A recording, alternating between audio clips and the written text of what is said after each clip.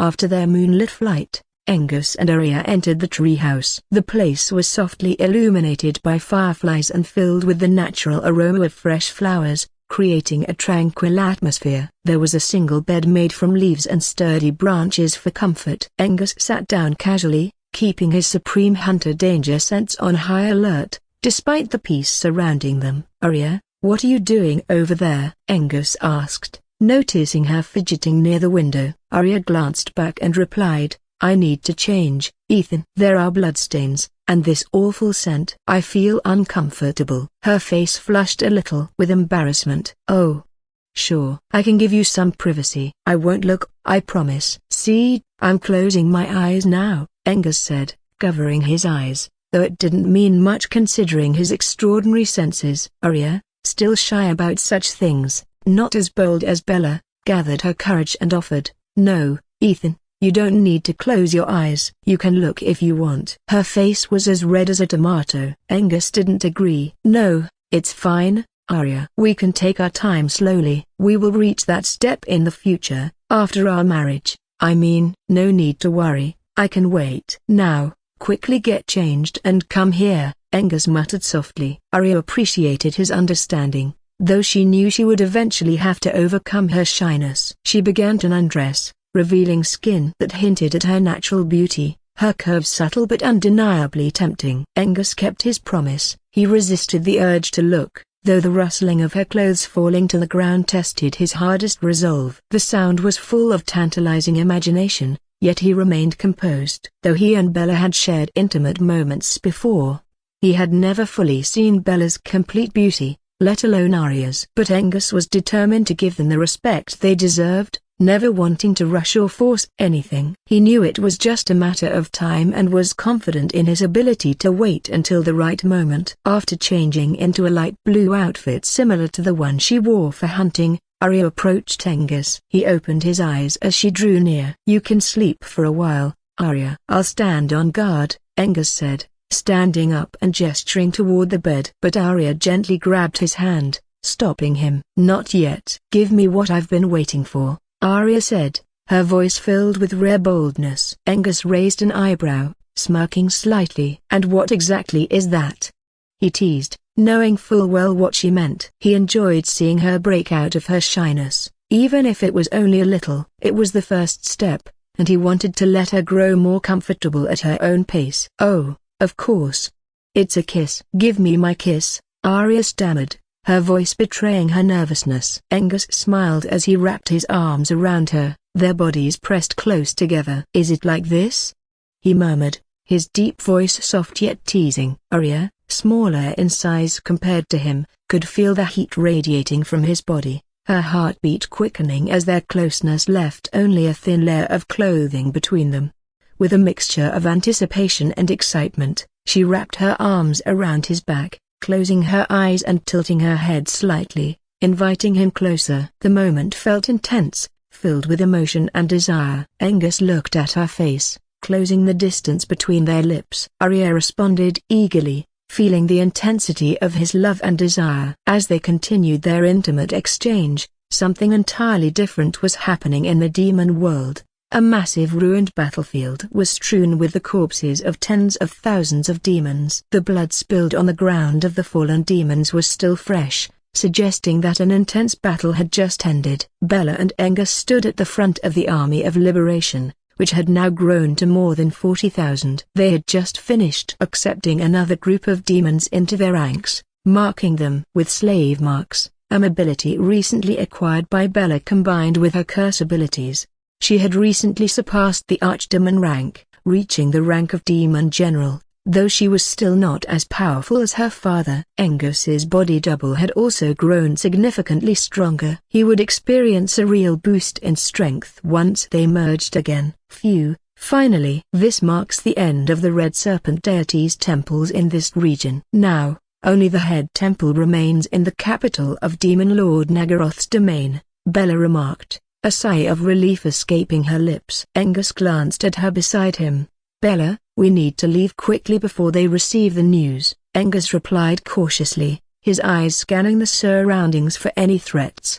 "Sienna, Sen, Go quickly order everyone to store the bodies and make them ready to leave. Angus turned to the Naganian siblings in command. Yes, my lord. They gave respectful nods and headed ahead relaying the command. The doppelganger of Angus had started showing real emotions lately, something that made Bella happy. But she couldn't quite figure out what had caused this sudden change. What's wrong? Angus asked her, puzzled by her strange gaze. No, I was just wondering, when are you coming back, hubby? I want to know what changed in you, she asked suspiciously. Didn't I say I had my heart fixed? He said with smile, hiding the truth for now. Bella was still suspicious. So, when are you coming back? I have already prepared my wedding dress already. We need to make babies together, she said with a lewd expression. Angus answered patiently, it's barely been a few days, Bella. Just wait for a few more days. You will get a big surprise once I am back, he said mysteriously. He was going to introduce Arya and Bella to each other. Bella might be angry for a while, but he was sure she will accept Arya eventually. She was influenced by polygamy from birth, but she was a little possessive. Perhaps it was all woman's inherent trait. Bella was amused. Oh, let's see what you have for me. The next day, early in the morning, a dense fog surrounded them like a wintry morning, though it was not. Arya opened her eyes and saw Angus by the window, gazing outside. He had stood guard the whole night, making Arya feel bad, but it had been his insistence, and she couldn't refuse. During the night, they had encountered a few snakes and bird monsters, but Angus dealt with them easily, not even letting Arya know they were being attacked. She got up, rubbing her eyes to clear her mind. Smiling, she tiptoed towards him sneakily. She hugged him from behind, burying her face against his back. Ah, Arya, you're awake, Angus said, acting surprised. He had already noticed her sneaky tricks, but he let her do as she wished. You have already noticed, haven't you? Arya sulked slightly, fluttering her pretty eyebrows as she moved away from his back. Number, Angus replied, shrugging. Humphrey, one day, I'll catch you off guard once I'm strong enough, she resolved. Okay, I'll be waiting. Now, go wash your face. There's some water in the jar, or you can visit the lake nearby, though I doubt it's clean, Angus suggested. We need to make a plan for today, so let's be quick. Okay, let me just wash my face, Arya said, trying to tie up her hair. Angus gently tidied her hair into a single ponytail and patted her back. Come down when you're ready. Until then, I'll check if those two have left. All right. Arya nodded in acknowledgement. Whoosh! Angus appeared just outside Tina and Ryan's balcony. He heard the couple talking inside and knocked on the door. Ryan quickly opened the door. Good morning, sir. Ryan saw Angus standing outside but wasn't sure what to say. Angus spoke before he could. We are leaving. You two should leave as well. Ryan wasn't sure if Angus was speaking out of kindness or impatience, but either way, they had to leave eventually. Yes, sir. We're going. Thank you for the hospitality. We won't bother you anymore. Ryan glanced back at Tina, who was also ready to leave. Angus gave a slight nod and disappeared from their view, reappearing on the ground almost instantly. The couple exchanged wry smiles. If only I had that kind of power, I could protect you and our child, Tina, but alas. Ryan smiled bitterly. You're all I need, Ryan. Let's go. The beasts may still be sleeping. We can take the chance to get out. Arya descended gracefully, using aerial vines to reach the ground swiftly. She joined Angus and watched Tina and Ryan leave calmly from behind. They looked helpless, as if waiting to be devoured if they left. Angus silently summoned a three-headed thunder wolf, which he had synthesized and bred the previous night. Arya's brows raised in surprise. Angus, where did this come from? Do you have a summoning skill or class? Yes, something similar, Angus replied as he commanded the B-rank Thunder Wolf to follow the couple and protect them silently. I can only do this much for their child, he muttered in low voice. It was a small gesture of goodwill from him, and it wasn't difficult. He already knew she was pregnant, which is why he decided to help them yesterday. Arya's ears perked up at his words. Wait, she's pregnant? Angus gave a firm nod, confirming her query. I see, but how did you know? Don't tell me you have a skill like enhanced vision or something? Arya asked, her expression exaggerated. Angus nodded again, but then immediately realized his mistake. Doesn't that mean you can peek at any woman you see, even under their clothes? That's so perverted. Angus clicked his tongue but remained unfazed. Relax, Arya. I would never do such a thing, he said resolutely. Besides, it only lets me see vague images, not clear details, he added, downplaying the ability to avoid making it a big issue. Still, it's a big issue, Ethan. You shouldn't use it on any other woman. Never, Arya said, glaring at him. Fine. Now, can we discuss the plan for the hunt today? Angus asked, noticing the fog slowly disappearing. Arya, slightly embarrassed, composed herself. Oh, of course. Tell me, what plan do you have on your mind? Seeing her serious demeanor, Angus began explaining the plan he devised the previous night. We need to lure them using my aura, like we did yesterday. Then, we'll trap them. For that, we need to build a sturdy dome to separate them from the outside. After that, we'll take them out one group at a time, he said seriously. Arya grew worried as she listened to his plan of using himself as bait. The previous experience had been anything but pleasant. Recalling his prowess, she decided to agree but with caution. Do you also have an elemental manipulation skill? I don't think I can make such a large dome you're talking about, Arya asked, unsure. Yes, I have something similar to earth manipulation, but much stronger. That's good, but what if we can't handle it if too many come? Angus reassured her confidently. Don't worry, I can summon more monsters for help like before. Can your mana reserves last that long? Haha. That's the last thing you should worry about, Arya. Just take down the ones you can handle. Leave the rest to me, he said, his confident demeanor easing her mind. Though it was a risky plan, the potential gains were worth it. Before that, Angus paused before taking out 7 human corpses from his bracelet, their bodies radiating a decaying odor. Let's power you up once again. After this, you should be at least A rank. He grinned, not caring about the corpses in the slightest. There were 5 C ranks and 2 B ranks. Their essence should be enough for the upgrade. Arya resisted the urge to vomit and prepared herself once again. She knew it was unavoidable to grow stronger. Her thoughts turned to Angus, wondering how much he had to endure to gain so much power. Compared to him, her efforts paled in comparison. But she was determined to help him however she could. Let's begin, Angus said to Arya, who is now an A-rank powerhouse. Arya nodded, and the two of them began crafting the circular-shaped dome made of tree roots, vines, and hard rock. Angus first started by creating the dome's foundation using rock for the initial layer. The second layer was completed with Arya's help, making a perfect camouflage that blended seamlessly with the surroundings. After their combined efforts of an hour, the structure was ready. It stood nearly 100 meters tall and 400 meters in radius. Inside was illuminated by fireflies and other luminescent bugs. Under Arya's command, Arya's face showed exhaustion while Angus looked calm and collective. She watched with fascination. It had been a difficult task, but with Angus' help, it seemed effortless. All right, this should do for now, Angus commented, satisfied with the result. There was a curved entrance designed to control the flow of beasts and monsters, able to be sealed or opened at will. Arya's mind shifted to another concern. What about humans, Ethan? What if they come? Angus' response was cold and ruthless. They will die. What else? Besides, I don't see any humans nearby. But if any come seeking death, there's nothing I can do. Oh.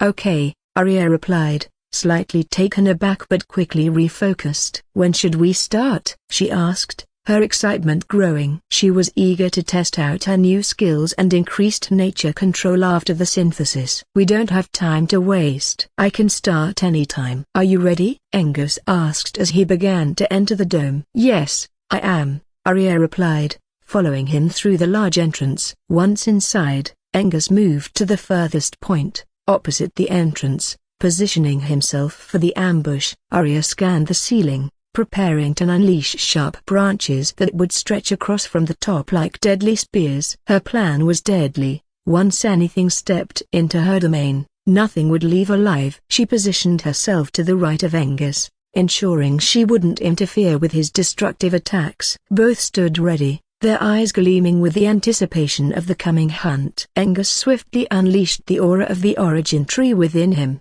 which stored and facilitated origin mana. Other seekers had similar trees inside them, but Angus's tree looked completely different. It was vibrant, with branches like stars for leaves. It had grown to the size of a small tree due to the recent harvest and was hungry for more. The tantalizing aura of such pure and potent energy slowly spread from within, like an invisible invitation to greater power. Howl, a woo-oo. The nearby beasts and monsters' eyes turned red as they began galloping in large numbers, some even fighting among themselves outside. This created a small problem. If they fought each other, who would come inside? Noticing this, Angus increased the intensity of his aura, and their infighting ceased abruptly. They quickly began to fall into the trap, one by one. Roar, rumble. Arya watched as the beasts and monsters swarmed in like ants through the entrance. Some were big, some small, and some as large as 50 meters, almost touching the ceiling. Their footsteps shook the earth, their eyes predatory as they focused on Angus. Arya and Angus waited for the cage to be filled. Only then would the real massacre begin. Roar. By this point, some of the beasts attempted to reach Angus, but Arya acted instantly, piercing their bodies, creating a gory mess. Ethan, I think it's enough, Arya shouted as she decapitated more beasts with her dagger. By now, nearly 3,000 beasts filled the cage to the brim. Angus gave her a nod and ceased spreading his origin aura. He then closed the gate to finish off the creatures first. Stepping forward, Angus activated his Omni-Devour skill and began to consume the beasts. Buzz. Buzz. The beasts, still at low C and B ranks, were easy prey for him to devour. Realizing they were trapped, the beasts let out agonizing screams. They hadn't expected to be hunted this way. Always the hunters, now turned into helpless prey. Crackle, crackle, boom. Desperate, the beasts attacked Angus with everything they had: thunder, fire, and their massive bodies, hoping to crush him into meat paste. But Angus stood unfazed, absorbing their energies, his power growing with each devoured beast. Strength +1, agility +1.5, defense +1, origin mana +200. You have acquired a new active skill, Skull Crusher Ape Transformation. See, you have. Notifications flashed continuously before his eyes, but he decided to ignore them for now. The number of skills in his arsenal had increased over 20, making him even more versatile. Some skills were assimilated to enhance sub-levels of same skill, while others waited to be synthesized later. His origin mana had surpassed 50,000 points and was still rising. Angus' lips curved into an involuntary smile. He was pleased with the results. It wouldn't be long before he reached S rank. He kept an eye on Arya from time to time, ensuring she remained safe. Arya's performance was incredible. She dominated her battles like a battle queen, with only flashes of her dagger visible as she constantly moved among the foes. Sharp spears of wood rained down from the ceiling under her command, further thinning out their numbers. She could have summoned lightning for aid as well, if not for the limitations of being inside the dome. Angus was impressed. Her every movement was a sight to behold. Shifting his gaze to the A-rank massive wild wyverns, Angus became serious. These creatures could resist the suction of his devour ability to some extent, making things tougher with their aerial maneuvers. They were elemental wyverns, lesser bloodlines of dragons. He hadn't expected to find wyverns in the forest as well. Undeterred, he retrieved Aegis from his spatial bracelet and unsheathed it. As the wyverns attacked with their elemental abilities, opening their maws wide, Angus appeared atop their backs and slashed down with full force, severing their necks one by one. Screech! The others tried to escape, but their doom was evident. Void Venom Blade Tempest. Sharp copies of Aegis Blade materialized from the void and pierced the wyverns' bodies, silencing their screeches and signaling the end of the battle. After the first wave was over, Angus began to devour the 5 elemental wyverns, leaving remaining 2 for Arya. Strength +3, agility +2, defense +3, origin mana +700. You have acquired Wyvern's Bloodline. You have acquired Fire Manipulation, A. You have acquired Wind Manipulation, A. You have acquired Water Manipulation, A. Name, Angus Tigro. Age, 18. Title, Dragon Slayer. Race, Human Demon Dragon Seeker. Level, 45. Occupation: Supreme Leader of Liberation Army. Class: None. Bloodline lineage: Seeker, Royal, Beelzebub, Partial Royal, Death Leviathan, Half Noble, Fire Dragon, Noble, Wyvern, Elite. Special trait: Greater Spatial Teleporter. Soul: 0. Laws: Space, Water. Physical stats: greater than. Strength: 5100. Agility: 5200. Defense: 5230. Origin mana: 67,000, 78,000. Attribute points: 15. Active: Blazing Overlord Dragon -5, A+, Void Venom Blade Tempest -2, A, Wind Manipulation, A, Wyvern Transformation, A, Water Manipulation, A, Fire Manipulation, A, All-Seeing Sovereign -12, B, Elemental Graviton Surge -10, B, Elite Human Transformation -26, B, Thunder Summoning, B, Space Claws 14C, Space Warp -26, C, Fire Breath, C, Infernal Roar, C, Blazing Fury, C, Infernal Lion's Claws, C, Infernal Lion Transformation, C, Thunder Step, C, Thunderstorm, C, Blight Aura, C, Frostbound Claws, C, Sonic Roar, C, Ravenous Maw, C, Corrosive Spit, C, Skull Crusher Ape Transformation, C, Stone Carapace, D. Passive: Heart of Chaos, S, Supreme Hunter, A, Phoenix Resurgence, B, Water Breathing, C, Special Skills: Monster Breeding, Level 7, Demonic Abilities, Peak: Hellfire Leviathan of Death, Intermediate: Darkness King's Authority, Corrupting Aura, Web of Despair, Nightmare Web. Basic: Puppet Strings, Shadow Walk, Eye of Curse, Undead Regeneration, Summon Hell Spirits. Unique Skills: Appraisal, Basic: Nullified Mental Attacks, Rare, Rapid Cast, Rare, Omnidevour, Ultimate, Universal Synthesis, Ultimate.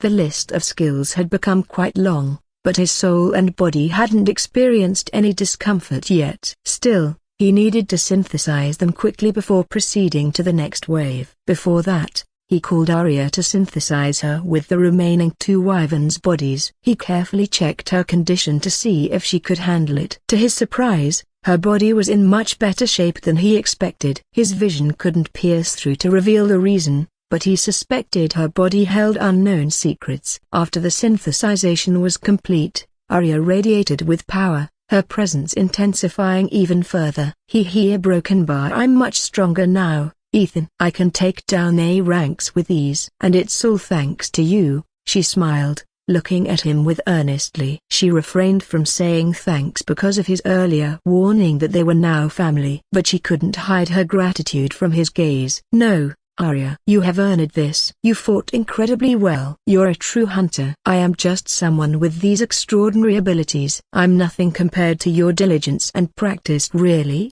He responded, humbly acknowledging her strength. Arya looked both happy and concerned at the same time. Don't underestimate yourself, Ethan. I'm sure you've been through a lot to gain this power. Without hard work, courage, and will, this wouldn't have been possible. Angus appreciated her words and the affection in her voice. Thanks, Arya. That means a lot to me. Arya was displeased. What thanks? Did you forget your own words, Ethan? We're a family, and family always supports each other, she reminded him sternly. Angus stared at her beautiful face in a daze. Her heartfelt words touched him deeply. Yes, we are. Miss Silvermoon, he mumbled, before turning to the rest of the corpses. They're the ones that Arya had killed, numbering in a few hundreds. Do you want to merge with them, Arya? Angus asked, fixing his gaze ahead. No, I'm fine for now. I need some time to adjust. You can use them as you wish, Arya replied,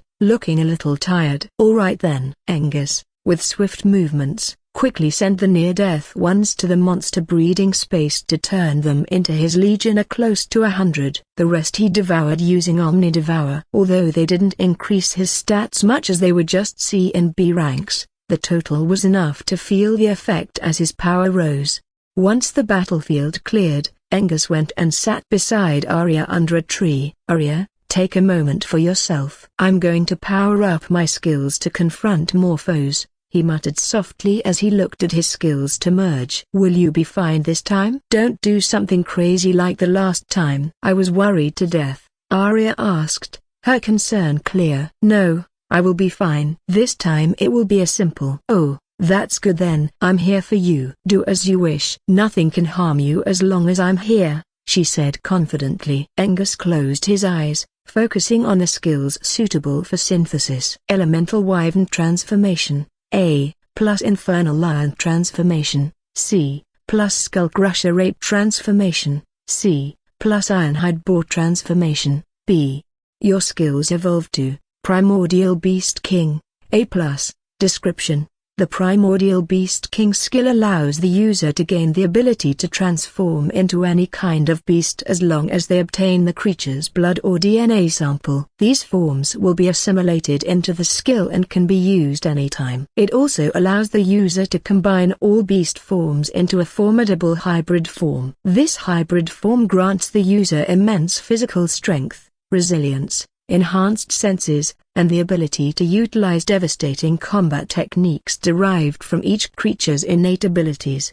Space Claws, C, plus Infernal Lion's Claws, C, plus Frostbound Claws, C. Your skills evolve to Void Frostbite Claws, B. Description: the Void Frostbite Claws skill grants the user claws imbued with both the chilling power of frost and the instant attack through THR Void. These claws can freeze enemies on contact while allowing the user to bypass defenses with spatial distortion, making them effective in both offense and evasion. Wind Manipulation, A, plus Water Manipulation, A, plus Fire Manipulation, A, plus Elemental Graviton Surge. Your skills evolve to Chaos Manipulation, S.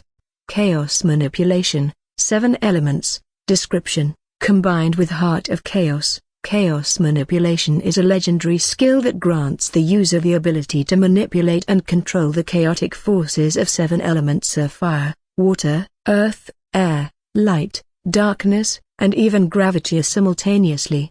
This skill allows the user to harness the unpredictable and volatile nature of elemental chaos, bending it to their will for offensive, defensive, and strategic purposes. Thunder Summoning, B, plus Thunderstorm, C, plus Thunderstep, C, plus Sonic Roar, C. Your skills evolve to Thunderstorm Summoner, A. Description: the Thunderstorm Summoner skill allows the user to call forth a massive, violent thunderstorm, enveloping the battlefield in chaos and destruction. The storm serves as both an offensive and defensive tool, empowering the user's lightning-based abilities and disrupting enemies with torrential rain, thunder, and frequent lightning strikes while increasing the user's speed close to lightning. Fire Breath, C, plus Infernal Roar, C, plus Blazing Fury, C, plus Blight Aura, C. Inferno Warlord's Rage, B. Description: the Inferno Warlord's Rage skill fuses fiery breath, fearsome roars, and an aura of decay and destruction, transforming the user into a devastating force of blazing fire on the battlefield. This skill enhances the user's raw combat prowess by 500%. Ravenous Maw, C, plus Corrosive Spit, C, plus Stone Carapace, D. Ravenous Stone Beast, B. Description: the Ravenous Stone Beast skill fuses destructive abilities with resilient defense, transforming the user into a relentless predator that combines hunger with durable stone-like armor. This ability grants the user powerful offensive and defensive traits, allowing them to wear down enemies while withstanding considerable damage. Angus was happy with the result, but he wanted more S-rank skills. That's why he began synthesizing Hellfire Leviathan of Death, Peak, plus Blazing Overlord Dragon, A+.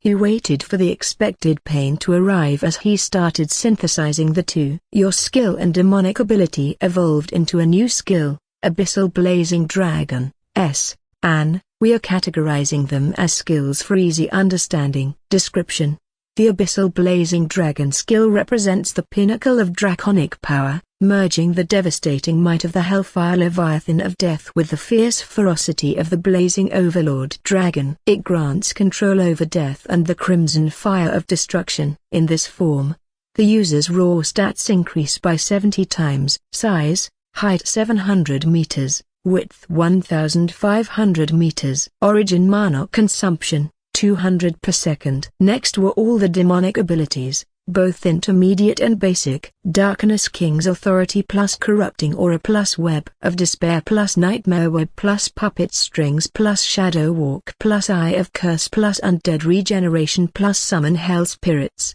Your abilities evolved into Shadow Monarch's Dominion. Peak. Description: a terrifying and all-encompassing mastery of darkness, fear, and corruption, allowing the user to command shadows, manipulate minds, and dominate hellish spirits. This ability also grants instant health regeneration even after receiving severe injuries. Skills: active, 7 elements Chaos Manipulation, S, Abyssal Blazing Dragon, S, Primordial Beast King, A+, Void Venom Blade Tempest -2, A, All-Seeing Sovereign -12, B, Elite Human Transformation -26, B, Inferno Warlord's Rage, B, Ravenous Stone Beast, B, Space Warp -26, C. Passive, Heart of Chaos, S, Supreme Hunter, A, Phoenix Resurgence, B, Water Breathing, C. Special Skills, Monster Breeding, Level 7, Demonic Abilities, Peak, Shadow Monarch's Dominion. Unique Skills: Appraisal, Basic, Nullified Mental Attacks, Rare, Rapid Cast, Rare, Omnidevour, Ultimate, Universal Synthesis, Ultimate. After gaining another S-rank skill and a peak ability, Angus opened his eyes. The first thing he saw was Arya's figure in front of him, full of tension and concern. Sensing his movements, Arya came closer. "How did it go? What new skills did you get?" she asked, curiosity in her voice. His faint, pulsing aura made it clear they must be incredibly powerful. "Why don't you take a look at your shadow, Arya?" Angus smirked and glanced at her shadow under the luminescent light, using Shadow Monarch's Dominion to make it disappear. Arya seemed confused for a moment, then looked down at her feet. "Huh? Where did my shadow go?" She looked at Angus, already guessing the culprit. "Is this your doing? That's incredible. What else can you do with it?" Her green eyes glinted with fascination. Angus quickly commanded the shadow to return to its rightful place. "I can use any enemy's shadow to strike them from a certain range." "That's not illa. I've gained S-rank skills. I'm now officially an S-rank, but far more powerful than the usual ones," he said with confidence. Arya seemed genuinely happy. "Oh, does that mean we don't need to fear S-ranks anymore?" "Yes, we don't need to fear S-rank powerhouses anymore." "If that's the case, I'm really eager to see how powerful you are." Arya smiled and leaned closer, offering a light kiss on his cheek. Angus returned the gesture, kissing her flawless face, which had healed completely from earlier scratches. "Now, are you ready for the next wave?" Arya moved back and replied, "Yes, I'm ready," her dagger poised for another bout of carnage. Suddenly, Angus' attention turned to her holy dagger, which had become rusty, its sharpness compromised due to the recent battles. "Arya, wait, give me your dagger for a second," he asked, and she turned back. "What's wrong?" Angus slowly held her dagger, feeling it warm to the touch as he examined it carefully. "It was a B-rank dagger. I will help you fix and upgrade it." "Do you want it?" Arya looked slightly reluctant. "Ethan, I have no problem with the upgrade, just make sure it remains the same. It was a gift from my father." Just looking into her eyes, it was clear how much attachment she had to it. "No problem, Arya. I understand. Everything will stay the same, I promise." Angus took out his sword as well. It was time to upgrade Aegis too. He also retrieved some rare metals for the enhancement, including adamantium, mithril, orichalcum, bloodsteel ingots, and a few lower-rank holy swords.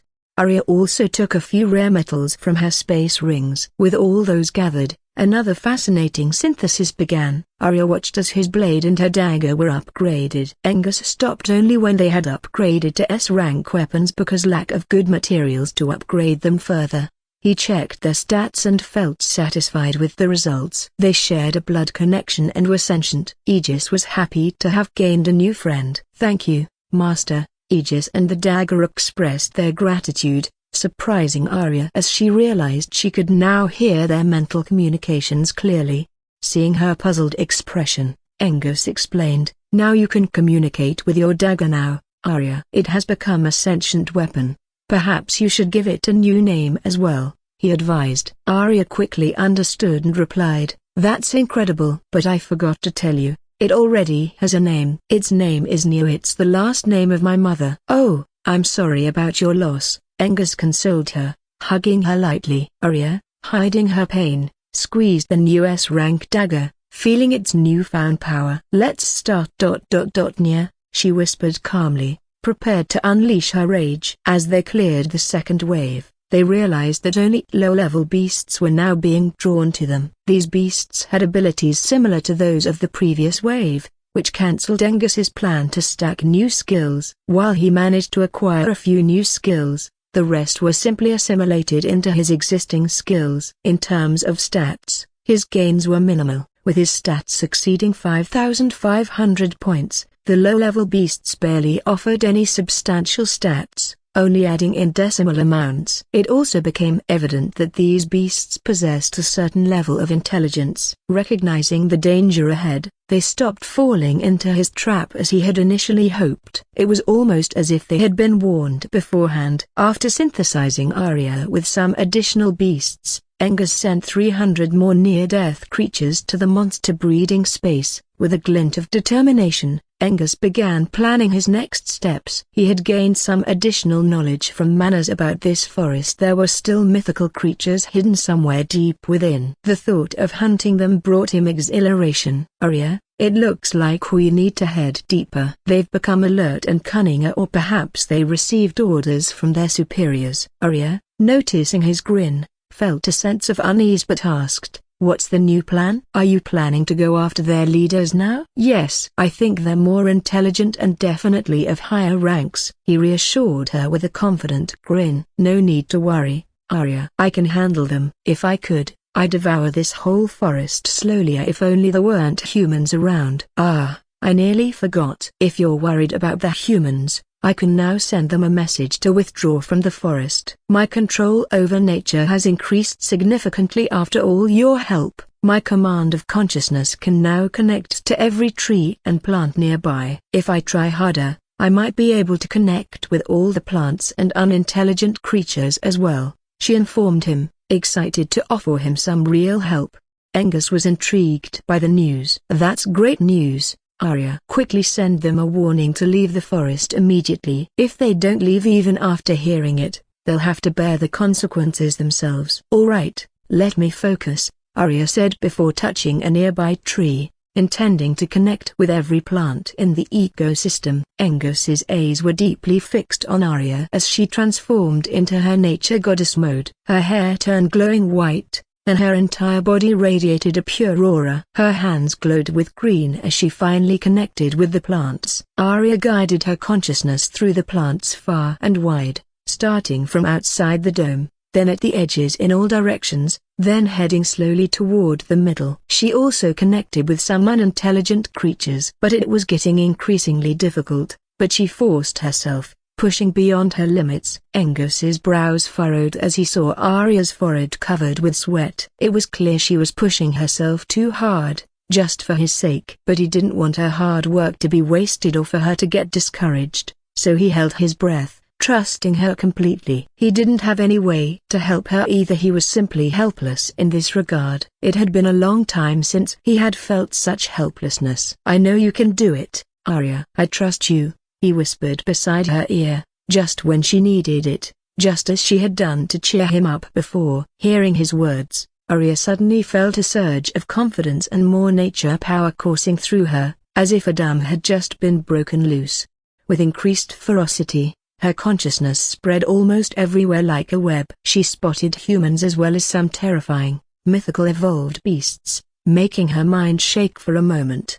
The mythical beasts felt a foreign sensation of being observed, but they couldn't discern what it was or where it came from. Ignoring the mythical beasts, she targeted the humans, though she did make a mental map marking their locations to inform Angus if needed. Her warning spread to the humans, clear and loud. Serious warning to the humans. Very soon this forest will not be safe for no one. Those who want to stay alive, leave the forest at this instant. Otherwise, you won't have enough time to escape later. Don't take this lightly. You don't want to disappear from the face of the earth. Think about your family and friends. And you won't hear the same warning twice. Next time, you will only see chaos. Goodbye. Her words, carried by the plants, trees, and unintelligent small creatures, reverberated throughout the forest, reaching the ears of the humans and some shrewd beasts. Her voice was heavenly and resonant, making some humans realize the seriousness of the sudden warning. Darling, did you hear that? We should leave immediately. Yes, let's go, baby. I'm getting goosebumps already. Guys, hurry. Something bad is about to happen. Even Mother Nature is warning us to stay safe. Ha ha, Oliver, you're such a fool. There's no Mother Nature. Someone probably caught wind of some incredible treasures here, so they're telling everyone to leave so they can grab everything for themselves. Stop reminding me of their nonsense, and let's find those treasures quickly. More than half took the warning seriously, leaving the forest, while others, clouded by greed, decided to stay, unknowingly sealing their fate. The wheels of destiny began to turn. And, for those wondering why humans are hunting in the forest instead of dungeons, it's because the dungeons are only for beginners, ranging from rank F to D. At the heart of Darkwood Forest, a massive, mythical fox-like creature with 7 tails stood alert, its fur shimmering with a dark, ethereal glow. It seemed to speak to the mountain range towering before it, spanning over 2 kilometers in length and rising 4 kilometers high. Despite its own imposing presence, the fox showed a clear sense of fear and reverence toward the mountain. My lord, it appears the humans are up to something cunning once again, the fox said cautiously. They're evacuating the weaker ones for some reason. To any observer, it would be baffling what force could demand such respect from a beast of this caliber. And just what kind of presence lay hidden within that mountain? Hum, hum, hum. Suddenly, the mountain range trembled, and the earth shook violently. Then, one of the smaller mountains came to life, shaking off soil, plants, and smaller beasts as it began to rise. The 7-tailed fox watched in awe and reverence as the figure's head was revealed to the world after so long. It was shaped like a snake's head, towering nearly 1.7 kilometers above the fox. Go, tell everyone to be prepared to die or to kill. The fated prophecy is near. But we will not give up, not while I am still alive. The unfathomable creature spoke in a deep, soul-penetrating voice. Yes, my lord. Thank you for your guidance. The fox spoke respectfully, but there are some tears forming under its eyes. Knowing what the prophecy was about, it was only natural. Just as Arya's consciousness reached their location, she froze, her heart racing at the sight of the colossal creature piercing through the forest, dwarfing the sky.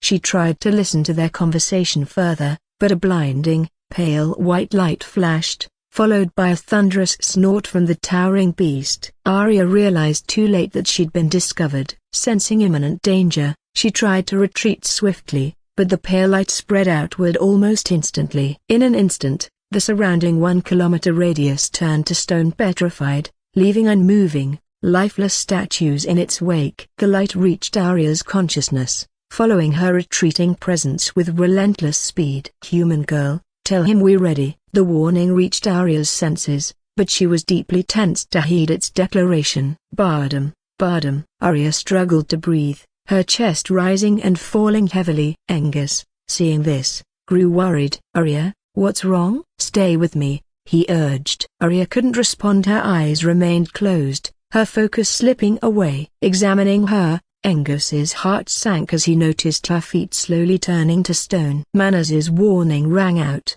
Master, it's a petrification curse, and a deadly one at that. Quickly, use your chaos energy to suppress it. Taking the advice seriously, Angus immediately enveloped Arya's body in his elemental chaos energy, creating a state of equilibrium. The chaos particles of light began to purify the curse, while other elements strengthened her physique. Angus's nerves were tight, but he remained controlled as he formed a protective shield around her. "Manners, tell me the way to cure it completely." "Master, it can only cured by the original caster. You need to find him quick." Mana reminded the urgency of the situation. Angus clenched his fist, his nails digging into his palm. After a while, Arya opened her eyes, feeling a strange heaviness in her body. She found herself in his lap and managed a small smile. "I don't want to die yet, Ethan. I still want to see you shine and become your bride," she whispered weakly, feeling as if the door to death was near. Angus,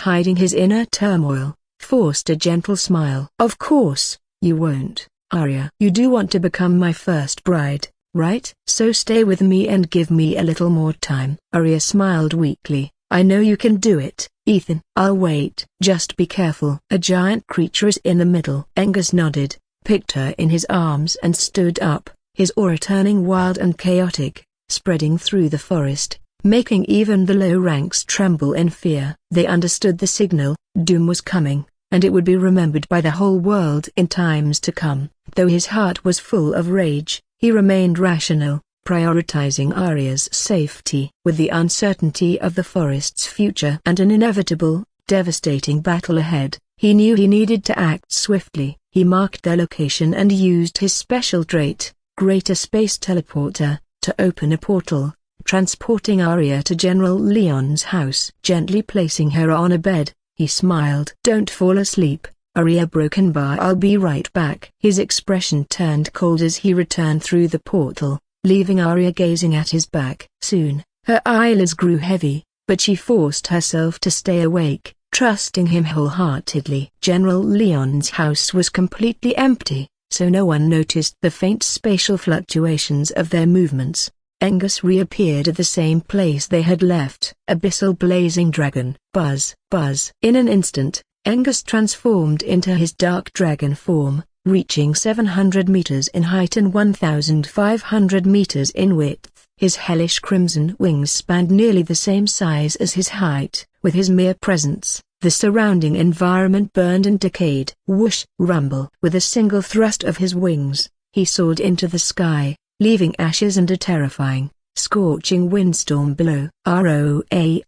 High above the forest, under the darkening sky, Angus unleashed a powerful dragon roar that resonated through the forest. The sheer impact of the chaos-infused energy shattered the sound barrier, leaving destruction in its path. It was a declaration of challenge, promising utter annihilation. On one side stood Angus, on the other, the entire forest. Angus hovered in place, then opened his massive maw wide, intending to devour the forest to increase his strength in preparation for the deadly battle ahead. He knew his enemy was powerful, likely SS rank, so he would need every ounce of strength he could gather. In his dragon form, Omnidevourer became even more powerful and potent. Whoosh! Buzz! Buzz! An intense black hole formed within his mouth, swallowing everything caught in its inescapable suction force. Rumble! Beasts, birds, air, light, trees, soil, insects, and even humans all were pulled in, unable to escape his grasp. Everything was consumed in horror and desperation, turning into energy particles inside him, which greatly boosted his power. Strength +7, agility +6, defense +8, strength +5, agility +4, defense +6.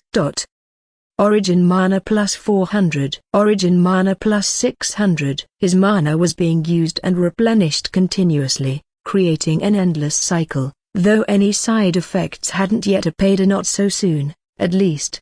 As for skills, he chose only the higher-ranking, powerful ones and extremely useful lower-rank skills. For God's sake, Lucas, I told you we should leave. But now, we're all doomed. This is actual hell. The humans who stayed trembled in fear as they gazed upon the massive dragon in the sky. The sight was nothing short of catastrophic. They began to run alongside some smaller beasts, but they, too, were swallowed. With devouring still active, Angus flew from place to place, shifting locations after each round of devouring until nothing was left. His stats crossed the 6,500 mark, and low ranks were becoming almost useless at this point. Sticking to his initial plan, he pulled the lower ranks, ranging from F to C rank, into his dimensional space using hundreds of invisible strings each second.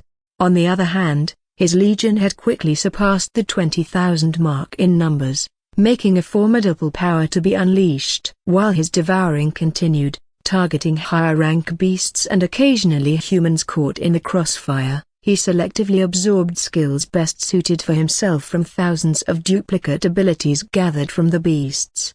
You have acquired a new skill, Phantom Mirage. B. You have acquired a new skill, Hurricane Gale. B. You have acquired a new skill, Ghostly Steps. C. You have acquired a new skill, Aqua Serpent's Vortex. B. You have acquired a new skill, Ice Breath. A. You have acquired a new skill, Arctic Bear's Glacial Shield. B.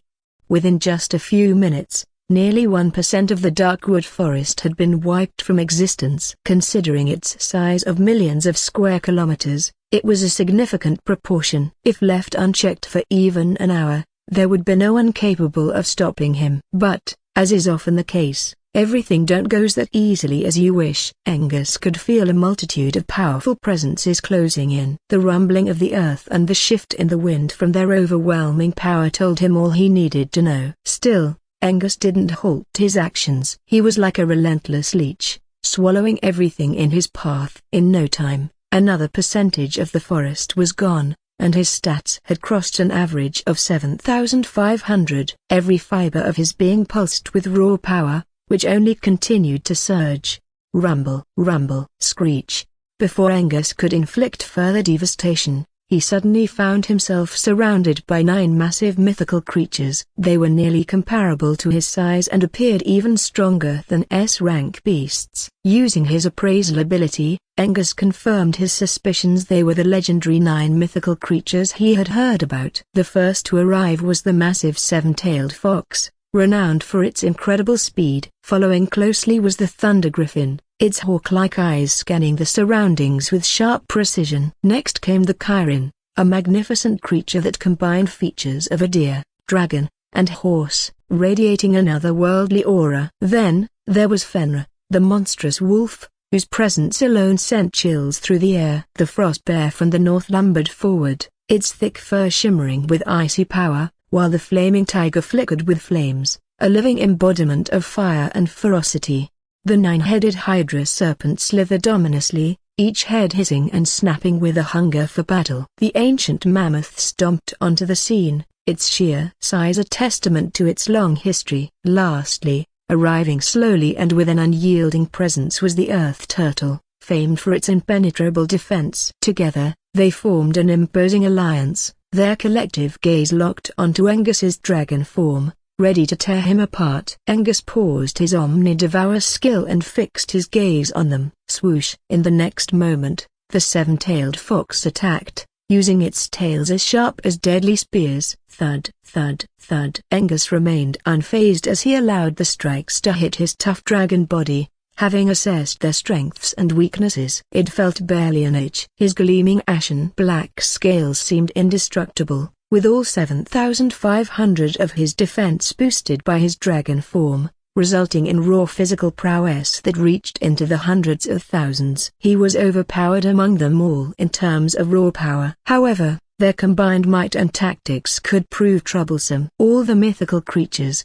including the fox, were astonished, but they expected as much. A broken bar. Just as the Beast Lord said, "You're truly a menace, a broken bar human." Fenrir spoke first, laughing at the absurdity of the situation. Screech! "I can't believe he is human." "Truly terrifying," the Thunder Griffin added fearfully. "Roar.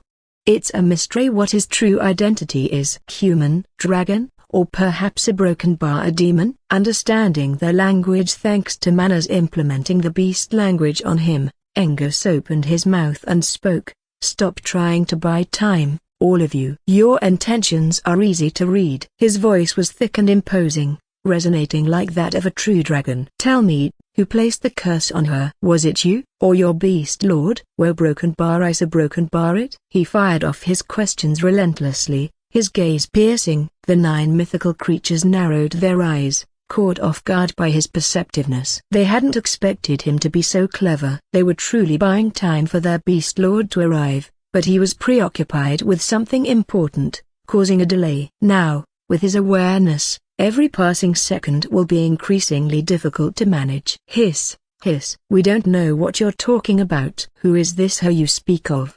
The 9-headed Hydra hissed, feigning ignorance. They knew better than to further enrage an already furious dragon. HMPH. Angus snorted, his nostrils flaring. Fine. I will lift that curse by killing every creature in this forest. You'll all pay for trying to harm my beloved, he declared with fierce resolve. Howl. How arrogant. We're not here just for show, human. We'll kill you first, even if it costs us our lives. The ancient mammoth, towering like a mountain, bellowed, its voice filled with hatred and unyielding determination to defend their home. The fox and the other 8 mythical creatures exchanged glances, reaching a silent agreement. Whoosh, roar, screech, screech, hiss. A broken bar. Each creature activated its unique abilities and lunged at Angus' abyssal blazing dragon form. Their intention clear, kill or buy time. Can Angus defeat them all, or is something even more dangerous waiting on the horizon, threatening to be his downfall? As soon as they charged at the abyssal blazing dragon, the earth trembled, and thunder rumbled, signaling the start of a terrifying battle. The 7-tailed fox unleashed its deadly fox flames, while the ancient mammoth struck with a powerful stomp, shaking the ground. The thunder griffin attacked with a destructive thunder strike, its claws slicing at lightning speed. The 9-headed hydra released a noxious venomous breath, while Fenrir lunged forward, claws and fangs gleaming with deadly intent. Chiron attempted to boost the allies' power and weaken Angus, but its efforts were futile. Freeze. A broken bar. Crack, crackle. The frost bear tried to freeze Angus solid with its absolute ice ability, but the ice shattered, repelled by the intense heat of his crimson hellfire. The flaming tiger prepared to pounce, but Angus was already moving, his dragon eyes filled with killing intent. Angus flapped his massive wings, dodging attacks with astonishing speed. Although he was nearly invulnerable, he took no chances. In an instant, he used a space warp to appear directly above the ancient mammoth, whose colossal leg was poised to stomp him. The ancient mammoth's instincts screamed danger. Looking up, his weary, grey eyes widened as he saw the fierce dark dragon already descending above him. Angus's deadly claws, infused with chaotic energy, were streaking toward him, radiating raw power. For the ancient mammoth, time seemed to slow. He could feel each beat of his heart pounding as he stared up at his inevitable fate, the glint of Angus's claws reflecting in his eyes. Dong! An unexpected interference came just in time. The earth turtle, who had been silent until now, made his move. His massive shell collided with Angus' claws, creating a devastating impact. Boom! The turtle was smashed into the ground, face first, taking damage to its sturdy shell. It was a marvel it could withstand such force, one capable of obliterating the toughest material. But Angus was only getting started. You think you can stop me with this? He declared coldly. Say your last words. None of you can stop me. His massive body hovered above, suddenly glowing with a 7-colored light, like a rainbow. Knowing time was of the essence, he aimed to finish them quickly. He gathered intense, chaotic energy from 7 elements within his maw, prepared to obliterate anything in his path. Roar! Angus bellowed, shaking the sky as he unleashed 9 chaos breath attacks simultaneously. Before the fox and the others could react, they saw multicolored beams of destructive energy racing toward them, each one targeting a creature with relentless speed. Attempts to dodge were futile. The beams seemed to have a will of their own, following each target, with the threat closing in. Their hearts raced. In desperation, they relied on the earth turtle and ancient mammoth's defensive abilities, while the Chiron boosted their magical power, hoping to have even the slightest chance of survival. The earth turtle and ancient mammoth looked fierce, their expressions twisted into grim, almost suicidal grins. The mammoth raised its 2 curved tusks toward the sky, channeling magical energy to form barriers, while the earth turtle's shell glowed with a mystical light, bracing for the devastating impact.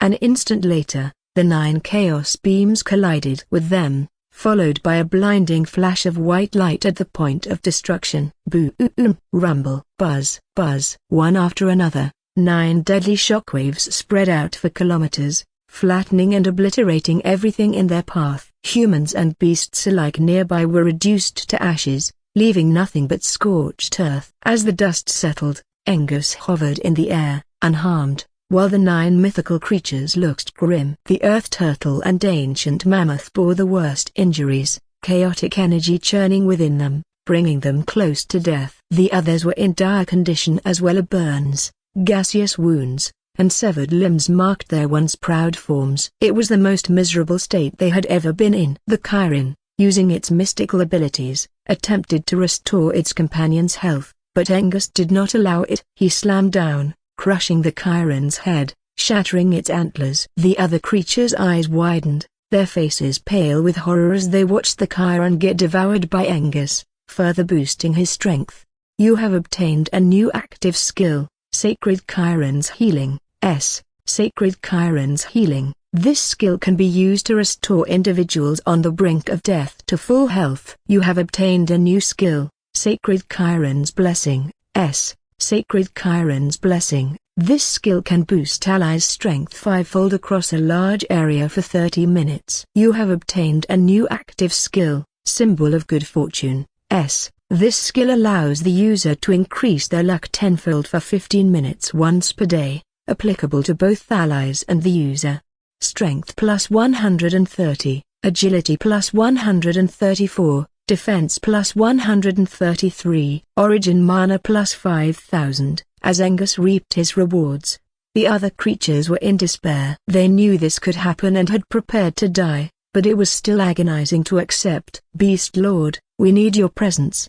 One of them roared in desperation. Just when Angus was about to swallow the earth turtle and ancient mammoth, a massive earthquake shook the continent as if something being awakened after ages. Angus narrowed his eyes, sensing a formidable presence making itself known, a new challenger. But Angus remained focused on the urgent task at hand. Whoosh! He swiftly devoured the earth turtle and ancient mammoth whole, feeling his strength surge and gaining powerful S-rank defensive skills in the process. The remaining 6 creatures watched helplessly, their bodies already weakened and infused with low amount of chaos particles, leaving them vulnerable and filled with dread. How dare you! A thunderous roar echoed through the skies, triggering even more violent earthquakes. The mythical creatures' eyes filled with renewed hope as they turned toward the center of the forest and the towering mountain range there. Angus followed their gaze and saw something astonishing. The mountain range, already several kilometers high, began to rise further, nearly doubling in size. The entire range shifted and pulsed with a life of its own, as if awakening from an ancient slumber. The true battle was just beginning. Appraisal. God Beast Basilisk. Level, 151. Rank, SS. Abilities, 1. Ancient Petrifying Curse Eyes. 2. World Corrosive Venom. 3. Reflective Scales. 4. Dimension Slip. 5. Blessing of Beast God. 6. Apocalypse Awakening. Angus examined the colossal creature thoroughly, determined to secure victory he desperately needed. He didn't care about its SS rank, his only focus was to kill and save Arya. The creature, taking the form of a mountain range, was none other than the legendary god beast Basilisk. Towering over 3 times his dragon form and piercing through the clouds, it possessed a massive, snake-like head with ancient, abominable eyes and a crown-like crest atop its head. Its lizard-like body was covered in shimmering scales, rising and falling like slopes across its mountainous form. Angus avoided looking directly into the basilisk's eyes, recalling the legend, anyone who meets its gaze is instantly turned to stone. He decided to rely on his other extraordinary senses for the battle. Where are you looking? What? Bam! Angus was suddenly caught off guard as the basilisk appeared nearby, crossing hundreds of kilometers in an instant. He was slammed into the ground like a ragdoll, and even in his dragon form, he couldn't resist the blow. Boom! Where Angus landed, A deep volcanic crater formed from the impact. He lay among the debris, feeling a wave of dizziness. When he glanced down at the gaseous wounds on his tough dragon body, his eyes widened in surprise. The raw strength of the basilisk was terrifying. He couldn't match it head-on, not even for a single blow. Its venom was also beginning to corrupt his body from within. Angus instantly activated all his healing skills: a phoenix resurgence, healing power of light, Chiron's healing, a recovering from the serious injuries. Within seconds, the god-beast basilisk narrowed its serpentine eyes at his swift recovery and slashed down once more with its massive claws. Angus reacted quickly, using Earth Turtle Shell's defensive skill just in time. Crack, crack. To Angus's shock, the shell shattered instantly, and the basilisk's claws raked across his dragon body, leaving a deep 5-claw wound. Though he couldn't see the basilisk's face clearly, he could feel its sense of superiority, relentlessly beating him down. Angus quickly formed a plan to defeat it. He realized this must be the Beast Lord they had mentioned, Ida, the source of Arya's suffering. This creature had to be eliminated to save her. He knew he wasn't a match for it now, but that didn't mean he'd remain so forever. "You'll regret these," a broken bar Angus muttered in terrifying calm voice as he recovered his health once again. Angus had already obtained one of the basilisk's scales, analyzing it to prepare for basilisk transformation using Primordial Beast King.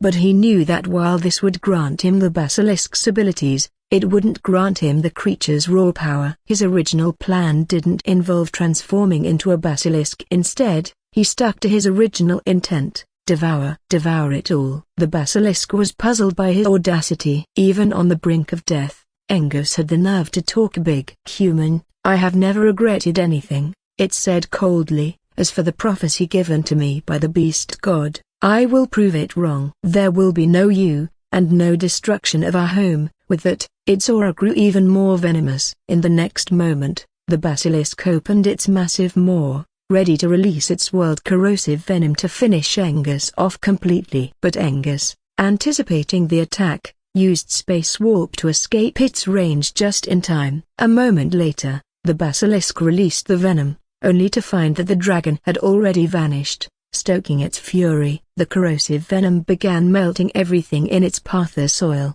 rocks, even microorganisms in the air disintegrated, leaving nothing but grazed, lifeless ground in its wake.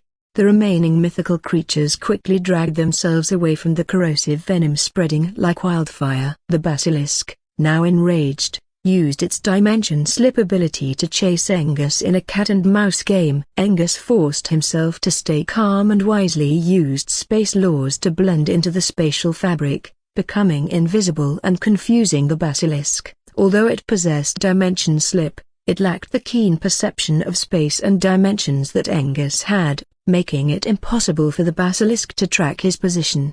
Taking advantage of this moment, Angus caught his breath and silently guided himself through the spatial layers, moving away from the Beast Lord to buy himself some time. He traveled hundreds of kilometers in the direction from which the basilisk had come. Revealing himself once more in his dragon form, he began devouring everything he could find. Only a few seconds later, the basilisk sensed his presence. Enraged, it used dimension slip to rush toward him, intending to stop him before he could consume the entire forest. "I will skin you alive, human!" The basilisk's roar echoed as it appeared in front of Angus. Angus responded by launching an attack filled with chaos energy to counter the basilisk's instant petrifying curse and world-corrosive venom. Seeing his opponent grow stronger with every resource consumed, the basilisk seethed with fury. It realized that if it allowed Angus to devour any more resources, defeating him would become increasingly difficult, and it might even become the prey instead. It was a terrifying possibility that couldn't be ignored. The god-beast basilisk paused momentarily, activating yet another powerful ability. The sky darkened as red clouds gathered, echoing with the thunderous roar of impending strikes. Dong! From the heavens, a pillar of red light descended, bathing the basilisk in its intense glow. Its strength surged, and its aura grew so oppressive that it seemed as if it could shatter the very boundaries of space. Realizing the danger, Angus tried to escape, but the basilisk's firm grip closed around one of his wings before he could flee. With brutal force, the basilisk tore his dragon wings as if it were paper. Yet, Angus showed no reaction, refusing to look directly into the basilisk's petrifying eyes. Struggling, he managed to break free from its grasp. Angus crashed to the ground, losing his balance with one wing torn away. Angus quickly activated Symbol of Good Fortune, increasing his luck tenfold. He hoped this boost would grant him a better chance at survival. With his wing now fully recovered, he vanished into space using space lore. The basilisk, its eyes blazing with berserk fury, missed him by just a moment. It scanned the vast forest, trying to detect his presence through scent, but failed this time. Angus, cautious and intent on remaining hidden, cloaked himself with invisible cloak, darkness straight. Using chaos energy, he reappeared at the furthest possible distance from the basilisk, hundreds of kilometers away, moving silently. There, hovering invisibly in the sky, Angus spotted hordes of A and B rank beasts gathered in their thousands, likely evacuated to this area for safety. He grinned and focused deeply, first attempting to replicate the barrier of ruination to swallow them silently. However, the complexity of that barrier proved to be more challenging than anything he'd faced before. Instead, he successfully created the simpler isolation barrier, covering a 5-kilometer radius. New skill acquired, Chaos Isolation Barrier, A. Chaos Isolation Barrier, using chaos energy as a source. This barrier isolates a 5-kilometer radius, making it appear like an illusion to the outside. Once activated, it lasts for 10 minutes and can be used repeatedly. Mana consumption, 500. Angus revealed a predatory smile as his massive dragon form suddenly became visible within the isolation barrier, showing no signs of worry. Howl. The beasts below were terrified, frozen in fear as they gazed up at the fearsome, predatory dragon towering over them. Panic erupted as they tried desperately to flee, only to find themselves trapped in what felt like an endless illusion with no escape. Angus wasted no time, knowing that each second was critical. Buzz. He activated Omnidevour once more, consuming the beasts at an astonishing rate, swallowing dozens per second. His stats began to skyrocket, and he selectively absorbed powerful skills from the creatures he devoured. You have acquired a new skill, Lightning Rock's Skybreaker Dive. A drops from above with a lightning-charged impact, creating a shockwave. You have acquired a new skill, Tempest Tiger's Lightning Veil. B. A cloaks the user in electricity, shocking enemies upon contact. You have acquired a new skill, Golden Wyvern's Scales. A temporarily coats the user in gold armor, reflecting a portion of incoming damage. Strength +8, Agility +7. Defense +9. Origin Mana +300. Strength. Just as the first barrier was about to disappear, Angus finished devouring all the beasts within the 5 kilometers radius. His stats had risen to terrifying levels. Strength, 9,300. Agility, 9,400. Defense, 9,540. Origin Mana, 140,000 150,000. He felt the immense power coursing through his veins and muscles, ready to be unleashed. Although his strength had nearly doubled, he knew it still wasn't enough to defeat the basilisk. Without delay, he silently slipped through space and targeted another massive horde of thousands. Using Shadow Monarch's Dominion, he commanded the beasts to remain silent as he cast the barrier once again. Once more, the devouring continued. He could hear the faint, frustrated roars of the basilisk, but he ignored them completely, focusing solely on gaining more strength. Once his stats crossed the 12,000 threshold, he felt almost invincible. Every cell in his body pulsed with vibrant power, his muscles condensed and fortified. Confidence surged as he realized he was nearing the basilisk's power level. Just as he was about to begin another devouring session, something unexpected happened. Shwa, shwa, shwa. He heard the rustling of winds and the sound of something slicing through the air at incredible speed. Crack, shatter. In an instant, the isolation barrier shattered, leaving him completely exposed. Not only that, but an ancient, metal rod-like weapon was continuing its path toward Angus. aimed to smash him. It was nearly 1,000 meters long and incredibly thick. Angus realized the impact of the incoming weapon would be devastating, so he quickly moved away at high speed to dodge it, only to find that it was following him relentlessly, as if glued to his trail.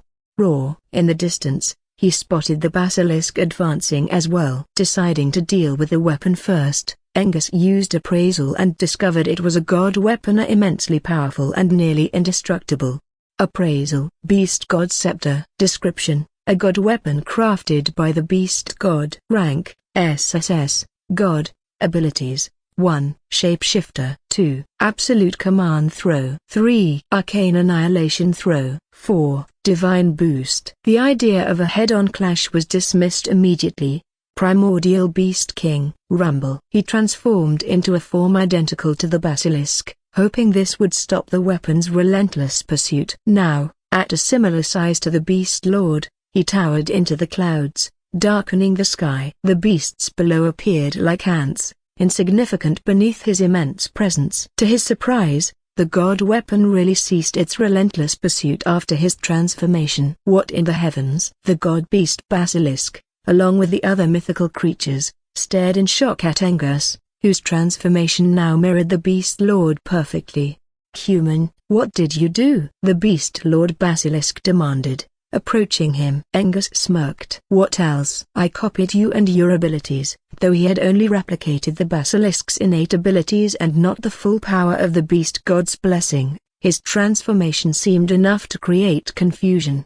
"Copy a god beast? Is that even possible?" The basilisk's incredulous voice resonated through the battlefield. "Come back!" the beast lord shouted, summoning the god weapon with urgency, sensing a deepening threat. As the weapon hesitated to return to his grip, he moved to retrieve it, but he was too late. "Come here!" Angus commanded, snatching the weapon in his basilisk form. The moment he held the weapon, an immense surge of energy flooded through him, amplifying his power several times over. He gripped the weapon with both massive hands and struck it against the ground with full force. Boom! Rumble! A massive volcanic eruption erupted from the impact, sending shockwaves that tore through the ground, followed by a powerful earthquake that resonated across Solis. The explosion spanned kilometers, hurling the Beast Lord basilisk far into the distance and scorching the mythical creatures beyond recognition as they were flung away by the blast. The Beast Lord has made only one grave mistake, throwing his gifted god weapon in an attempt to find Angus. That decision had failed spectacularly, and now he would pay a painful price. In his basilisk form, wielding the god-grade weapon, Angus felt almost invincible as divine essence flowed through him, boosting his stats many times over and providing an endless reservoir of mana. The Beast Lord's towering body lay on the ground, his eyes hollow with disbelief at the absurdity of the situation. The god weapon, which was supposed to obey only him, was now, ironically, in the hands of his fated enemy. He quickly stood up, only to see his own towering carbon copy grinning sinisterly above him. Bang! Before he could blink, Angus smashed the beast god scepter down on his head, drawing blood. Stars clouded his vision as blood flowed from his nose and mouth. Bang! Bang! Bang! Bang! He had no time to breathe as more ruthless blows landed on his body, shattering each bone slowly. "I told you, you'd regret this," Angus mocked, his relentless assault continuing with full force. Raw! Abominable human! The Beast Lord released an enraged roar and activated the Beast God's blessing as a last resort. Dong! Once again, a red pillar of light descended from the sky, granting him a boost in power and health. But Angus was one step ahead. "You think I'd let you do that again?" Angus sneered,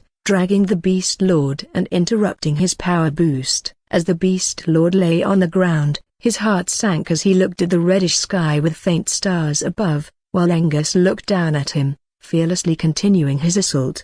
The Beast Lord's anger grew over time, and his last-ditch, life-saving ability was slowly activating. Angus knew he still couldn't underestimate the Beast Lord, who possessed his ultimate life-saving ability, Apocalypse Awakening, which would activate when he was near death. Roar! With a thunderous roar, the Beast Lord rose, his health mystically recovering. He launched an attack on Angus with ferocity, his eyes blood red. But, To the Beast Lord's bafflement, Angus had already retreated far away, taking the weapon with him. The Beast Lord looked into the distance, seeing Angus moving swiftly and devouring everything in his path, adding to his frustration. With little time before his power boost wore off, the Beast Lord chased Angus like a desperate creature. Angus looked back and smirked, knowing victory was already in his grasp. He increased his speed, devouring the forest as he went, further boosting his strength. Thus, their comical chase began, leaving the dark wood forest in ruins. Humans who were far away looked on with incredulity. Oh my God, where did these two come from? Either of them could flatten our kingdom with ease. Their voices were full of awe and caution as they retreated further from the forest, intending to continue their escape before the devouring creature swallowed the forest whole. The dark wood forest, once a sanctuary for beasts and monsters and a prime hunting ground for humans, was now slowly disappearing from the face of the earth. 5%, 7%, 12%, 20%, 30%. Over a third of the forest was gone, and Angus's aura spread outward, overwhelming the forest and extending into the nearby two kingdoms. Some transcendentals grew alert, feeling the overpowering aura suppressing their own, much like an elephant might suppress an ant. The Beast Lord's power boost faded, and he looked up at the darkened sky, as though all hope was lost. To think, I still couldn't prevent the destruction of my homeland. His Eminence, the Beast God, was right. I should have listened to his words and left this forest when I had the chance. The Beast Lord sighed in defeat. Angus wasted no more time. He killed the Beast Lord with a single slap, his power now far greater than the Beast Lord's. He was capable of defeating SS ranks with his raw physical strength alone. Opening his mouth, Angus then quickly devoured the massive body of the God-Beast Basilisk. Strength plus 1000, agility plus 1000, defense plus 1100, origin mana plus 10,000. You have acquired new skills: Ancient Petrifying Curse Eyes, SS, Dimension Slip, S, Reflective Scales, SS, World Corrosive Venom, SS, Apocalypse Awakening, SS. By this point, his stats had crossed 19,000, and he had gained 4 SS-ranked skills, marking him as an official SS-ranked powerhouse. For most, reaching this level would be an unattainable dream, but for Angus, it was simply a matter of resources and effort. As he was about to leave to check on Arya, his gaze fell on the god weapon with a thoughtful expression. He wasn't sure if it would remain with him once he returned to his human form. Unable to let go of such a powerful weapon, he considered synthesizing it with his judgment blade, Aegis. Taking out the tiny blade in his massive paw, Angus began the synthesis process, erasing the beast god's ownership mark from the scepter using universal synthesis. Thank you, Master. I will serve you with all my might, Aegis declared. Aegis sounded like a child thrilled at the chance to gain more power to help his master. I expect nothing less from you, Angus responded, focusing on merging the god weapon into Aegis and granting it full control of the final product. After a while the synthesization was completed successful. Appraisal: Godslayer Aegis. Grade: SSS. Base attack power: 10,000. Durability: 12,000. Special abilities: greater than 1. Divine Retribution, 2. Holy Purge, 3. Judgment Strike, 4. Shapeshifter able to change any size or form, including its weight and power, 5. Absolute Command Throw can hunt down anyone, wherever they hidden might be, 6. Arcane Annihilation Throw single annihilation energy attack, 7. Divine Boost increases users' base stats up to 5 times, even in their transformed form. With that done, Angus quickly returned to his high human form. He looked at the Godslayer blade and stored it in his personal spatial inventory, created using space law, allowing him access to it anytime from anywhere. His current space bracelet wasn't capable of holding a god weapon inside, as even its suppressed aura would have been enough to shatter the spatial storage function. Angus took one last glance, finding the surviving mythical creatures nowhere in sight. They have long fled, taking the chance, or perhaps they were turned to ashes. He shook his head and stepped through the portal. Angus appeared in Arya's room, and saw her completely fine. He sighed in relief as he approached Arya from behind as she gazed at the moon through the window. Sensing his presence, Arya turned around, a huge smile spreading across her face. Hugging her lightly, Angus asked, "Were you worried?" Arya answered meekly, "Yes, a little." "Did you win? And at what cost?" "Yes, of course. But it cost 1/3 of the forest," Angus answered slowly. Arya's eyes were kind. "Are you feeling guilty, Angus?" Angus pulled back and shook his head. "No, because I know these sacrifices were necessary for the greater good and for the peace of this world." "Yes, Ethan, you've done only what was necessary. There's no need to think of right or wrong," Arya said, her warm hand reassuring him. Angus nodded, but his expression grew serious. "Arya, I've recovered all my memories." A broken bar. He paused. Arya smiled at the news. "That's good, Ethan." "But a broken bar? Why do you look worried?" Angus looked straight into her eyes. "Arya, I might disappear from this world at any moment, and I still don't know how to bring you with me." "You might need to wait here until I can come back for you." Arya's face drained of color. "Is there no other way? And a broken bar? Do you know how long I might have to wait?" "No, I don't know yet," Angus replied, leaning against the window wall. "But don't worry about the time. I'll return as soon as possible." "Nevertheless, I won't leave until I complete my goal and try my hardest to find way out for you all." Arya wasn't completely reassured, but she forced a smile for his sake, knowing he had just endured a difficult battle. He rarely took any time to rest, so she refrained from asking for anything more. "I know you can do it, Ethan. Why don't you take a break? You must be exhausted from all that fighting." "I can only imagine how tough it must have been." "Why not tell me the story of your battle while you relax?" she suggested with a gentle smile. Angus nodded.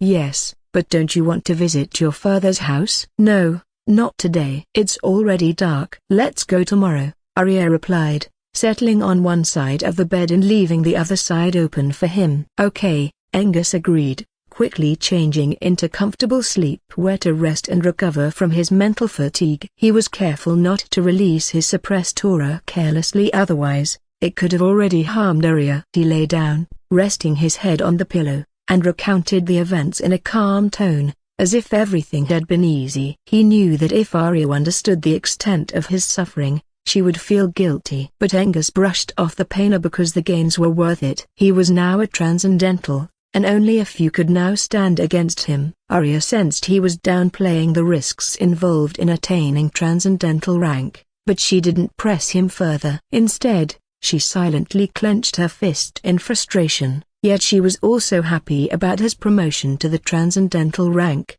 The next day, they had planned to visit Arya's father and relatives, but that changed with unexpected news. The guards at the general's residence informed them that the Aranis kingdom was now engaged in a civil war against Emperor Kairos. This development completely altered their plans. "What should we do?" Arya asked Angus as they walked out of the general's residence. Angus thought for a moment before responding, "Let's head to the battlefield. It's time to repay what General Leon has done for us." "And what exactly are you planning to do?" Arya asked, wanting to know his intentions. "To make you an empress," Angus replied slyly. "What? Me? An empress?" Arya was stunned, finding it both exciting and unrealistic. "You plan to overthrow Emperor Kairos with just yourself?" "I heard he has multiple transcendentals on his side, including himself," she added seriously. "Not alone, of course. We'll need General Leon's help,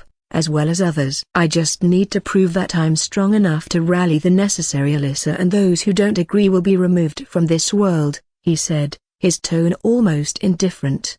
Arya observed his confident demeanor, which eased her nerves. She was determined to contribute to this endeavor. A new order was essential to restore peace and prosperity. Angus quickly summoned a wyvern from his legions, ordering it to fly them both to the battlefield. As they traveled, Arya's curiosity grew about his origins in the primal realm. "Ethan, if you remember all your memories, could you tell me your father's and mother's names?" "It's just curiosity, but I'd love to know more about your family," she asked. Angus's face twitched, recalling old, painful memories. But he answered calmly, Our family name is Degro. Everyone born into it carries the law of darkness. Everyone except me. They have countless descendants due to their long lifespans, and I was one of the main family descendants without the darkness law. That's why I was despised and chastised by everyone, including my grandfather and father. My father is Augustus Degro, a very proud and self-centered man. He deemed me useless after discovering I had no talent.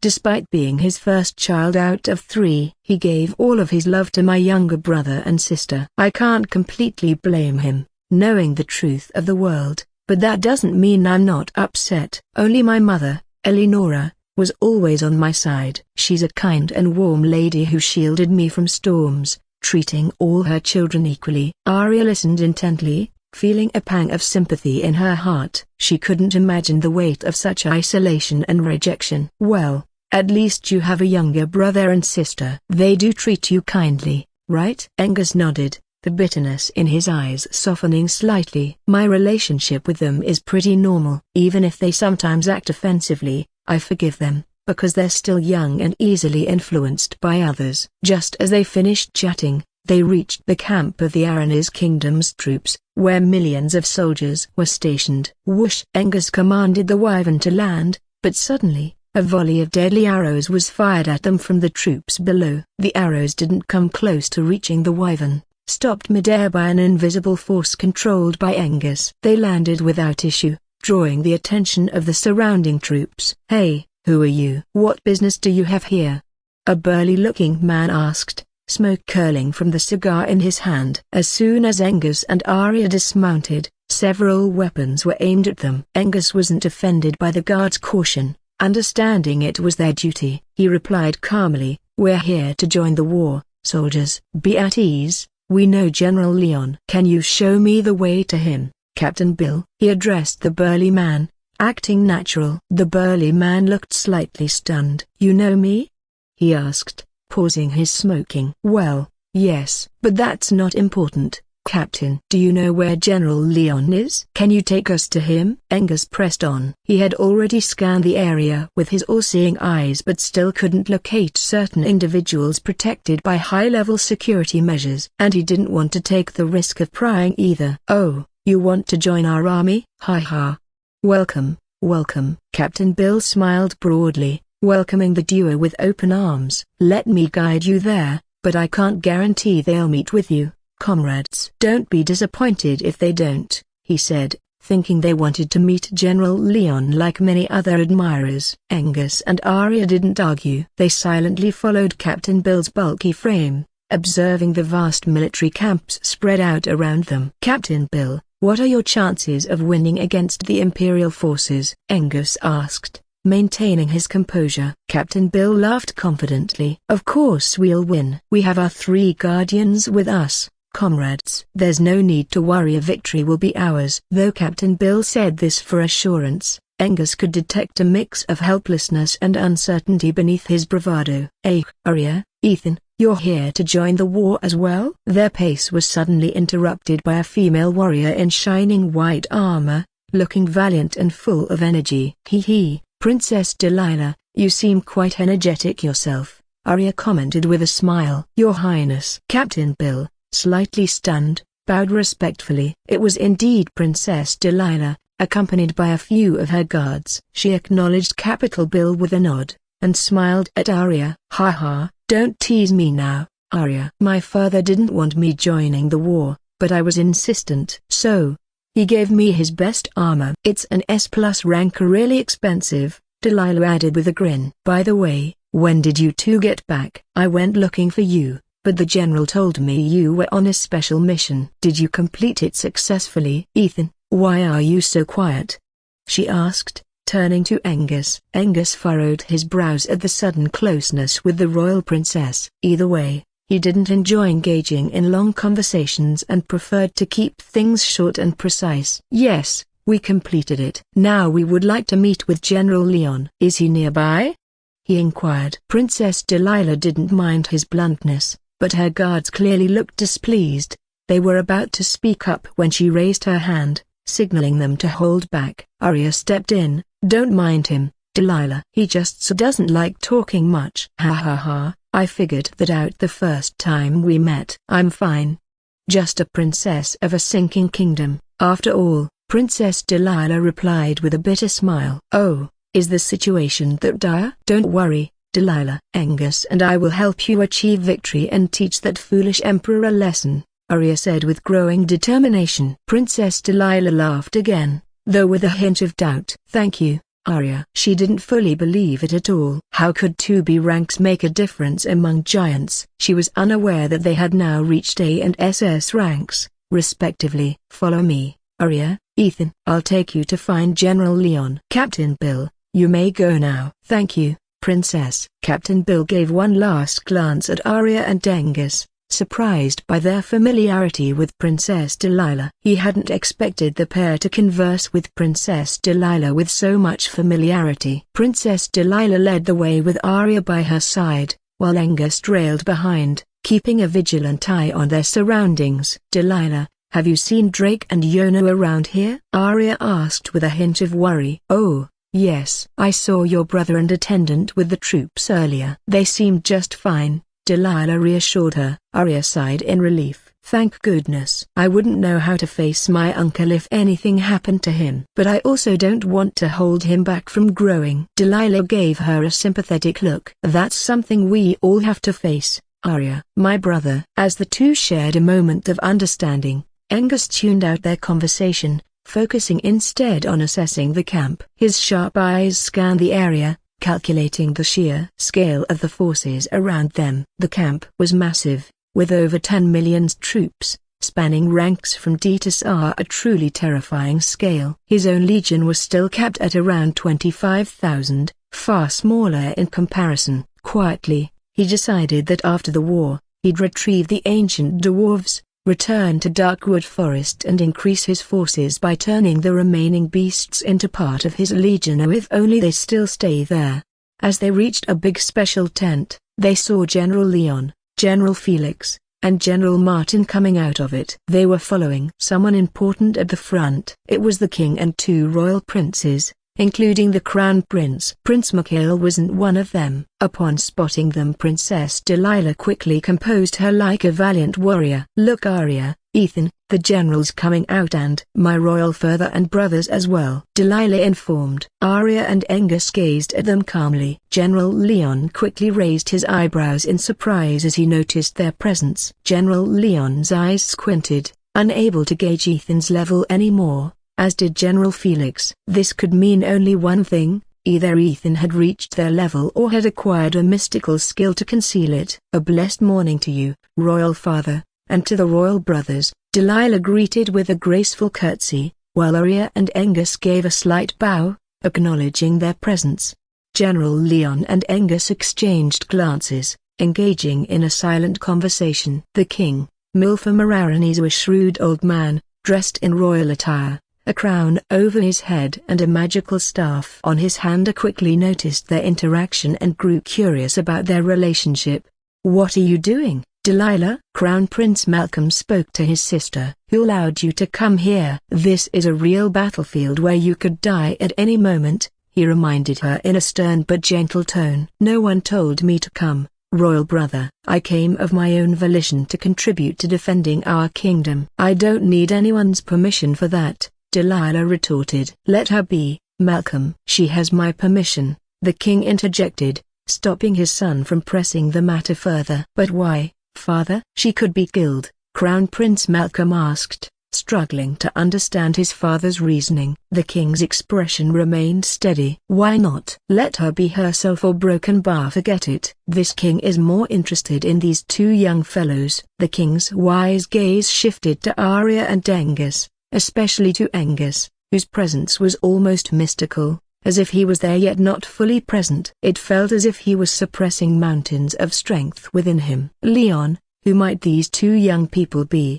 the king inquired. General Leon responded calmly, "Your Majesty, do you remember I mentioned meeting a talented young man in Arcadia City? This is Hema. His name is Ethan. And this is Arya, from the Silvermoon assassin family, for whom I had requested special medicine." The king nodded in understanding. "Ah, yes, a broken bar. Now that you mention it, I do recall your request, but I must have forgotten with everything else going on. Did they receive the medicine? We are fine now, Your Highness. Thank you for your help, Arya replied politely, masking her slight displeasure with a graceful composure. Angus wasn't as polite as Arya, feeling this conversation was a waste of time. General Leon, we'd like to repay the favor you showed us by joining this war, he stated bluntly, his tone leaving no room for argument. Though he had plans to eventually seize the Emperor's throne, he knew he needed time to display his strength and capabilities, and he would achieve that in the upcoming battles. General Leon wasn't the least bit offended. Instead, he welcomed Angus's confidence. Ha, you look much more confident now, Ethan. Your mission must have been successful, I assume. Tell me your current rank so we can place you in an appropriate command. Leaning over, he whispered to the king, advising him not to mind Angus's attitude and explaining that Angus came from a different place and was not obligated to contribute, but was helping out of a sense of responsibility. The king nodded and awaited Angus's response. Angus glanced at Arya, deciding to state a rank lower, as revealing too much didn't seem wise. I am now an S rank, and Arya is A rank, General. We'd prefer not to be separated, thank you, Angus replied swiftly, not concerned about their secretive whispers. General Leon and General Felix raised their eyebrows in surprise, clearly impressed by Angus and Arya's ranks despite their youth. The others also seemed impressed, admiring their evident talent. Leon and Felix exchanged glances, filled with incredulity. The king noticed their astonishment, making him curious as to what could make his two mighty generals lose their composure. Was it their first time seeing such talent? Clearly not. So, what was it? What's with the surprise, Leon, Felix? Why don't you share with your king as well? The king asked with a light-hearted tone. Princess Delilah, already aware of what such a sudden rise in rank meant, stared wide-eyed. Their rapid growth in strength was nothing short of astonishing. Faithful to the throne, General Leon leaned closer and shared Angus's impressive growth and potential. Listening to Leon's words, King Aranes felt as though he were hearing a fairy tale. In all his long years of rule, he had never seen nor heard anyone rise in rank so quickly. Earlier, the king had thought Angus was simply talented, like a few other exceptional individuals. But these a broken bar. This was monstrous, a level of talent that shattered common sense. General Martin, a man with a commanding presence and dark complexion, observed the exchange with suspicion. Felix, what are you all whispering about? He inquired. General Felix chuckled lightly and shared the revelation with him, leaving the crown prince and two others still in the dark. As the secret maid circulated, everyone now looked at Angus and Arya with expressions of disbelief and awe. Remaining calm, Angus held Arya's hand firmly in a gesture of reassurance. He had already evaluated everyone, assessing the strengths and weaknesses of those present, including even the three formidable Transcendentals. The king seemed pleased for some reason. So, we have another rising Transcendental joining our army. I personally thank you, young man. And you as well, young lady, he said, expressing his gratitude to Arya too. Please look after my daughter, Delilah. Both of you will reward you handsomely, he added, making it clear that, despite giving her the freedom to fight, he was still worried for Delilah as she was only a C rank. Angus showed little interest in the reward, but Arya gave a respectful nod and smiled at Delilah. Delilah, feeling a hint of jealousy, didn't say anything but looked at Arya with a mixture of admiration and envy. How had she grown so strong so quickly? And as for Angus, he seemed almost mystical, as though he was becoming more powerful with each moment. Leon, assign this young man a capable squad to lead, while we meet with the commanders and the marshal, the king suggested. As you command, Your Majesty. General Leon bowed slightly. With that, the king departed, followed by the princes and generals, who each gave Angus and Arya a warm welcome before leaving. Now, only Arya, Angus, General Leon, and Delilah were left standing. Follow me, you three. I'll have all of you settled with the rest of your friends, General Leon said, leading the way. Angus and the two girls followed closely behind. Arya and Angus moved with agility and speed, while Delilah's armor made a light clanking sound as she moved.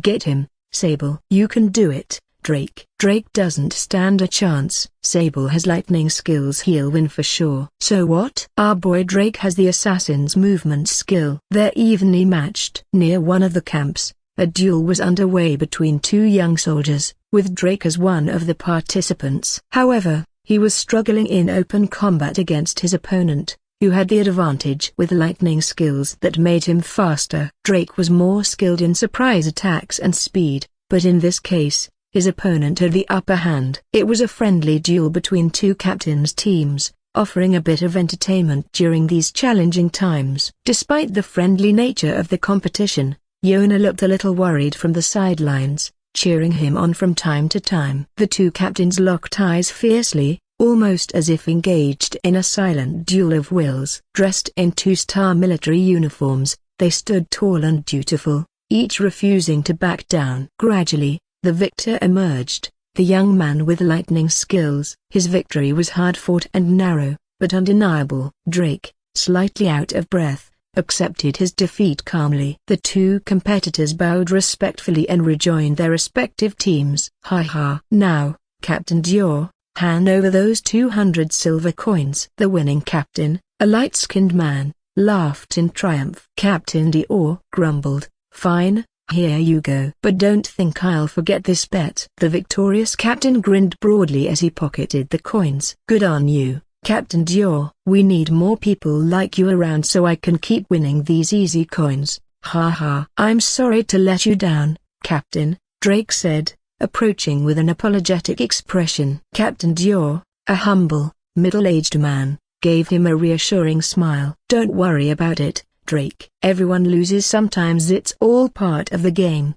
Before they could continue their conversation, a sudden commotion erupted among the troops and knights nearby. Both men looked toward the source and were instantly taken aback. General Leon had arrived. Hey, the Ice Guardian himself is here. Let's go greet him. Wow, General Leon is as handsome as ever. A few of the female soldiers whispered, eyes shining. Look, Princess Delilah is with him. Yeah, but who are those two with them? Someone asked. Must be General Leon's personal recruits. Let's get closer. Hundreds of soldiers from both teams moved forward, gathering with excitement and murmurs. Yona's eyes lit up when she spotted Arya and Angus, who carried themselves with a powerful, confident aura. Drake, your sister and brother-in-law are here, Yona exclaimed, nudging him. Let's go meet them.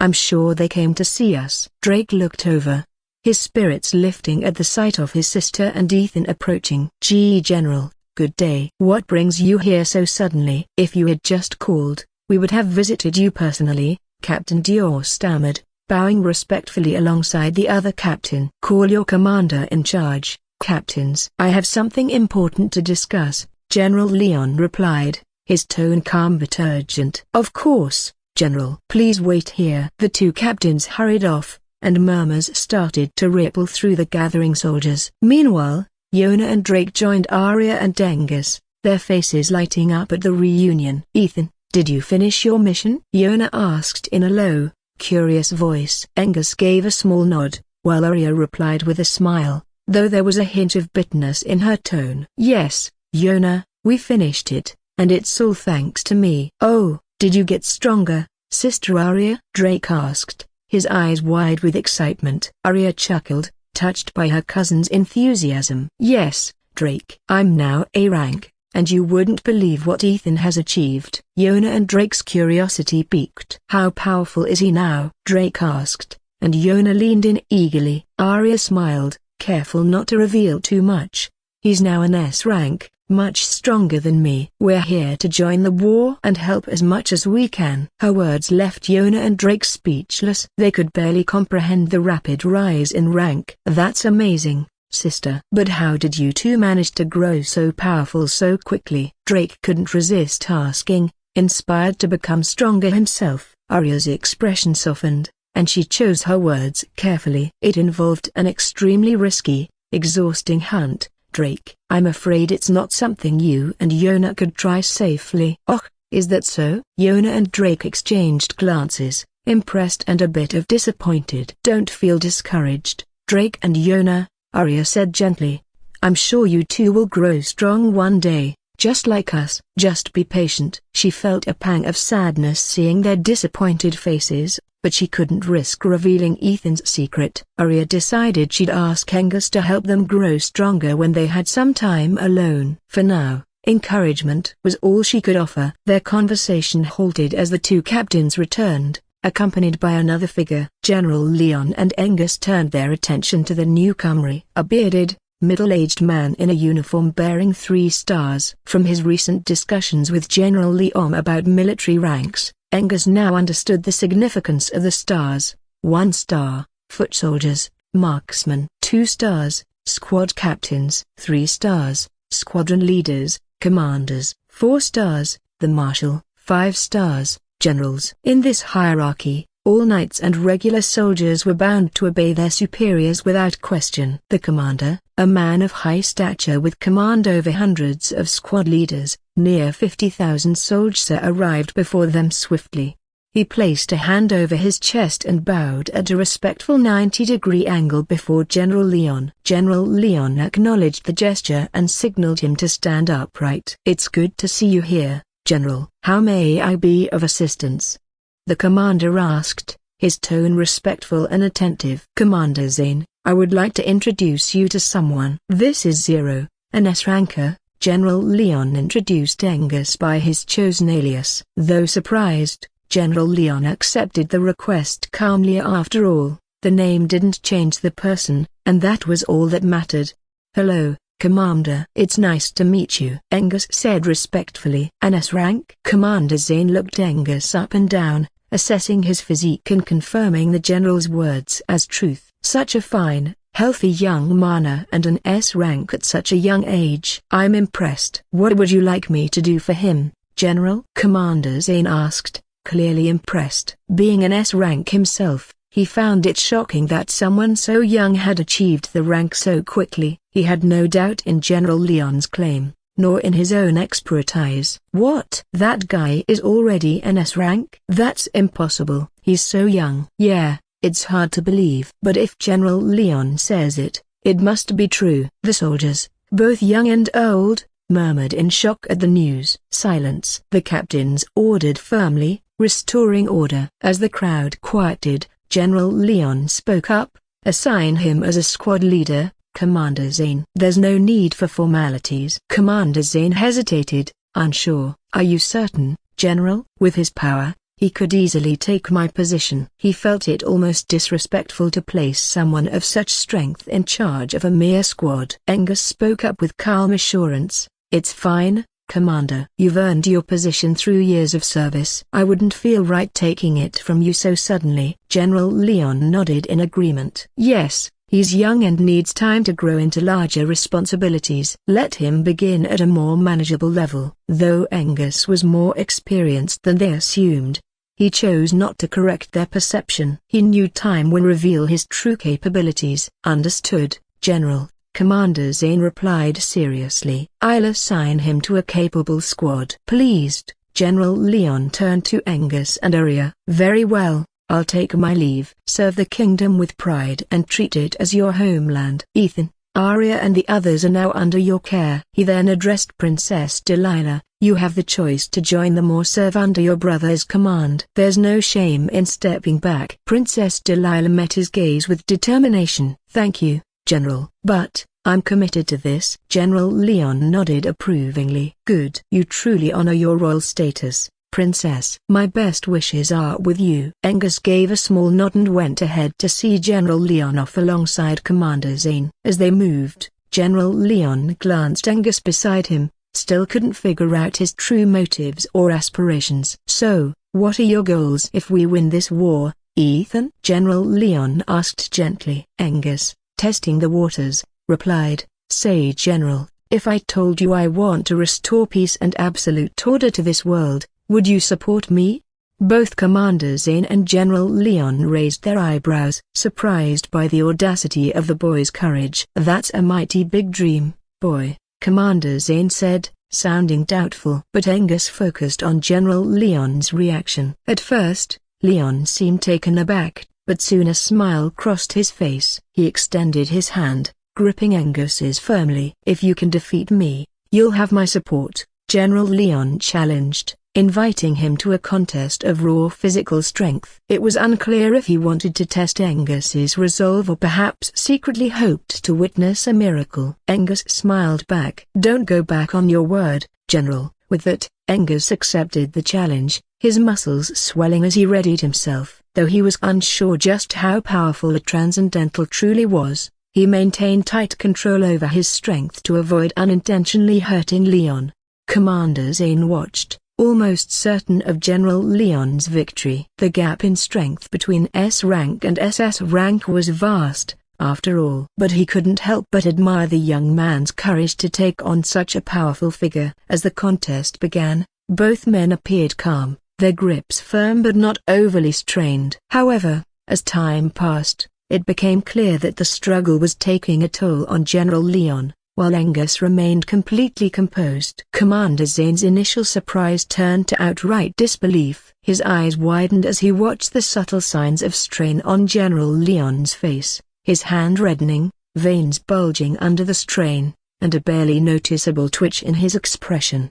Angus, noticing Leon's discomfort, slowly tightened his grip, his expression remaining serene. General Leon's ears flushed with embarrassment as he fought against the seemingly immovable force of Angus's grip. Realizing the young S rank possessed strength far beyond anything he had anticipated, General Leon's confidence faltered. He hadn't expected an S rank to possess such monstrous strength, a strength that could easily rival, if not surpass, that of a Transcendental.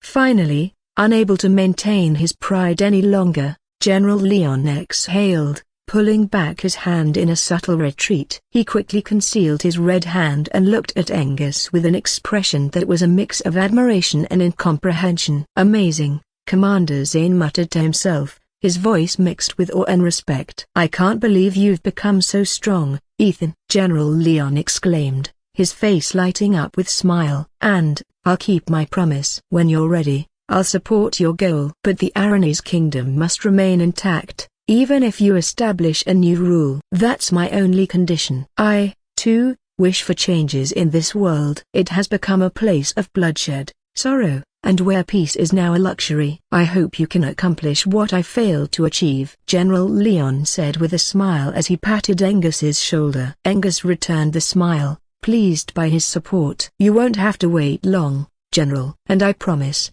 your kingdom will remain as it is. Then, I'll be waiting eagerly to see you shine in tomorrow's battle." With that, General Leon took his leave, leaving Commander Zane speechless at their exchange. "Dior, Ren, Zero will be your superior captain from now on.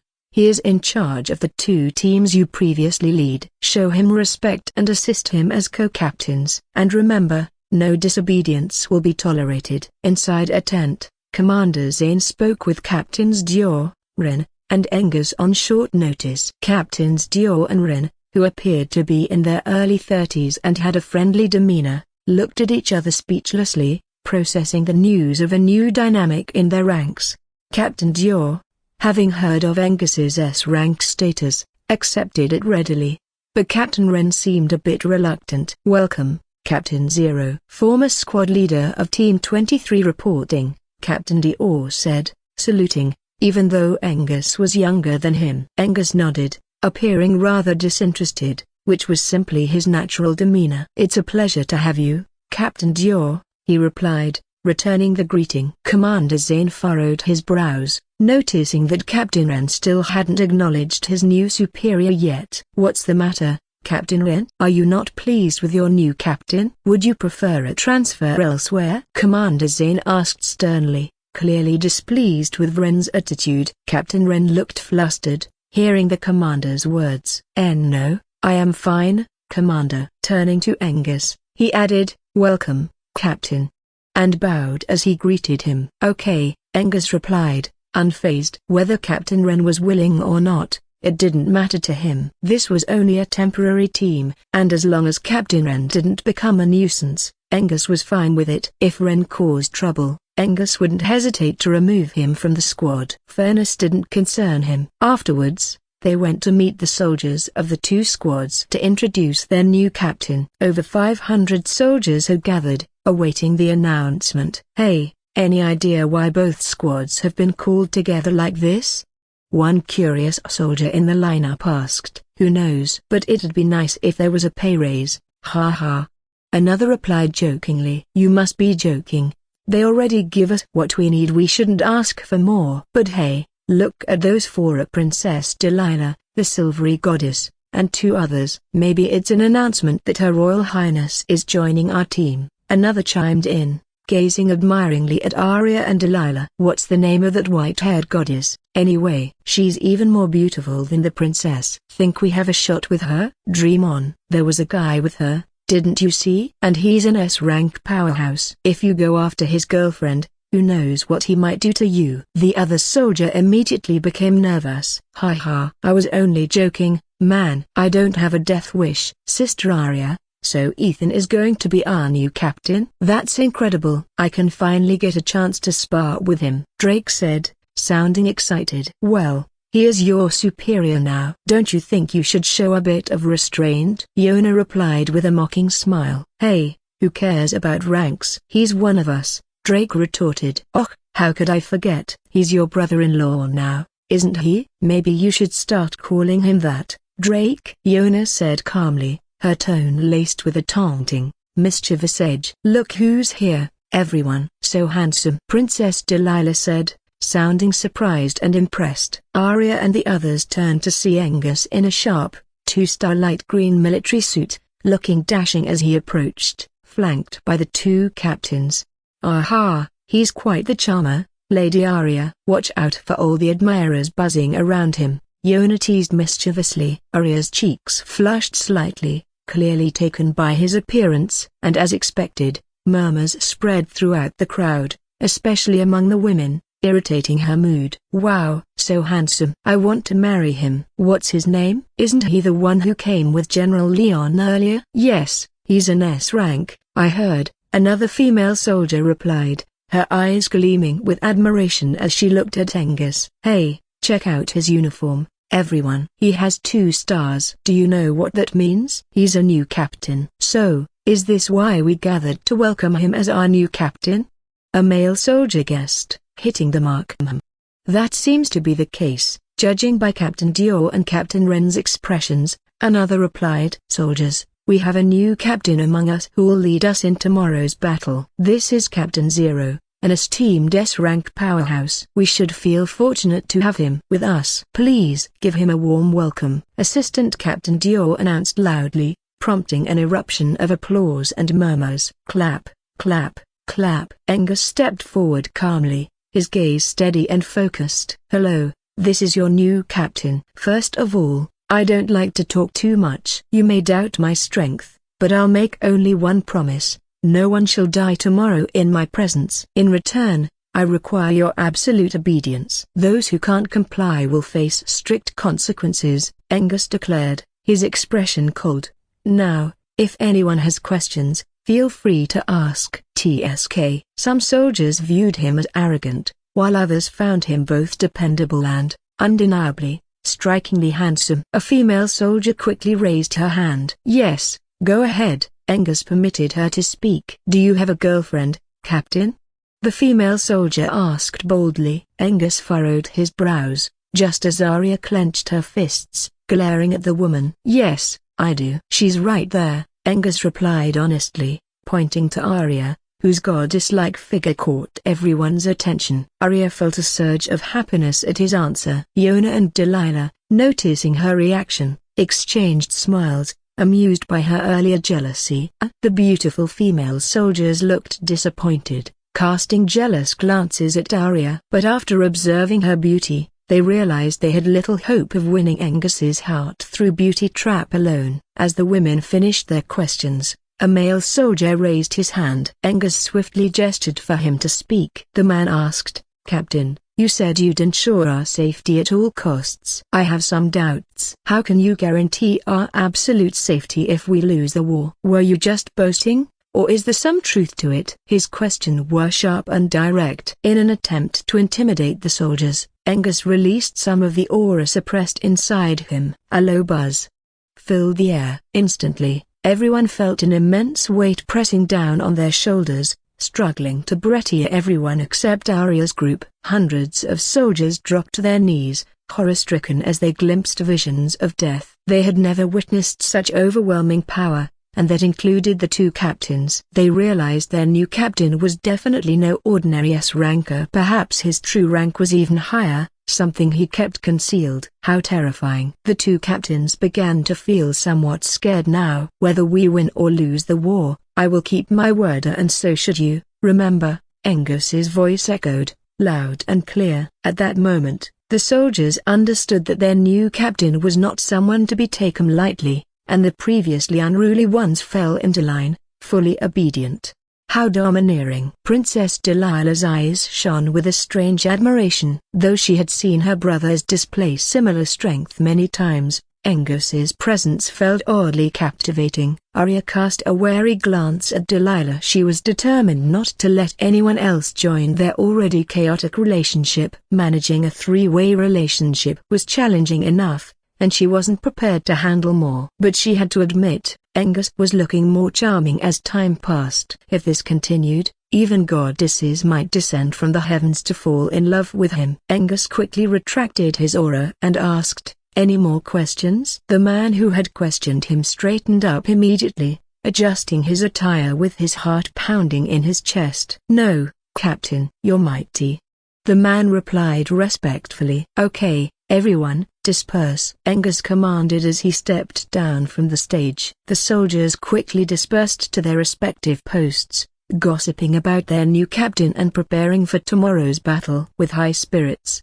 As Angus started walking, Captains Dior and Ren followed him, now filled with newfound fear and respect. "Good speech, Captain Zero." "We have full confidence in you," Captain Dior commented from beside him. "I only spoke the truth, and I'm determined to win this war." "Why don't you two get me a map so we can discuss tomorrow's battle plan?" Angus asked. Captain Dior and Ren looked hesitant. "Captain, we can provide the map, but we've always followed Commander Zane's lead in previous battles." "Would it be alright to go against his command?" Angus shrugged. "No need to worry about that. I'll handle it. I made a promise, and I'll do whatever it takes to fulfill it. Besides, I won't alter the formation unless absolutely necessary." Dior and Ren nodded, sighing in relief. "All right, Captain. We'll bring you the map shortly." With that, they left to retrieve the map while Angus made his way toward Arya's group. "Captain, good afternoon." "How are you feeling today?" Yona asked in a joking tone. Angus raised his brows but shrugged it off. "Did you all find your tent?" he asked, looking especially at Arya. Arya replied, "Yes, we did, Ethan." "Your tent should be ready." "It's that big one over there." She pointed to a fairly large tent. "Let's all go inside. We need to discuss our strategy for tomorrow," Angus said, leading them into the spacious captain's tent, which was large enough to fit several people. Drake, Delilah, and the others followed him inside. A little while later, Captains Dior and Ren entered with the map in hand. Angus and the group held a meeting for a fair amount of time, discussing troop deployment, defense, and attack strategies, and assigning each member a specific role for the upcoming battle. When they came out of the tent, it was already late afternoon. Angus and the others quickly gathered around a large bonfire to spend time together. The higher-ups had already arranged for intelligence gathering, so they would be informed when the war was about to start. With Angus's special vision, he could detect enemies from kilometers away. Honestly, he found this war to be a waste of resources and time. How could someone be so blinded by power that they ignore the main war against the demons who were wreaking havoc? If he hadn't stopped the demon army near Darkwood Forest, there would have been news of a massacre in the neighboring Skyfall Kingdom by now. As they enjoyed the cozy warmth of the fire in uncertain times, several nearby soldiers glanced curiously at them from time to time. The sun was setting in the west, casting a serene glow as Arya and Angus sat together. Arya smiled warmly, enjoying his presence as they chatted. Their peaceful moment was interrupted by an unexpected request from Drake. "Ethan, Can you spar with me? I feel like I'm getting rusty, Drake asked eagerly. Sure. You can give it your all, Angus agreed, standing up casually, though Arya sulked slightly at the interruption. Angus moved to the edge of the campsite, standing calm and composed. Go all out, he encouraged, ready to help Drake push his limits. Drake took his stance opposite, holding his dagger ready, breathing deeply as he concentrated. Whoosh! His blade glowed with mana, and he vanished in a burst of speed. With his understanding of space and his supreme hunter skill, Angus tracked each of Drake's movements effortlessly. He didn't need to defend, knowing that Drake, despite his effort, couldn't truly harm him. However, out of respect for Drake's effort, he blocked the attack with a casual flick of his wrist, surprising Drake. Drake, unfazed, quickly regained his balance and intensified his assault. Any ordinary C-rank would have been overwhelmed by Drake's relentless attacks, but Angus dodged each strike with minimal movement, displaying effortless control. Their sparring drew the attention of several nearby soldiers, who watched with interest from a distance. Hey, who the heck are these two monkeys? A broken bar and whoa, three hot beauties. A rude voice suddenly echoed, interrupting the spar. Angus's expression darkened as he noticed a group of newcomers approaching, their eyes lingering on Arya with bold, lustful gazes. The group of newcomers appeared unruly, dressed in fine gear that highlighted their noble status. They were a gang of younger aristocrats, drunk and arrogant, displaying little respect or awareness. Hey, beauties, one of them slurred, smirking. Are you free tonight? Let's have some fun while we still can, before this kingdom vanishes. What do you say? His eyes were glazed, unfocused, his companions laughing as they swayed unsteadily. Princess Delilah's eyes narrowed, her voice cutting through their drunken chatter. Watch your tone. Do you even realize who you're speaking to? A few of them blinked, finally focusing, and recognition slowly dawned on their faces. The color returned to their cheeks as they realized her identity. Max, team a broken bar. That's Princess Delilah. Let's get out of here. One of them whispered urgently, stepping back in panic. But others scoffed, too drunk to care or think clearly. Shut up. Why would Princess Delilah be at the front line? She's a princess, not a soldier, one of the young men muttered, swaying in disbelief. Angus's gaze hardened, his patience wearing thin as he took a step forward. The atmosphere shifted, the surrounding soldiers sensed his irritation as the nobles continued to push their luck, oblivious to the dangerous line they were crossing. Wow, these young masters are done for today, aren't they? One soldier whispered, grinning. Right? Hitting on the captain's girlfriend. Must be tired of living. Another added, laughing. Many soldiers watched in amusement, some eagerly anticipating the scene unfolding before them. Before Angus could react, Arya stood up, her eyes flashing with anger. Knowing Angus might not hold back if he stepped in, she took charge. With swift, sharp slaps, she sent each of the young nobles flying backward, the sound of her strikes echoing like pow, pow. The 6 young men hit the ground, stunned, the sudden impact clearing the alcohol from their minds. Blood trickled from their lips and gums, adding to their comical appearance. Ha ha ha ha. What morons. The surrounding soldiers burst into laughter, reveling in the young master's humbling. The nobles scrambled to their feet, thoroughly humiliated. Hey, why did you hit us? By ch. One of their raged, seethed, holding onto his bloody nose and sword. We could have you stripped of your rank in the army, do you know that? Another sneered, stepping forward to attack. Whoosh! Angus appeared beside them, carried by a gust of wind. The young nobles barely had a moment to react. What the question mark? Suddenly, their fearful screams echoed, sending chills down the spines of onlookers. Without a word, Angus, his patience exhausted, lifted them effortlessly and hurled them into the air. They soared up in a vulnerable position, eyes wide with terror as they realized their helplessness. Under the red glow of the setting sun, their desperate cries rang out across the campsite, fading as they fell far into the distance, their landing marked by a series of painful thuds. The soldiers who witnessed it watched in awe, some chuckling under their breath, while others stood silent, reminded of their captain's power and restraint. Wow, that escalated quickly, Drake commented as he approached Arya. Arya slapped her forehead, feeling helpless. "We'll be seeing more of this drama, won't we? I'm sure their noble families will be here demanding justice," Yona said with a chuckle. "Don't worry, guys. I'm here. I'll talk to their parents. I'm sure they won't be unreasonable once I explain," Princess Delilah said, feeling slightly embarrassed. "Oh yes, we have you, Delilah. Thanks to you, we don't need to waste our energy on them." Arya, however, seemed more concerned about Angus losing control. She felt like she was with a ticking time bomb that could go off any second. Oddly enough, though, she didn't dislike it. There was something endearing about feeling his protectiveness in the process. "Are you okay, Arya?" Angus asked. "Oh, yes, I'm fine," Arya replied quickly. "Huh? What else could have happened to Lady Arya, Ethan?" "Don't you think you overdid it a little?" Yona asked as they all sat around the bonfire. "No, he did not." "They deserved it," Princess Delilah replied, defending his actions. Yona and the others gave Delilah a strange look, except for Angus, who seemed oblivious. Noticing their stares, Delilah, still seated in her flexible white armor, raised an eyebrow. "What's wrong?"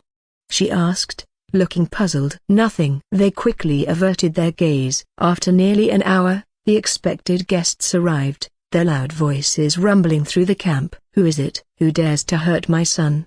one nobleman shouted, his face a mask of rage. Angus furrowed his brows as he saw 6 or 7 noble-looking men, their intimidating presence filling the space. They stormed over to his group, their expressions darkening with scowls. "Noblemen, where are you all going?" "Please think twice," Captain Dior and Captain Wren interjected, stepping in front of them. They had already caught wind of the incident and informed the commander, hoping to avoid a scene during wartime. "Two bastards, get out of the way!"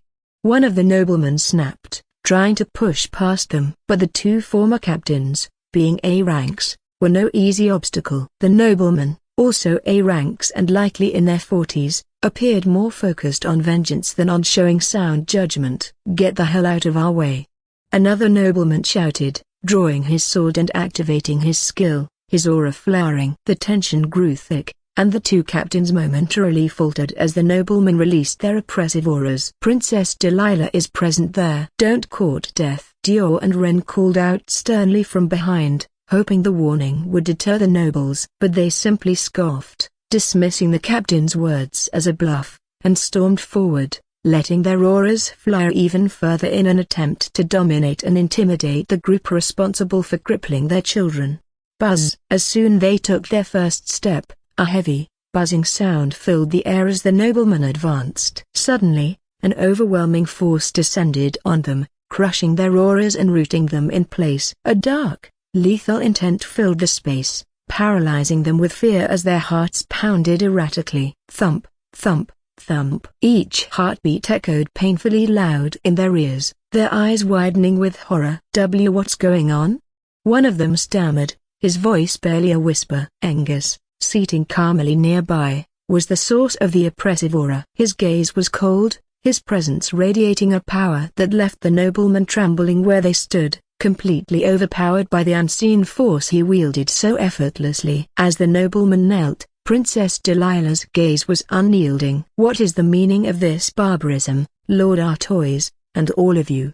she demanded, her tone sharp. "Third princess?" The nobleman's surprise was evident as they recognized her. "Your Highness, what are you doing here?" Delilah did not soften. "As nobleman of Arenas, you bring shame to His Royal Highness. Are you not ashamed of your actions?" A few of the noblemen bowed their heads, visibly chastened, but resentment lingered in the eyes of some. Lord Artois, a man of 50, carefully chose his words as he replied, "But, Your Highness, this a broken bar knows this man crippled our sons. Where is the justice for that?" He glanced nervously at Angus, unable to fully mask his fear after experiencing Angus's terrifying aura. None of them dared provoke him again. Princess Delilah's gaze remained steely, her tone laced with anger. "Those spoiled, reckless brats deserved what they got," she declared coldly. "They were drunk, unruly, and dared to speak disgracefully to their princess. Not to mention, they insulted our new captain, who holds authority equal to the commander. Are any of you prepared to take responsibility for such war crime offense during wartime? War crimes? The nobleman looked at her in shock, stunned at the severity of her words.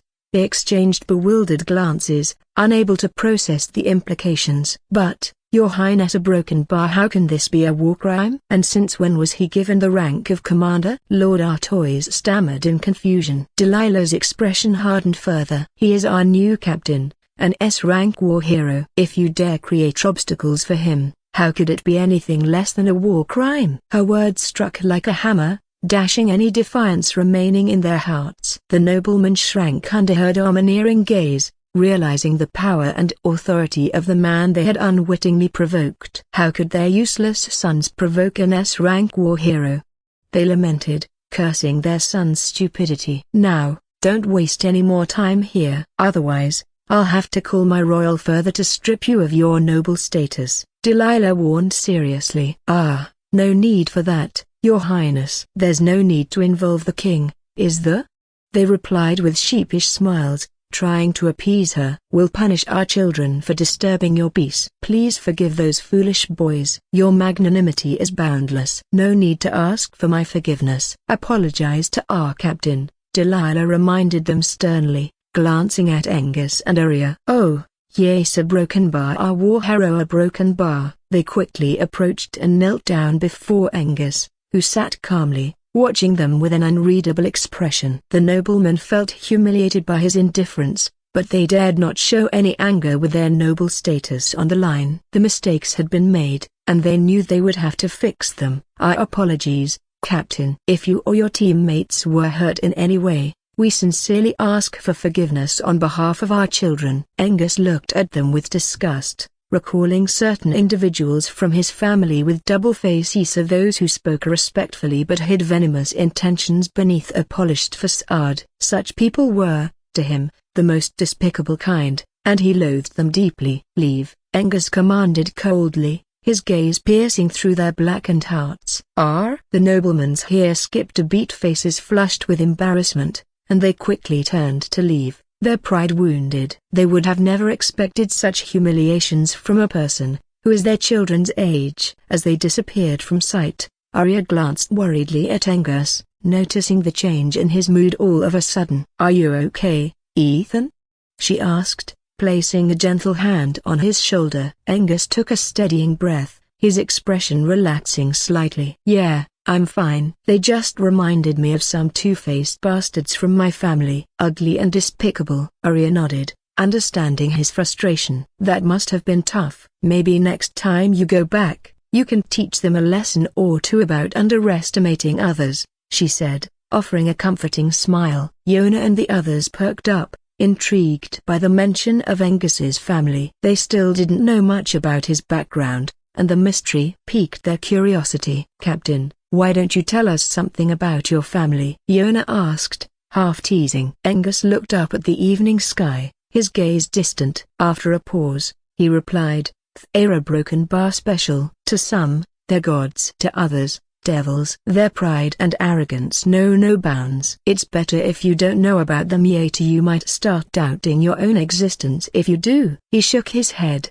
clearly not willing to delve further. The answer only deepened their curiosity. His words were both vague and intriguing. With no clearer answers from Angus, they turned to Arya. She shook her head with a knowing smile, indicating that she wouldn't be sharing any secrets, either. Oh my God, why are you two so mysterious? Yona and Drake complained in exasperation, while Princess Delilah kept a reserved, knowing smile. Angus only smiled, savoring the rare moments of peace with his companions. Night fell quickly, shrouding the camp in darkness. The moon hung in the sky, half lit, a fitting symbol for the uncertain future they faced. Around them, the camps buzzed with tension, as news had arrived that the imperial forces were nearing, prepared to put an end to Arana's kingdom's rule.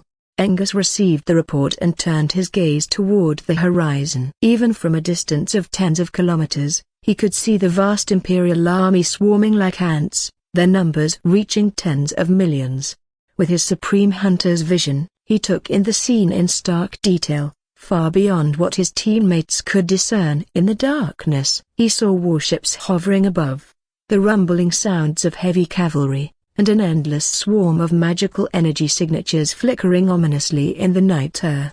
The enemy was closer than ever. "Ethan, did you see anything?" Arya asked, slightly nervous. The others' expressions turned grave as they waited for his response. Angus looked over his companions and subordinate soldiers, noting the anxiety on their faces. Calmly, he announced, "I can see the enemy approaching. But there's no need to panic." His voice was steady, aiming to ease their nerves. "How many are there, Captain?"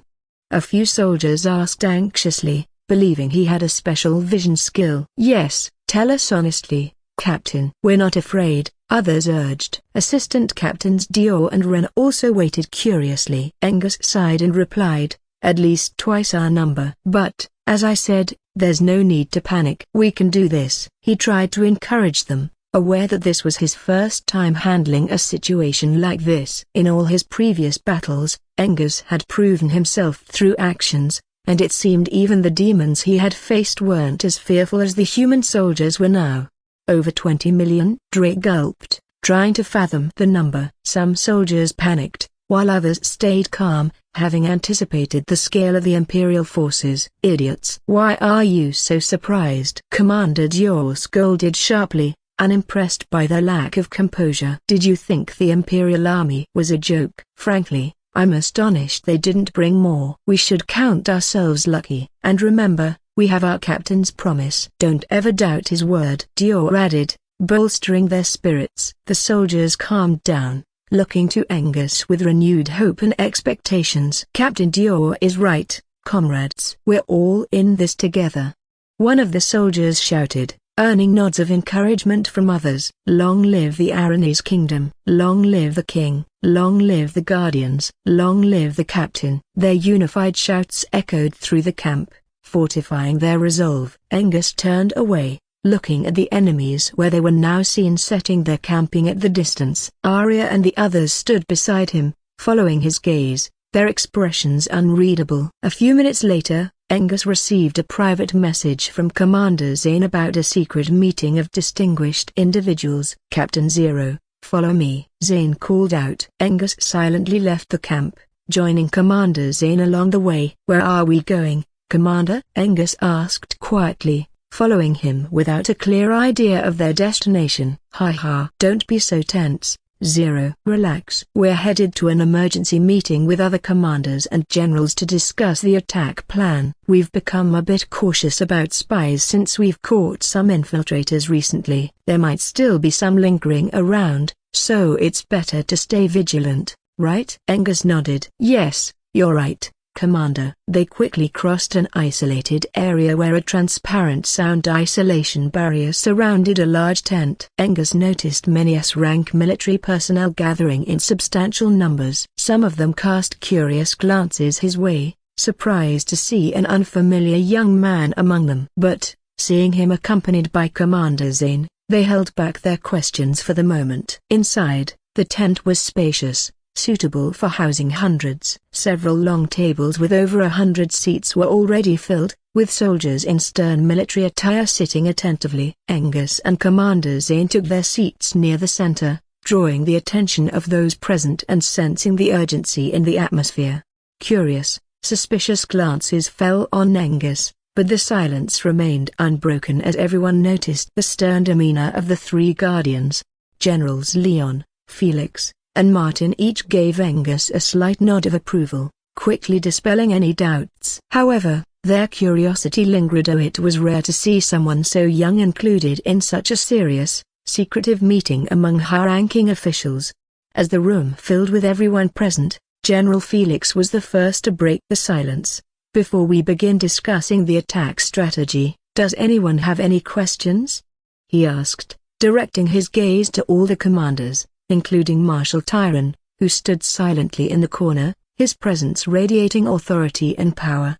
Angus looked around curiously, his gaze eventually landing on Marshal Tyron, feeling the weight of his intimidating stare. Suddenly, an interruption broke his thoughts. "General, I have a question," a commander spoke up, standing with a fierce expression. He was an older, shrewd-looking man with a displeased look on his face. "General, I would like to know what a kid is doing here with us." "Don't you think an explanation is needed before we begin?" the commander asked sharply, clearly displeased by Angus's seemingly arrogant posture, as if he were an equal. Angus raised an eyebrow, not expecting to be targeted so abruptly. However, he remained calm and composed, as though he wasn't the one the commander was speaking about. This only seemed to irritate Commander Kyle even more. "See that, General, broken bar how arrogant this young man is, paying no heed to his superior's words, as if he thinks he's above everyone here," the commander continued, trying to spread venom in the minds of others.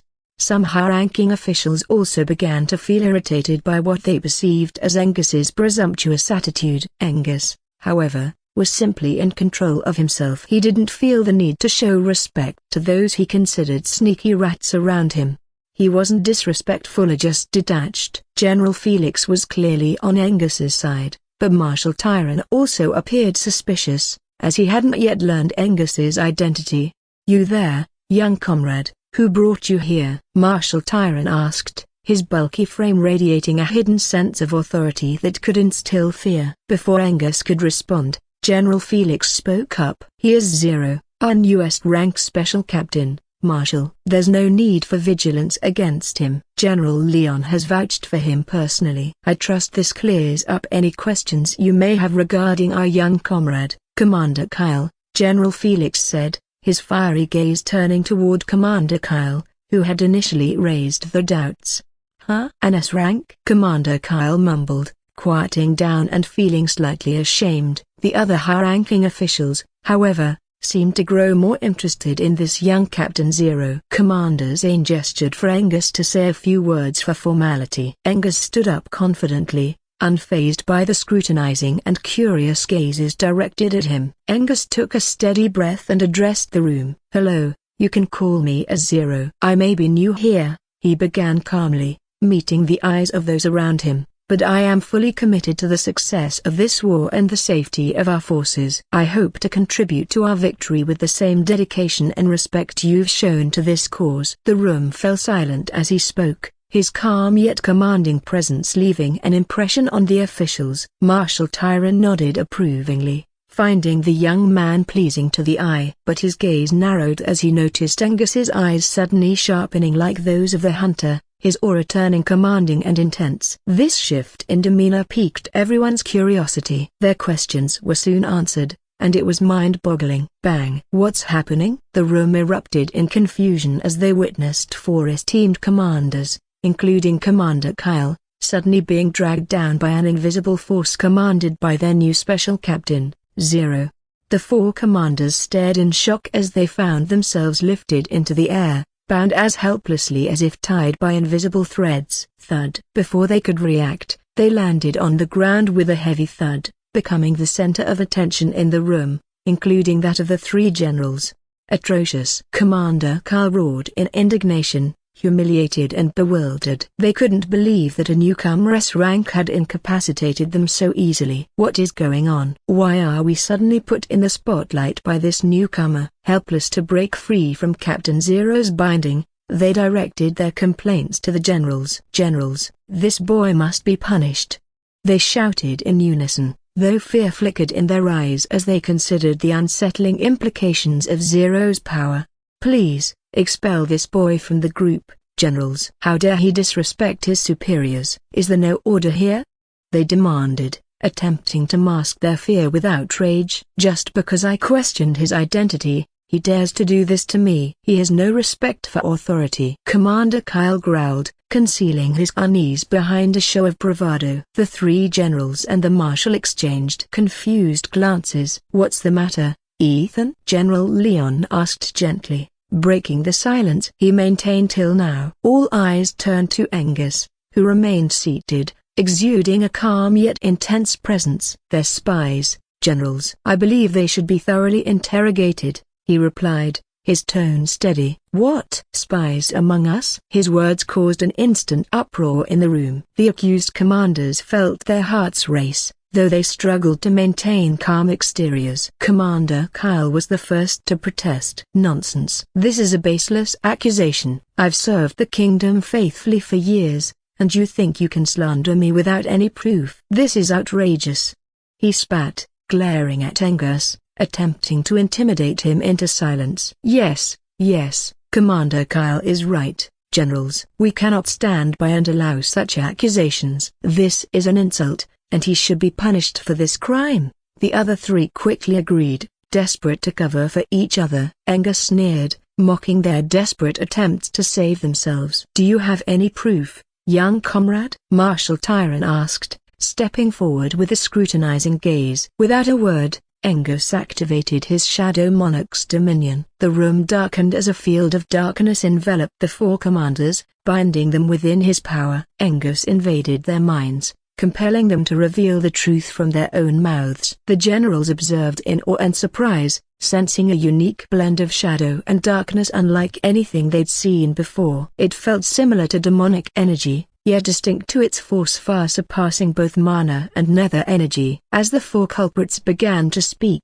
the room fell into shocked silence. "Speak. Who do you truly serve?" Angus commanded coldly, standing up from his seat. The four commanders' eyes remained clear, but they answered mechanically, spilling their secrets without hesitation. "Yes, we are spies who infiltrated the Aranese kingdom by the Emperor's command. Long before joining the army command, we've relayed critical state secrets and weaknesses of the kingdom's defenses through Envoy Fodor over time."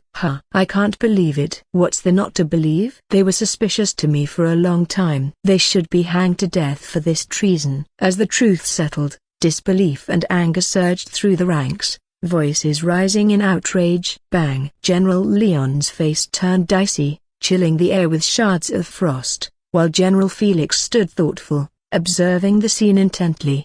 As the commanders' eyes regained clarity, terror washed over their faces as they realized what they'd just confessed. No, generals, those were all lies. He used dark magic to make us say those things," they stammered, desperately trying to retract their statements. Yet, the look of fear in their eyes was enough to confirm their guilt for most. But General Martin wanted further verification. "Come here," he commanded with authority. Instantly, four hands made of solid earth materialized, reaching out and forcefully dragging the commanders forward. He quickly searched each of their memories more thoroughly. It took some time, but he eventually found a mental barrier that separated a hidden part of their memories with an invisible seal. It was only thanks to his special skill that he managed to uncover the truth that they were indeed spies, hidden deep within their ranks. He looked over at Generals Leon and Felix, who were waiting for confirmation. General Martin nodded slightly, confirming that the statements were true. "They have indeed committed treason, Leon, Felix," he announced calmly. "So it was all true?" the marshal mumbled from the sidelines. It was astonishing to see those sealed memories, deeply hidden and undetectable during routine examinations over the years. Moreover, with over 100 commanders, it was unreasonable to suspect each one and inspect their minds without cause. Typically, only those who raised suspicion were examined. Commander Kyle and the others had been inspected a few times in the past, each time coming up clean. So how was it that this young captain had so easily exposed their betrayal all of a sudden? Just what kind of magic had Captain Zero used? And how did he detect their treachery just by looking at them? The generals and commanders looked at Angus intently, finding him truly unfathomable. "Take these traitors away and interrogate them thoroughly," General Leon ordered coldly, narrowing his ocean blue eyes. From his tone, it was clear that the interrogation would be far from gentle. The traitors would likely endure nothing short of hellish torture. No, please, forgive us, General." Commander Kyle and the other three begged in despair. Seeing no reaction from the generals, they turned to their longtime companions. "Rollin, help us." "Orlean, save me," their so-called friends scoffed, looking at them with utter disdain, as if they were no better than dogs. "Go suffer in the cold prison for eternity, you vile traitors," they sneered, spitting in their faces. The traitors were quickly drenched in spit, their humiliation evident as the marshal looked at them with disgust. "Go, seal their powers quickly," The marshal ordered some of his men. They swiftly secured the traitors with mana-sealing belts and shackles to restrain them. Bastards, let us go. You're all dead. Our emperor will execute every last one of you soon enough. You're all going to lose, you motherfuckers. One of the traitors cursed violently, struggling against the restraints Angus had cast over them. His vulgar words hung in the air as he spat insults at everyone present. General Leon narrowed his eyes, lifting a finger. Instantly, he froze the man solid. The traitor transformed into an ice statue, which slowly crumbled to particles and drifted away in the wind. Commander Kyle and the other two felt a chill run down their spines, witnessing such a deadly execution before their eyes. Their hearts leapt into their throats, and they fell silent as they were violently dragged away. General Leon turned to Angus, who stood calmly amidst the chaos. "Ethan, I'm sorry you had to witness such an unsightly display." "Are there any other traitors here?" Leon asked, his gaze scanning the remaining officials. Angus surveyed the group slowly, his eyes glowing blue as he scrutinized their information flowing through his mind. He had already checked everyone but wanted to confirm he hadn't missed anyone. The officials flinched slightly under his gaze but held their composure. Angus finally stopped and shook his head lightly. "No,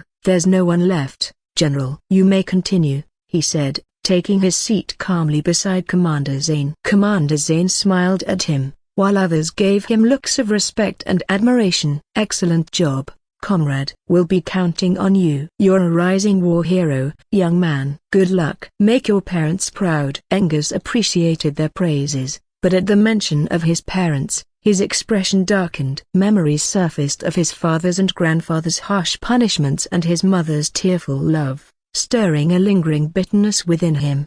"Is there a problem, Captain Zero?" Commander Zane asked, noticing Angus's change in mood. Angus forced a smile. "It's nothing." Understanding his intent, Commander Zane shifted his attention back to General Leon as the meeting resumed in earnest. "So, everyone is aware that the enemy forces are more than double our size and strength, correct?" General Leon began, drawing everyone's attention. "Does anyone have any ideas on how we can overcome this?" he asked, inviting opinions. The officials murmured among themselves, deep in thought. One commander quickly raised his hand. "General, what about seeking assistance from our neighboring kingdoms?" General Leon dismissed the suggestion. We've received intel that both the Skyfall Kingdom and Doris Kingdom are also under attack by Imperial forces. As for the other two kingdoms bordering us, they're already struggling with famine and depleted resources. So assistance from them is out of the question as well. The enemy has vast manpower and is aware of our numerical disadvantage. They planned to isolate us long before we even caught wind of it. "Ah, that's unfortunate," the commander murmured, falling silent. Another raised her hand, this time a woman with strong, masculine features yet strikingly beautiful skin. Her eyes were fixed on General Leon with an unmistakable admiration. "General, I think we should go for a preemptive strike, before they have a chance to launch their own attack. Such an assault could take out a significant number of their forces in one move," she suggested earnestly. The generals found the idea feasible but saw a few challenges. "What's your name again?" General Leon asked the female commander. She replied with an enthusiastic smile. "General, my name is Ra. I'm in charge of the 34th Battalion," she announced proudly. "All right, Ra," General Leon continued, "do you have a plan for breaching their defenses?" "They have strict surveillance barriers with guards on constant alert." "Any idea on how to overcome them?" "The Transcendentals among us could enter, of course, but their Transcendentals will be on high alert as well." Ra scratched her head, clearly troubled by the challenge. As the others furrowed their brows in thought, Angus raised his hand slightly. "General, I'd like to take on the task of infiltrating the enemy's ranks." Everyone looked at him, surprised. "You?" General Leon asked with interest. "What exactly do you plan to accomplish alone, Ethan? Or do you have something more to share?" Angus was about to respond, but an unexpected voice interrupted the conversation. "Ha ha! What nonsense is this? Why are you all entertaining the words of a mere child? Have the men here all traded their courage for bangles?" The mocking tone echoed through the hall. Angus turned, along with the others, to see the newcomers who had intruded so boldly. Leading them was a man wearing a large white hat adorned with 6 stars on his military uniform, a rank just one step below the king's, which made Angus curious about the identity of this arrogant man. Beside him were Prince Mikhail, the crown prince, and 2 other royal princes, who all seemed somewhat amused by the unfolding scene. "Oh my God, it's the Northern Duke Milroy." "The Northern Duke is here? That's great. We finally have another transcendental among us." Some officials cheered, their excitement rising as if their savior had arrived. The Northern Duke, dressed in thick animal skins that concealed his powerful muscles, exuded an aura as strong as the generals, perhaps even surpassing them. His presence commanded attention and respect from everyone in the room. "Welcome, Duke Milroy." "Long live the Crown Prince." "So, tell me, boy, how would you infiltrate the Imperial forces, with your measly S-rank power?"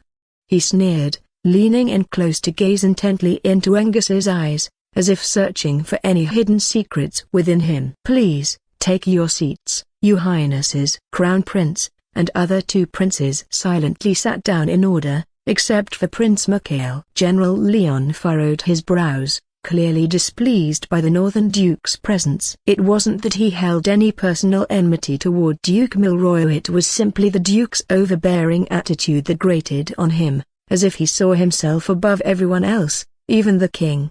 As the king's youngest brother, Northern Duke Milroy commanded the northern, wintry borders, fending off barbarian invasions. Outwardly, he seemed loyal, but Leon knew that ambition might run deep in the Duke's veins. That was only a suspicion. With his SS rank, transcendental power, Milroy could match Leon's strength, making him both a valuable ally and a potential threat. Leon cast a cautious glance towards Crown Prince Malcolm. With the king growing old, the kingdom's future lay in uncertain hands. Leon hoped that when the time came, the king would securely pass the throne to the Crown Prince, a leader whom Leon believed was perfect for the role and capable of guiding the kingdom into a prosperous future. General Leon was about to intervene to save Angus from Duke Milroy's intimidating gaze, but something unexpected happened. Duke Milroy, intending only to frighten the young captain, suddenly felt a deep sense of danger. Confused, he tried to locate the source, only to meet Angus's eerie, whitish glowing eyes possessing an ancient, petrifying curse that could strike fear into even the mightiest. In horror, Milroy looked down and felt a numbness spreading through his legs. To his disbelief, his lower body was slowly turning to stone. Leon instantly recognized the eyes and the ability, and his calm composure shattered. "Ancient petrifying curse eyes?" he shouted in astonishment. Leon, Felix, and Martin immediately stood up, closing their eyes and shouting a warning. "Don't look into his eyes!" Some cried out desperately, heeding the general's warning and feeling a wave of fear. Everyone quickly shut their eyes, everyone except Prince Mikhail, who continued to glare maliciously at Angus, unaware of the danger. "What? Save me!" His screams also echoed quickly after. "Zero, stop it!" General Felix shouted, slamming his fist on the table. "Enough, Ethan!" General Leon commanded, seeing the matter turning worse. With that, Angus paused and looked at the Northern Duke, who was now half turned to stone, with a sneer on his face. "What were you saying again?" "I didn't hear clearly, Duke," Angus asked with a half-sinister smile as he released the curse, allowing the Duke to return to normal again. His original intent had only been to scare them a little so they wouldn't underestimate him again. Angus had previously taken measures to hide his strength, only to gather enough information about everyone. After his observation, he realized that with his power, he needn't to bow or tolerate insults from anyone. As Northern Duke gradually returned to normal, he glared at Angus angrily but couldn't ignore the lingering fear of death he'd felt mere moments before. Whoosh! Duke Milroy launched himself forward, his body swelling with power as he transformed into a towering 10-meter giant in barbarian form. He assumed the boy's abilities were limited to his eerie eyes and couldn't possibly match the strength of his giant barbarian class, which had granted him triple stat points so far. With his Rage Barbarian Transformation SS skill, the Duke was far stronger than any ordinary transcendental, renowned for dominating the harsh northern winter lands with his sheer physical might alone. To date, only dragons had matched his raw strength. Thud! To his shock, the arrogant kid effortlessly blocked his massive punch, standing firm. Milroy's fist felt as though it had struck solid metal, completely unyielding. "Are you trying to test my patience, Duke Milroy?" Angus asked calmly, twisting Milroy's arm effortlessly, as if it were nothing but cotton candy. With his near 18,000 strength stats, it was a piece of cake. An average transcendental had barely around 3,000 average raw stats. That includes all the extra stats from classes, bloodlines and any other special traits. The veins on Milroy's face bulged as he felt the pain, and he let out muffled groans. He was still trying to process how he had been defeated so easily. And why on earth did this boy have the strength of an SS rank? Just what was happening in this world? Bam! Enough. Can we please focus on our tasks? Are you all going to stop only after we're attacked and decimated by the Imperial Army? General Martin shouted, feeling exasperated. Angus, feeling slightly embarrassed, released the Duke, whose face was now flushed red. Angus judged that the Duke wasn't inherently bad, but his personality was arrogant and despotic. A strange silence fell over the tent among all the officials. General Leon and the others seemed surprised by the revelation of Angus's true strength, capable of defeating a transcendental so easily. Ethana no, Zeroa, did you somehow defeat the basilisk in Darkwood Forest? General Leon asked, recognizing the ability. He remembered encountering the god-beast basilisk in that forest on a past visit. At that time, he had been too weak to take it on. Not only him, but others had been unable to defeat the creature due to its deadly venom, attack reflection, and godly strength. It was like an unstoppable force. Huh? That ancient god-beast. He defeated it? With General Leon's casual announcement, everyone was stunned. Prince Mikhail, Crown Prince Malcolm, and others, including the Northern Duke, looked shocked as well. Now that I think about it, this ability is quite similar to the Beast Lord Basilisk's. Yeah, I also remember hearing news about a terrifying fight that decimated a third of Darkwood Forest. Was Comrade Zero the one who did it? How terrifying. As they whispered among themselves, their respect for Angus grew. Everyone knew how fearsome the beast was, especially as a god-blessed creature. It was said that the beast god personally bestowed it with a god weapon. Oh, right. There should have been a god weapon with the beast, right? If the beast is dead, doesn't that mean the god weapon is with our Comrade Zero? With that thought in mind, some of their eyes flashed with greed, but recalling Angus's prowess, they quickly concealed it. Angus noticed this but said nothing. If anyone came for his weapon, they would have to go through him first. Yes, General, I did it, but it's nothing compared to your service and loyalty to the kingdom. Shall we get back to the task at hand? Who wants to join me in causing a little chaos for our enemies? He asked with a dangerous smirk. As soon as Angus admitted that he was the one who had slain the Beast Lord, some of the officials began to fear him. What kind of strength must it have taken to kill such a creature and claim the god weapon? Some began to cast aside any malicious intent they had toward him. Captain Zero, I would like to join you, the female commander, said hurriedly, showing eagerness at his confident aura. Angus looked over at Commander and gave a nod of approval. She was a tough woman with some stealth skills, making her a good choice to take along. I would like to join as well, Captain Zero, Commander Zane said, standing up with enthusiasm for the mission. Me too, Captain. Don't forget me. Quickly, a team of 7 was formed with the permission of the generals and Crown Prince Malcolm. Duke Milroy had no choice but to agree to the plan. Hey, I'd like to join as well, Duke Milroy added with a hint of embarrassment. Angus and the others looked at him strangely. What? I'm just going to check on things. You're taking all the S ranks, so I thought I should join while Leon and the others handle the attack afterward. Don't think I'm joining out of care for you all. I just want the mission to succeed, Duke Milroy muttered, avoiding their gaze and trying not to appear too eager. Angus studied him and, judging by his expression, sensed no malicious intent, nor any trace of greed in his eyes. Crown Prince Malcolm asked, Captain Zero, what do you think? Angus replied indifferently, I have no problem as long as he doesn't become the problem child. Crown Prince didn't mind the lack of honorific after considering Angus's strength, just like the generals. Ha ha. Rather, Crown Prince Malcolm and General Leon laughed amusedly. Who else could talk to the mighty Northern Duke like this, except him? General Leon agreed with the idea, believing it would help ensure Ethan's safety. Whatever Milroy's goal might be, it couldn't exceed the imminent threat of the kingdom's doom. If there's no Aranese kingdom,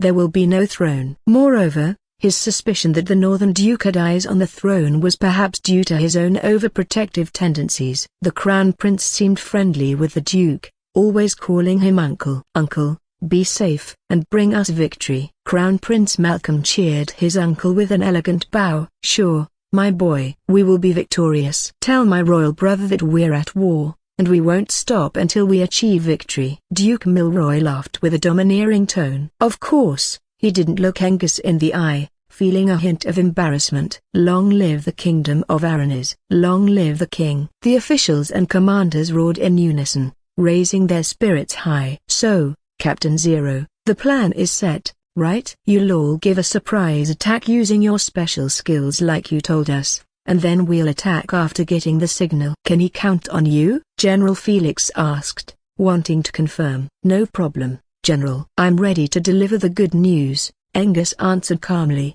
standing straight. Good. General Felix smiled, pleased by his response. Ethan, meet your teammates before you go. And take care of yourself. We'll be there when you need us. And one last thing, don't kill all of them. We need them in the holy war against the demons, General Leon said gently, thinking far in future. I will try, General. Angus had that in mind as well. He knew if he killed them all, there wouldn't be enough soldiers left to lead the Liberation Army's war for peace. Angus, Commander Zane, and the others quickly left to inform their trusted subordinates to lead the soldiers to war according to the general's autonomous command until they returned. General Leon watched Angus's back, thinking about the promise he made to Ethan. The plan was to establish peace and order between both worlds. Perhaps, there was still hope of realizing the dream he once had. With this, he could create a safe haven for his future children and Claire. Angus quickly informed Arya on his behalf, secretly. You're going on a secret mission. Can I come along? Arya asked. They were alone together inside his tent. Angus gave her a light kiss on the lips. No, you can't. You need to lead the soldiers on my behalf, alongside Captain Dior and Ren. I've informed them briefly. Just be patient, Arya. This will be over soon, I promise. And you know my strength and no one can hurt me, Angus said, removing his lips from hers. Arya touched her lips and tugged at his sleeve as he was about to leave. Be careful, Ethan. I'll be waiting, she said with watery eyes. Yes, I will for us. With that, Angus disappeared into the darkness of the night. Angus, Zane, and Duke Milroy quickly gathered behind a sloping mountain. As the leader of the mission, Angus explained his plan. It involved using his skill, Shadow Monarch's Dominion, to make them all that nearly invisible in the darkness of night. The others nodded, finding the plan plausible, though Duke Milroy raised a question. Hey, can you really do that? He asked in doubt. Angus answered with action. He instantly touched the Duke's forehead, releasing a pulse of glowing dark energy. In the blink of an eye, Duke Milroy transformed into a shadow, leaving the physical world behind. Under the dim moonlight, Milroy's shadow was barely visible, almost untraceable. Now, does anyone have any doubts? Angus asked coolly. The others, witnessing the transformation, shook their heads vigorously. Very good. Now, let's start. One by one, Angus turned them all into shadows. Commander Zane, and the other 4 members. Experiencing the shadow world was new to them, but they quickly adapted, finding it as natural as walking in the physical world. They followed Angus like lackeys, who, now fully embodying the power of the Shadow Monarch, blended seamlessly into the darkness. After traveling several dozen kilometers over rugged, mountainous terrain, Angus and his team arrived at a formidable barrier. They immediately grew cautious. This was the crucial moment that would determine the initial success of their mission. Without delay, Angus activated Sacred Chiron's Blessing, enhancing their overall combat prowess 5-fold. The surge of power coursed through each of them, Even in their shadow forms, they marveled at the skill's effectiveness, so it was undoubtedly divine. To be able to amplify combat strength so significantly was no ordinary feat. In his long shadow monarch form, Angus observed their reactions silently. Without a word, he invoked space laws, instantly transporting the entire team across the barrier, seamlessly tearing through the spatial fabric without triggering the barrier's defenses.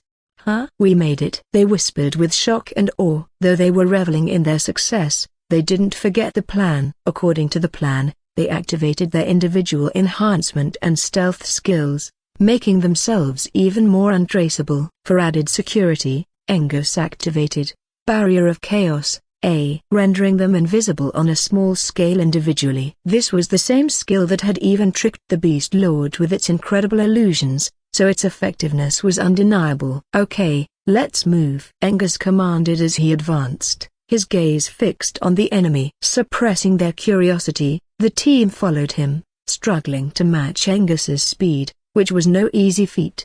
The Imperial forces had already set up temporary camps across a vast field where large warships could be seen. Millions of soldiers were gathered around thousands of campfires, their expressions vigilant. Angus and his team stopped behind an enemy tent, moving like the night's chilly breeze, their presence completely untraceable. Angus quickly produced several destructive bombs made from world-corrosive venom and chaos elemental particles. He handed each of them at least 10 of these destructive chaos venom orbs. Each one had cost him 500 origin mana, making the power within immense. They held the orbs, feeling a shiver of fear as they sensed the raw, destructive energy contained within. The orbs were dense, vibrating with chaotic energy as though they could explode at any moment. Even the Northern Duke felt a tinge of fear as he held onto these orbs, their multicolored destructive energy swirling ominously. He could detect chaotic elements and deadly venom inside. If this hit him somehow,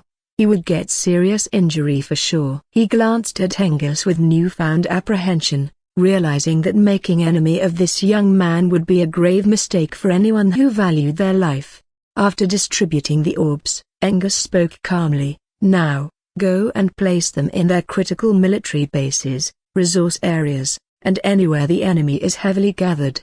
He spoke as though it were a simple task, but it wasn't. This mission meant killing hundreds of thousands of humans. Why was he so calm? Was he not afraid of the wrath of the gods? Angus noticed their hesitation and looked at them, feigning obliviousness. "What? Let's get moving. You all have 10 minutes before the shutdown form, enhancement and illusion barrier disappear from your body," he warned seriously. Okay, Captain," they replied, humbling themselves before his command. They knew this was their only path to victory, and the burden of these sins would be shared among themselves. Swoosh, swoosh. They spread out in all directions in their shadow forms, using the darkness to their advantage. Angus turned his attention to a group of soldiers sitting around a campfire, making them his first target.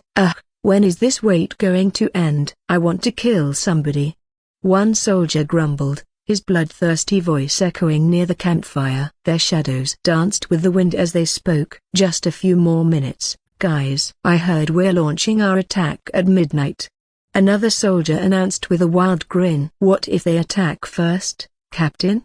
a soldier asked, fear creeping into his voice. "How broken bar they wouldn't dare. Besides, we have Lord Halton's protection. He's cast surveillance and defensive barriers all over this area. If any of them try to infiltrate, they'll be caught immediately," the captain replied with confidence. "Yes, Lord Halton is mighty. We should be grateful to him," the others sighed in relief. Angus slipped into one of the enemy tents, placing a chaos orb in a hidden location. Swoosh. He took a final glance at the unsuspecting soldiers, silently offering a prayer for their journey after death, before vanishing from that camp. "Who's there?" one soldier muttered, his instincts kicking in as a chill ran down his spine. He glanced around fearfully, his skin prickling with a sense of impending doom. His fellow soldiers shot him displeased looks, irritated by his sudden outburst. "Did you guys not hear something?" he asked, his voice trembling slightly. They frowned, dismissing his anxiety as nothing more than fart. "No, we didn't hear anything." "Stop," being a killjoy and let us enjoy the moment." His companions shrugged it off, making a disgusting face.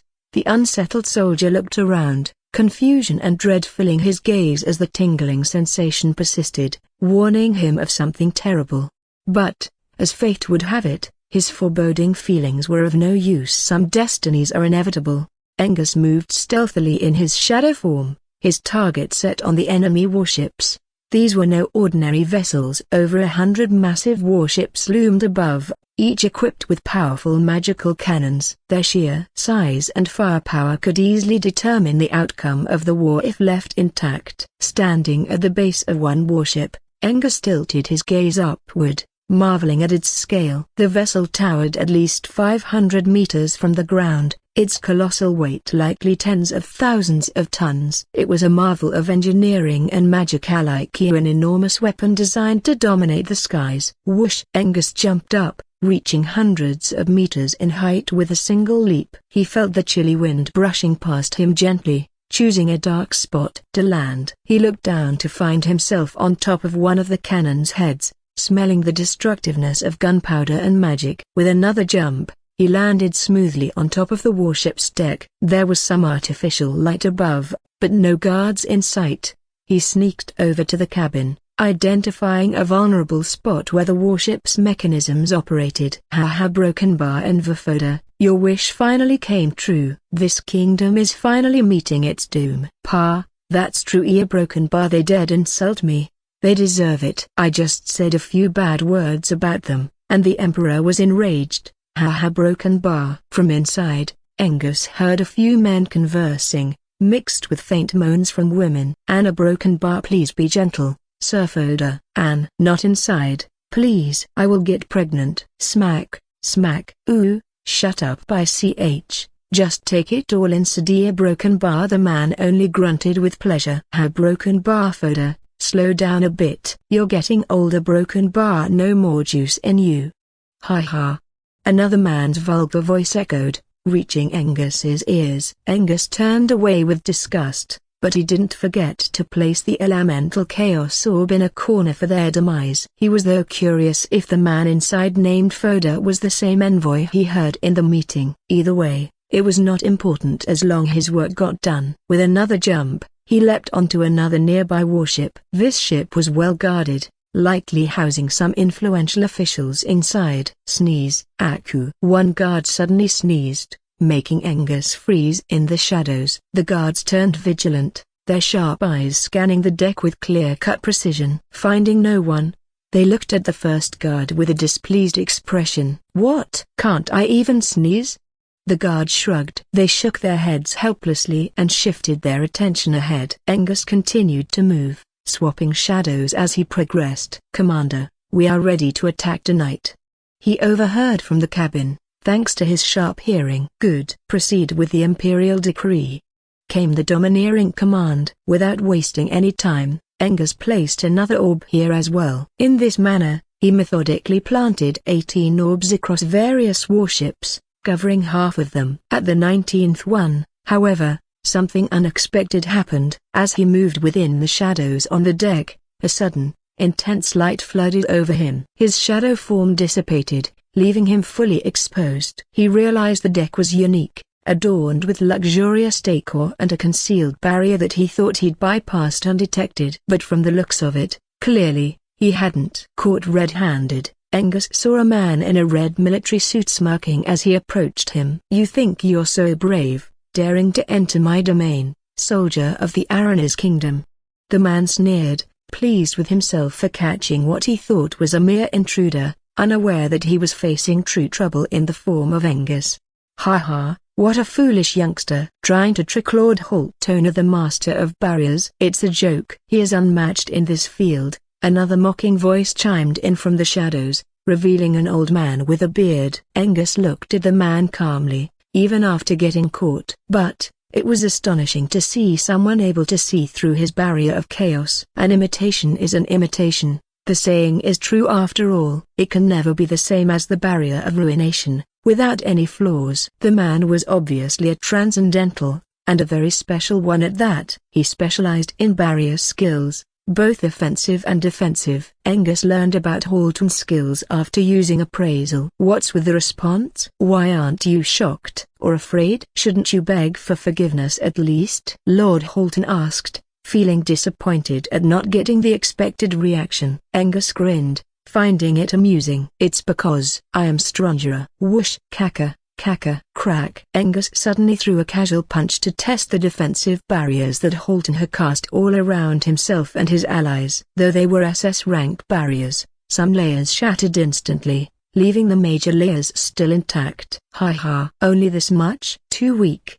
Halton sneered at Angus's power, though he felt a slight impact. But, honestly, inside he was shocked by the seemingly young man's speed and strength. A young man capable of challenging a transcendental was no simple matter. Since when had the Aranas kingdom produced such prodigies? Why hadn't he heard any news of such a young talent? You call yourself stronger, then let's see how you handle this, brat. Halton cackled, regaining his composure. Angus, wanting to test Halton's barrier, quickly found himself inside an illusion barrier where he surprisingly saw memories of his past with his mother. He saw himself eating and playing as a child with his mother, Eleonora, carefree and unburdened before he was deemed unworthy of wielding the darkness law and the family head seat. These bittersweet memories replayed, turning his heart heavy. Of course, the barrier showed these memories only to him, trapping him in the illusion. Even if Halton tried his hardest, he wouldn't have access to them. Enough. Angus, having had enough of the display, quickly just snapped his fingers, causing the barrier to disappear with the help of chaos energy. Halton was gleeful, but that soon faded as he saw Angus easily escaping the illusion barrier. It was an SS rank skill, for God's sake. It could easily drive a person to madness by using their deepest, sorrowful emotions. But he didn't know that Angus was immune to mental attacks due to his unique skill, nullified mental attacks. The old man beside him stiffened, feeling a little afraid of the boy now. Why couldn't Lord Halton defeat a simple rat? Are you done? Angus asked coldly. If so, let's start this for real. As soon as he finished speaking, Angus disappeared from his spot, appearing right before Halton like he had teleported. Despite his considerable speed and reaction time, Halton couldn't track Angus's movements. Bang, bang, shatter, shatter. One after another, Halton's defensive barriers broke, and he felt the impact on his body, coughing up blood from his mouth and nostrils. The old man was scared out of his wits. Seeing this, he tried to escape, but Angus bound him in place. Thud. With the last barrier shattered like glass, Halton was hit directly by Angus's fist. He spun in the air like a whirlwind and smashed into the metal fence of the warship. His chest was caved in with a fist-shaped indentation, blood flowing out, creating a grisly scene. As Halton lay in a deformed state, Angus moved in to finish him off. Whoosh, whoosh, swoosh. Before he could, Angus looked up to see several powerful figures. Their auras radiated, buzzing through the air, gathering above him in mere seconds. Most likely, they had been alerted beforehand or simply heard the commotion. Angus remained calm even in the presence of so many transcendentals. There were at least 10 of them. 10 SS ranks, and who knew how many more still hidden among them. It was an impressive number compared to the Aranese Kingdom's forces. In a way, this was to be expected from the Imperial forces. He'd heard rumors that they had even more back in their domain. This was merely the tip of the iceberg. From the start, the Aranese Kingdom never had a chance of winning against the Imperial forces alone. The only way to defeat them was by teaming up with other kingdoms. However, the Imperial forces had anticipated this, taking proactive steps to foil any alliances. The Transcendentals first looked at Halton's miserable figure lying in the corner, whose eyes regained hope upon seeing them. Then, their attention shifted to the surprising young man who had caused all this. They were enraged and displeased by the fact that someone from a small kingdom dared to infiltrate the Imperial forces so boldly. If others found out, they would become the laughingstock of the whole world. Thus, they had to capture the one responsible for this and hang him to death after torturing him, to let the world know the consequences of going against the Imperial army of the Kairos Empire. Apprehend him. Boom, boom, boom. Instantly, An endless barrage of dangerous skills was targeted at Angus. He was already zigzagging between enemies on top of the deck, using his speed to his advantage. Some attackers used instant speed techniques to catch him, while others unleashed destructive skills in flawless coordination. Creak. The warship creaked heavily under their combined assault as multicolored energy signatures spread outward, visible to the soldiers below. Warning commands echoed between the enemy armies of millions, instantly putting them on high alert. They scrambled out of their tents, readied their weapons, and looked up at the warship, witnessing the cataclysmic confrontation. Even the massive command ship was beginning to buckle under the sheer might of the attacks. Some soldiers tried to get closer to see what was happening, but they were incinerated by the intense energy radiating from the battle above. Chaotic elemental energy only added to the destruction. Oh my god! Just who are they fighting? How many are there? One soldier shouted in awe and curiosity. I can't even see through this intense energy. Let's get to safety, guys. Another muttered cautiously. The soldiers, like a swarm of ants, rushed to a safe distance. Some stumbled and fell, getting trampled in the chaos, but no one paused to help. Humanity be damned. Angus found himself at a disadvantage due to the enemy's coordinated assault. 10 SS rank powerhouses were no joke. It was nonetheless astonishing to see him unharmed, ignoring the faint marks of assaults. Boom! The ship beneath them was instantly obliterated, leaving remnants of ash and smoke scattered through the air. Sharp metal fragments rained down like deadly drops, piercing the guards below and claiming lives in their path. Angus spread his mighty dragon wings, glaring down at the 10 Transcendentals. Hovering in the air with a dominating presence, they grinned, feeling victorious as they forced him into a corner. A stronger Transcendental floated forward, equipped with his own pair of wings, though they appeared pale in comparison to Angus's dragon wings. Angus's wings looked alive, seamlessly part of him, while the others appeared ordinary, like those of a common flying beast. Despite feeling envious, the Transcendental feigned arrogance. Boy, tell me your name. Why go to such lengths for an insignificant kingdom? You're incredibly talented. Why waste your future on them? You could easily have a bright future if you joined the Imperial Army. What do you say? He offered, recognizing Angus's potential. He knew it was no small feat to achieve transcendental strength at such a young age. They would need to conduct thorough experiments on him, seeking the secret to his strength. Perhaps he could even be the key to godhood. They grinned sinisterly inside, their intentions malicious and treacherous. Angus smirked, seeing through their facade. Why would I need you when I have this strength? I'll create my own empire, trampling whoever opposes me and rejecting peace. The Transcendentals' faces turned ashen at his arrogant attitude. Boy, you're foolish. This will only lead to your demise, one of them sneered. Angus looked unbothered, continuing to smile and ignoring their unpleasant expressions. Captain Zero, we're done, a voice echoed in his ear. In an instant, Angus's expression turned cold, catching the mental transmission. So, the time has come, Angus muttered, resigned to the inevitable. The Transcendentals felt a bad premonition. Some among them had caught the mental transmission in the air and relayed it to the others. It made them slightly tense. The boy was an Animoli, and who knows what he'd do next. What are you planning now? Tell us. The first in command demanded, masking his panic. Angus looked back at the enemy soldiers, mourning the losses about to unfold. Facing downward, he answered, nothing. I just thought of a way to even the battle. You have over 20 million soldiers. It's time to reduce those numbers. His voice was barely audible. What do you mean by that? One of them asked, the foreboding feeling growing stronger. First Commander, we need to stop him quick. One of them roared. The first in command, angered by the situation spiraling out of control, lunged forward, determined to kill the source of his distress. Angus uttered only one word.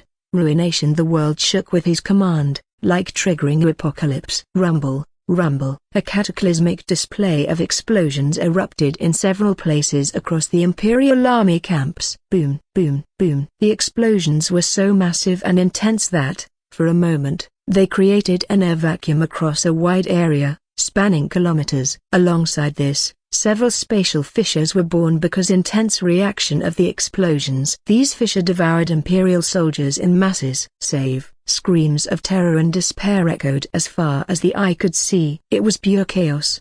The Imperial Transcendentals stared wide-eyed, witnessing the cataclysm on such a large scale. Almost half of their mighty army was caught in the explosions, turned to dust particles in an instant. Pure ruination. One of the enemy Transcendentals muttered in disbelief, shocked by the destruction on the ground. They shifted their eyes to source of ruination, a soldier, appearing so ordinary. But he was not. Strangely enough, Angus was seen collecting devouring all the precious energy particles of the dead, forming a black hole in his palm as he hovered in the air. Demonic ability. Another muttered, looking a little frightened, sensing Angus growing stronger by the second. Angus's aura was the living proof of that. He's a devil. Kill him, they roared, charging at Angus in desperation. The first in command took the lead, feeling a momentary satisfaction at landing a hit on Angus. But, to his shock, Angus barely reacted, as if he had been struck by nothing more than cotton candy. Angus was absorbing stats and soul power, which made him ecstatic for a moment, allowing them to strike him as they wished. Ha ha, he laughed, watching their futile efforts, feeling absolute confidence in his strength to withstand their attacks. He wanted to make them feel true despair and force them to submission to him for future conquests. Otherwise, they would merely become his resources. So that was their fate. In the distance, Angus saw the kingdom's forces advancing, seizing the weakened Imperial army's vulnerable state. They got the signal and it was time to kill. The three generals led their army of millions, charging forward like lightning-born warhorses. They swept in like a flood, cutting down enemies with precision and fury. Lowly bastards. Cowards! The Imperial commander roared, realizing the disadvantageous situation they were trapped in due to the enemy's trickery. The Transcendentals turned their venomous gazes on Angus, identifying him as the mastermind behind this sinister plan. Soldiers, form the Kairos formation. One old commander bellowed domineeringly. A sudden, overwhelming presence emerged on the battlefield from the Imperial side. An older man with a devastating, tsunami-like aura stepped forward, reviving the Imperial soldiers' spirits instantly. The Imperial teacher is here! Someone shouted in relief. We're saved! Another cheered. Kill the cowards! Voices echoed as the Kairos soldiers quickly took their prearranged formation, striking at the kingdom's forces like a hawk descending on prey. General Leon, Felix, and Martin were also quickly engaged in a fierce, sky-shaking battle. They fought in the sky to avoid harming the lower ranks, where collateral damage could lead to massive destruction. The Imperial Transcendentals regained some confidence upon seeing the Imperial teacher joining the battle personally, leading the soldiers in a tight formation. Now, all they had to do was defeat the enemy before them, then the three generals and the Northern Duke on the other front, and their victory would be assured. The battle was between 10 millions plus versus 15 millions plus. There was a significant loss of over 5 million soldiers because of those explosion and corrosive venom. Angus paused, absorbing the energy in the air. He looked at his stats, which had crossed the 20,000 mark in each section. He was now comparable to 2,000 ordinary healthy men in a true sense. He felt his rejuvenated cells growing stronger and more powerful, making him feel almost invincible. His soul also recovered significantly, making him feel comfortable all over. He grinned at the frustrated Transcendentals, and they turned mad. You're a scourge, you know that. The first in command said, taking out a shiny SS-grade sword from his spatial ring. They all took out their own weapons, turning serious, perhaps planning something different. All of their weapons were different colored swords mostly, which struck Angus as odd, and he didn't have to wait long. Kairos Divine Sword Fusion. The 10 of them gathered, connecting their swords as if performing a ritual. They looked determined, and soon seamlessly merged as a massive-sized divine sword radiating pure holy aura. Angus was surprised. The fused sword was not an illusion, it was real. The sword was at least 3,000 meters long and 500 meters wide. It shone like a beacon of light, attracting the fighting soldiers' attention and pausing them, struck dumb by the power displayed before them. The scale of the sword was mind-boggling, turning the night into day by its sheer presence alone. General Leon and the others looked worried at Angus, who hovered facing the fused divine sword alone. Arya and her team were among the soldiers as well. She looked at him worriedly, clenching her fists. She wanted to help, but she felt useless in the face of the battle unfolding before her. She knew she would only be a burden if she went ahead carelessly. She might even be used to threaten Angus to give up if they get to know about their relationship. She focused deeply, executing the A and S rank skills effortlessly. Her movements were like blinks, making her execution deadly. On the sidelines, her nature power was also at work, clearing enemies on a large scale, protecting her like their goddess. Her graceful footwork and precise kills were noticed by Angus, who was impressed by her dedication. From the beginning, he had been keeping an eye on her from time to time. He turned his attention to the holy mountain before him. Calling it a huge mountain wouldn't be inappropriate, as everyone's eyes were on Angus, waiting to see his next move, but he heaved a sigh in response. The sigh buzzed like thunder in everyone's ears, gradually transforming into the roar of a primordial beast. Abyssal blazing dragon, SS. Under everyone's astonished gaze, Angus, in a flawless motion, transformed into his regal dark fire dragon form, which was now an SS rank skill after all the transformation skills assimilated, leveling it even further. What? God! The soldiers from both sides were struck dumb, pausing the war to a complete stop. Their eyes were on the unfolding spectacle before them. Angus was now the epitome of an apocalypse. His dragon form left everyone stunned by its sheer size. He was now a 6,000 meter long and 2,500 meter wide black dragon. Terrifying. It was as if he had ascended to the heavens. His dragon head and crimson eyes pierced through the clouds, almost reaching the edge of the troposphere. Each of his wings shone like the sun, radiating with a mixture of crimson fire and hellfire. It made the very air burned, and ground scorched. The blazing heat produced from his body above melted people nearby, as if the sun itself had descended right above their heads, so close. General Leon, though shocked, smiled as he watched Angus shine so brightly, just as he had once told Angus he should. So, it's true, Leon.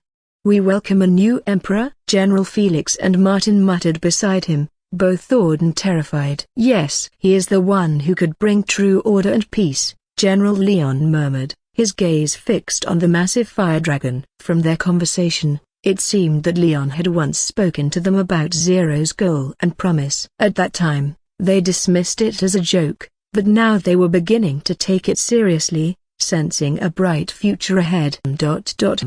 It looks like he was born for this task, General Martin agreed, looking contemplative. Now that I think about it, with this monstrous dragon form, it would have been pretty easy to defeat the Beast Lord in Darkwood Forest, right? That basilisk was far smaller than him now, if I remember correctly. General Felix smiled brightly, feeling a weight lift off his chest. It was because he had made a decision for a better future. General Leon had no definite answers, but he noticed the acceptance on Felix's face. This made him feel hopeful for the future.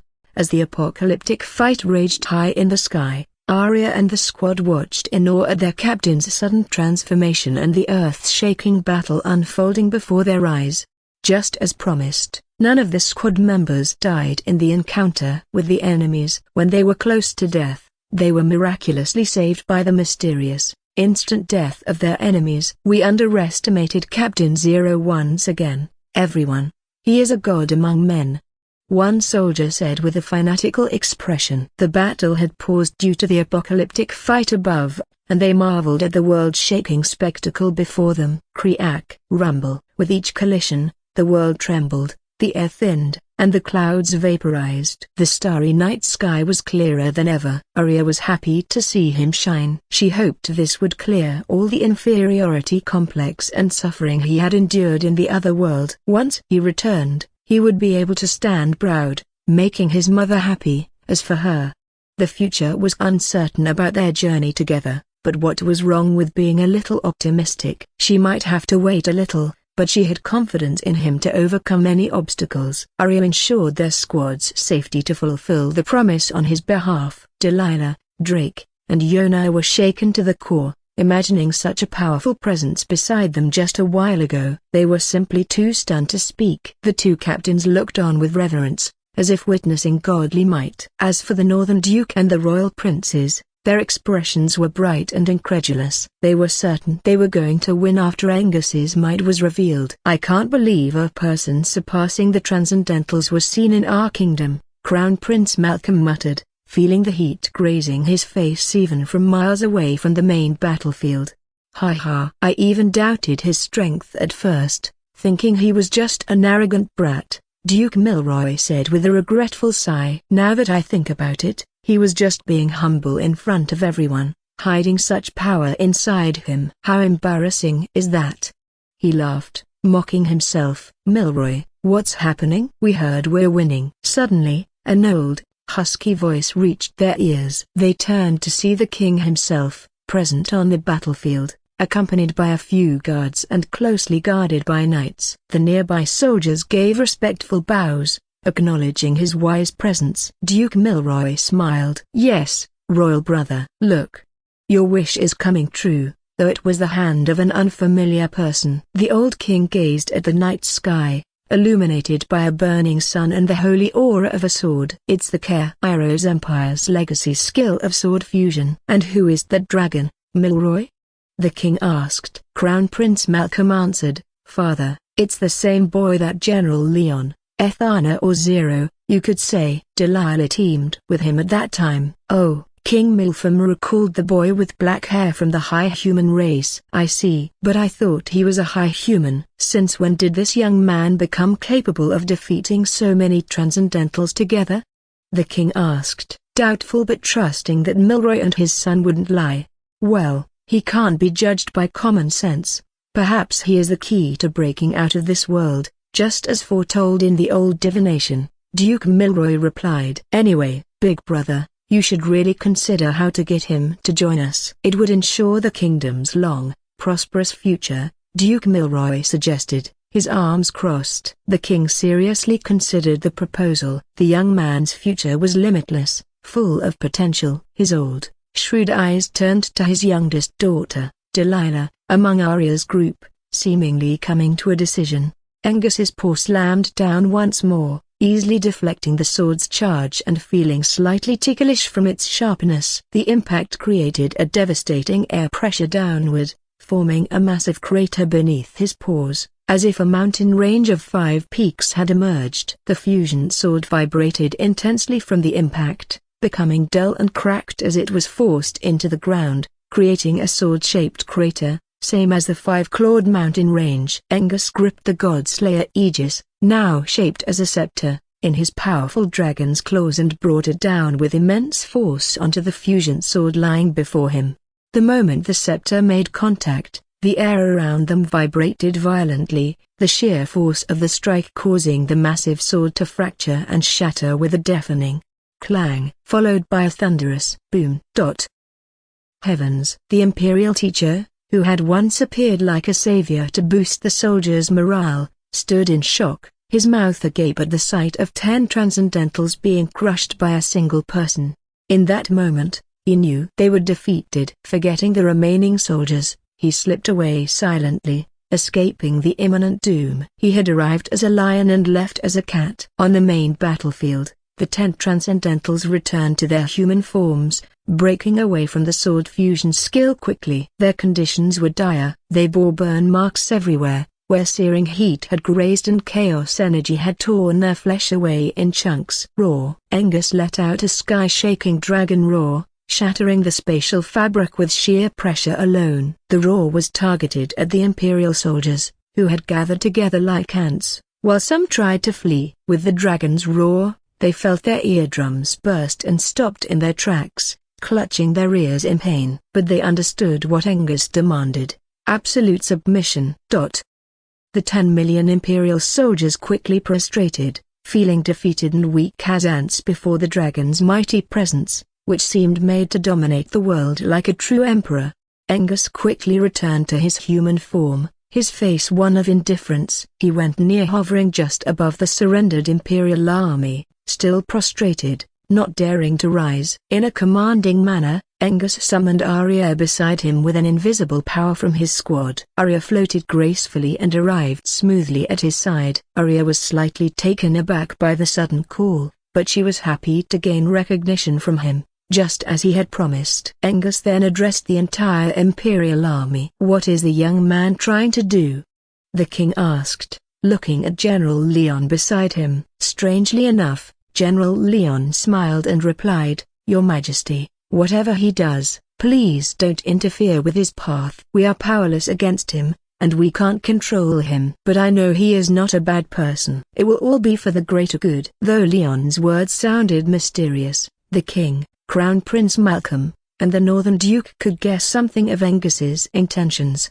This made their expressions unpleasant, but there was little they could do. They didn't have the power to take control of the Imperial army from him. Though it was tempting to gain another over 10 million soldiers, it was equally dangerous. It was tough as snatching lion's mouth, despite being a cat. Angus looked at the severely injured 10 SS ranks and announced loudly, "Your higher-ups are all defeated, so henceforth you are ordered to swear loyalty to the new order." He paused, letting the words sink in. "Those who refuse will face death. In the name of Zero, you may now submit to your new emperor and empress. From henceforth, there will be just one order in the world, the Liberation Empire. Those who stand in the path of liberation and peace will see their legacy reduced to ruins. They will be my enemy." His declaration spread far and wide, making everyone's eyes widen. This was no simple declaration. It was a challenge to the entire world, to both Solace and Abyss. "What is this young man doing?" The king looked frustrated for some reason. "Why is he announcing that so loudly? Doesn't he know this will reach everyone's ears soon? I thought he had potential and even considered him as a suitor for my daughter, but now he seems foolish to me." A broken bar. The king's old face showed disappointment. General Leon shook his head in disagreement. "No, Your Majesty. That was his intention from the start. He wants everyone to know and come to wage war against him." "It seems clever to me." A broken bar. The king and the royal princes looked at Leon with a mix of fear and apprehension. "You mean, he's confident he can win against all of them?" "This was just a plan to capture their forces quick," Duke Milroy asked, finding it unbelievable and extremely daring. "Well, that seems to be the case. He is in a hurry for some reason," General Felix added. "Didn't you all see how he grew more powerful during battle? They were just mere resources for him to grow strong," he explained calmly. The king's expression turned grave at this revelation. "I see. A broken bar. Isn't that a little broken bar demonic, Leon?" "It's quite similar to Beelzebub, who have devoured all of Arcadia City." "What do you make of this?" he asked Leon, voicing his doubt. General Leon remained unafraid. "Yes, it is somewhat similar, Your Majesty. But I can tell his energy signature is not nether. It's unique, out of this world. Besides, he knows how to control it well." "I don't think we need to worry about this." "Didn't His Majesty hear his declaration? He wants the world unified and liberated under one rule. And, forgive me for being presumptuous, but I promised him my support in achieving this goal, in exchange for ensuring that the Aranis kingdom remains under your rule. So, there's no need to fear him taking the throne." King Milfama was pleased with Leon's consideration. "We weren't concerned about the throne, Leon. I was worried about the boy. I've had enough of this bloodshed of innocents and the poor." "Nonetheless, the kingdom is grateful for your consideration," the king spoke, gazing at Angus and Delilah. After considering everything, the king once again decided to consider their relationship. However, the young man had already declared Arya as empress so resolutely that the chance of Delilah becoming the main wife was slim. Still, he would be content if Delilah could at least become a concubine of the rising emperor. It was a difficult choice as a father, but it was for Delilah and the kingdom's good. The soldiers hesitated slightly at the thought of following such a young rising emperor against the whole world. His big ambitions were a daunting wall that made them pause. Though he had proven to be powerful, that alone wasn't enough to assure them he was worthy of being emperor. That's what they thought anyway. Meanwhile, the 10 higher-ups were stoking the flames of doubt. "Don't listen to his lies, everyone. He's someone who doesn't know the difference between heaven and earth. Think of how he slaughtered your comrades, friends, and family," one Imperial Transcendental muttered, clenching his teeth in pain. "Good. Don't be so arrogant. You still haven't seen the real world. The Imperial forces are out there, and Emperor Kairos won't spare you. Just you wait, the first-in-command said viciously. Oh, perhaps you're all forgetting who I am. His voice grew colder by the moments. I didn't request your submission. This was in order. Engus's voice thundered, making the air vibrate with intensity. He slapped the bound Transcendentals' faces so hard that their heads twisted, snapping their necks instantly. They were dead in a single blow. He didn't forget to crush Lord Halton, who had tried to flee but was similarly bound by Angus's power. Halton's face filled with despair, the color draining from his features as he watched Angus effortlessly kill the 10 Transcendentals. No one could stop him now unless the gods themselves interfered personally. But that was not possible currently, so the outcome is death. Angus knew it would be difficult to gain their loyalty, and they couldn't be enslaved with Shadow Monarch's power either, so he remained calm about the decision. Under the soldier's horror-stricken eyes, Angus instantly gulped down 6 Transcendentals using Omni-Devour, leaving other 5 for Arya and others. Strength plus 700, Agility plus 700, Defense plus 730, Strength plus 670. Organ Mana plus 4000, Origin Mana plus 4500. Your soul recovered slightly. You have been granted a new class, Chaos Creator, SSS+. Do you want to equip it? Yes, no. You have acquired a new active skill, Crimson Tempest. SS, A summons a whirlwind of blood-red energy that slashes through enemies with relentless fury. You have acquired a new active skill, Meteor Breaker. SS, A cools down a massive meteor, dealing area of effect damage and causing tremors that knock back foes. You have acquired a new active skill, Valkyrie's Descent. SS, A calls upon ethereal wings and a spear of light, allowing powerful airborne attacks and defensive strikes. You have acquired a new active skill, Arcane Pulse. SS, A releases a powerful surge of magical energy that disrupts enemy abilities and weakens defenses. You have acquired a new active skill, Celestial Shield. SSA creates a barrier of light that deflects attacks and gradually regenerates the user's health. You have acquired a new active skill,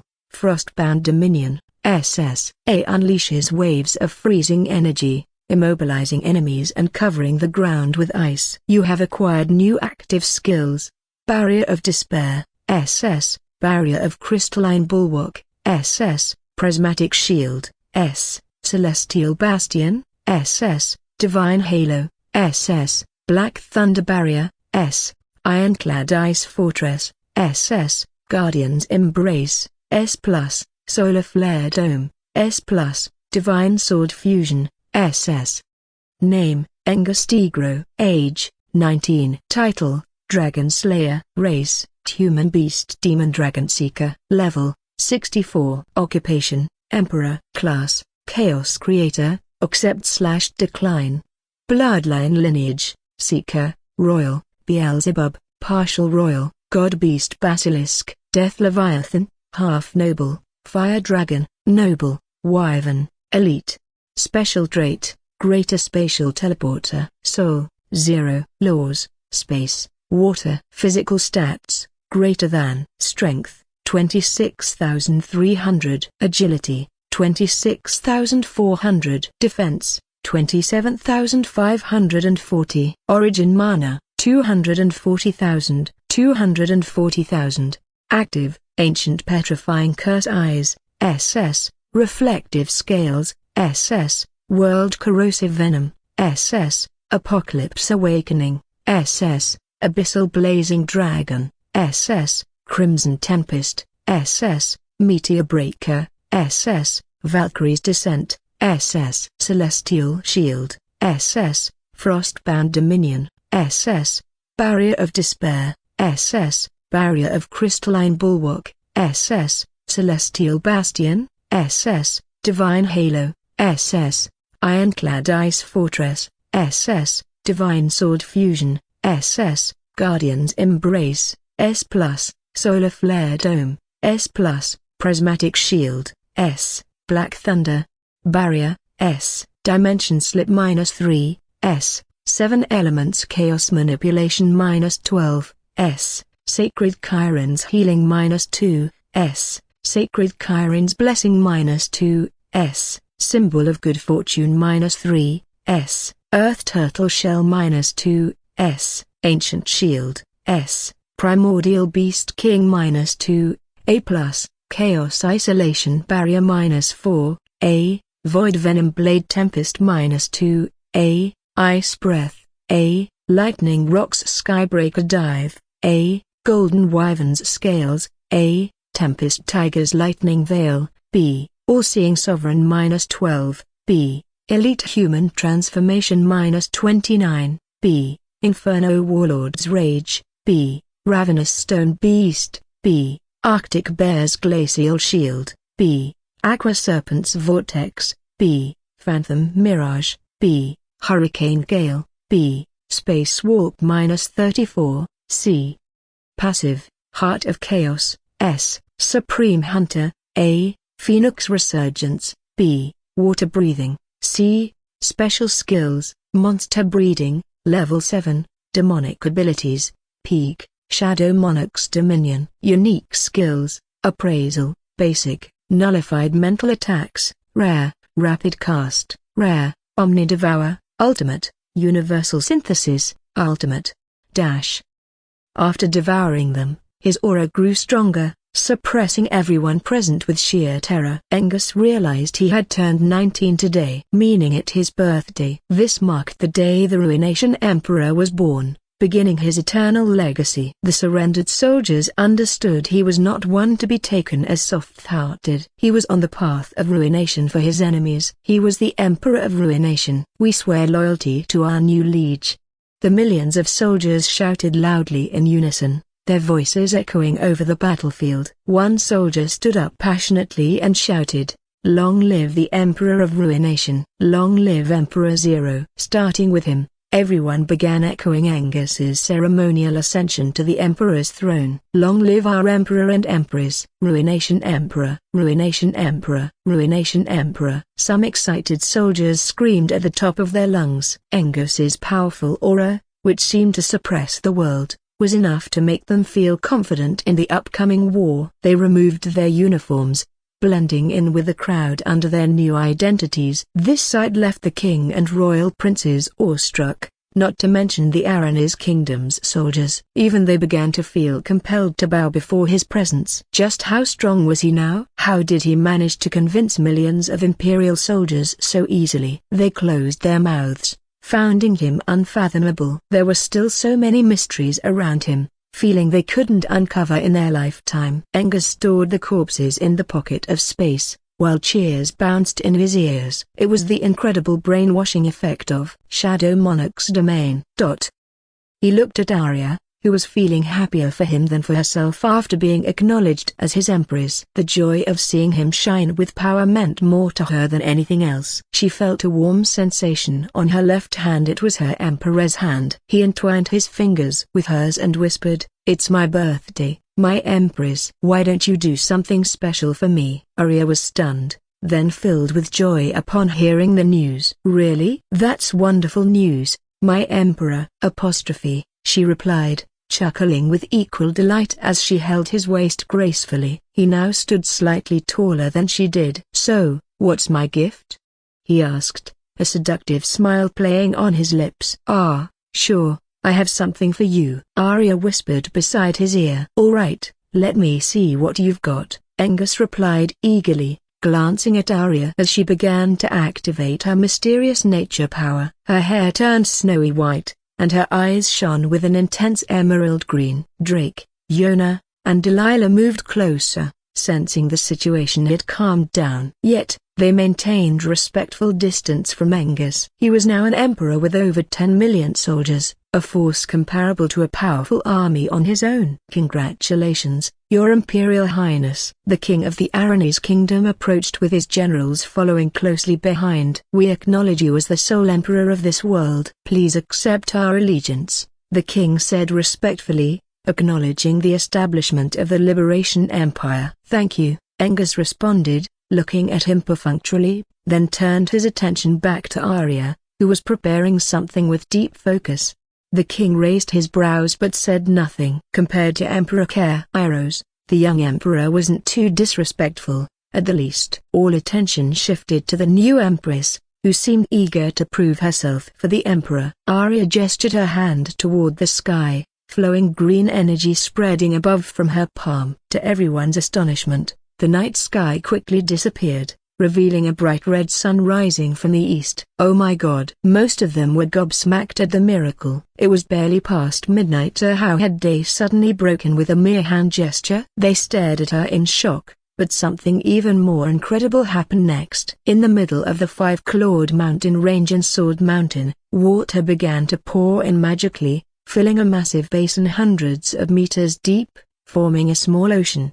Tree roots sprouted from the scorched ground at an incredible speed, slowly shaping themselves into a statue. The scale of the statue was enormous, nearly 1,500 meters long and 400 meters wide. Arya was clearly struggling, but gritting her teeth, she held on. Angus looked on in astonishment, guessing what she was attempting. Her determination made him smile, and he allowed her to continue without intervening. Very quickly, an exact replica of Angus appeared, a statue in military uniform made of lush greenery, vines, and flowers. The massive figure depicted Angus holding his weapon, Aegis, shaped like a scepter, striking down against the fusion divine sword. He looked regal and dominant, with a serious expression on his face. The colorful flowers of various types painted the statue in intricate detail, like a vivid, lifelike version of him. As everyone watched, marveling at the beauty, Arya panted and sweated,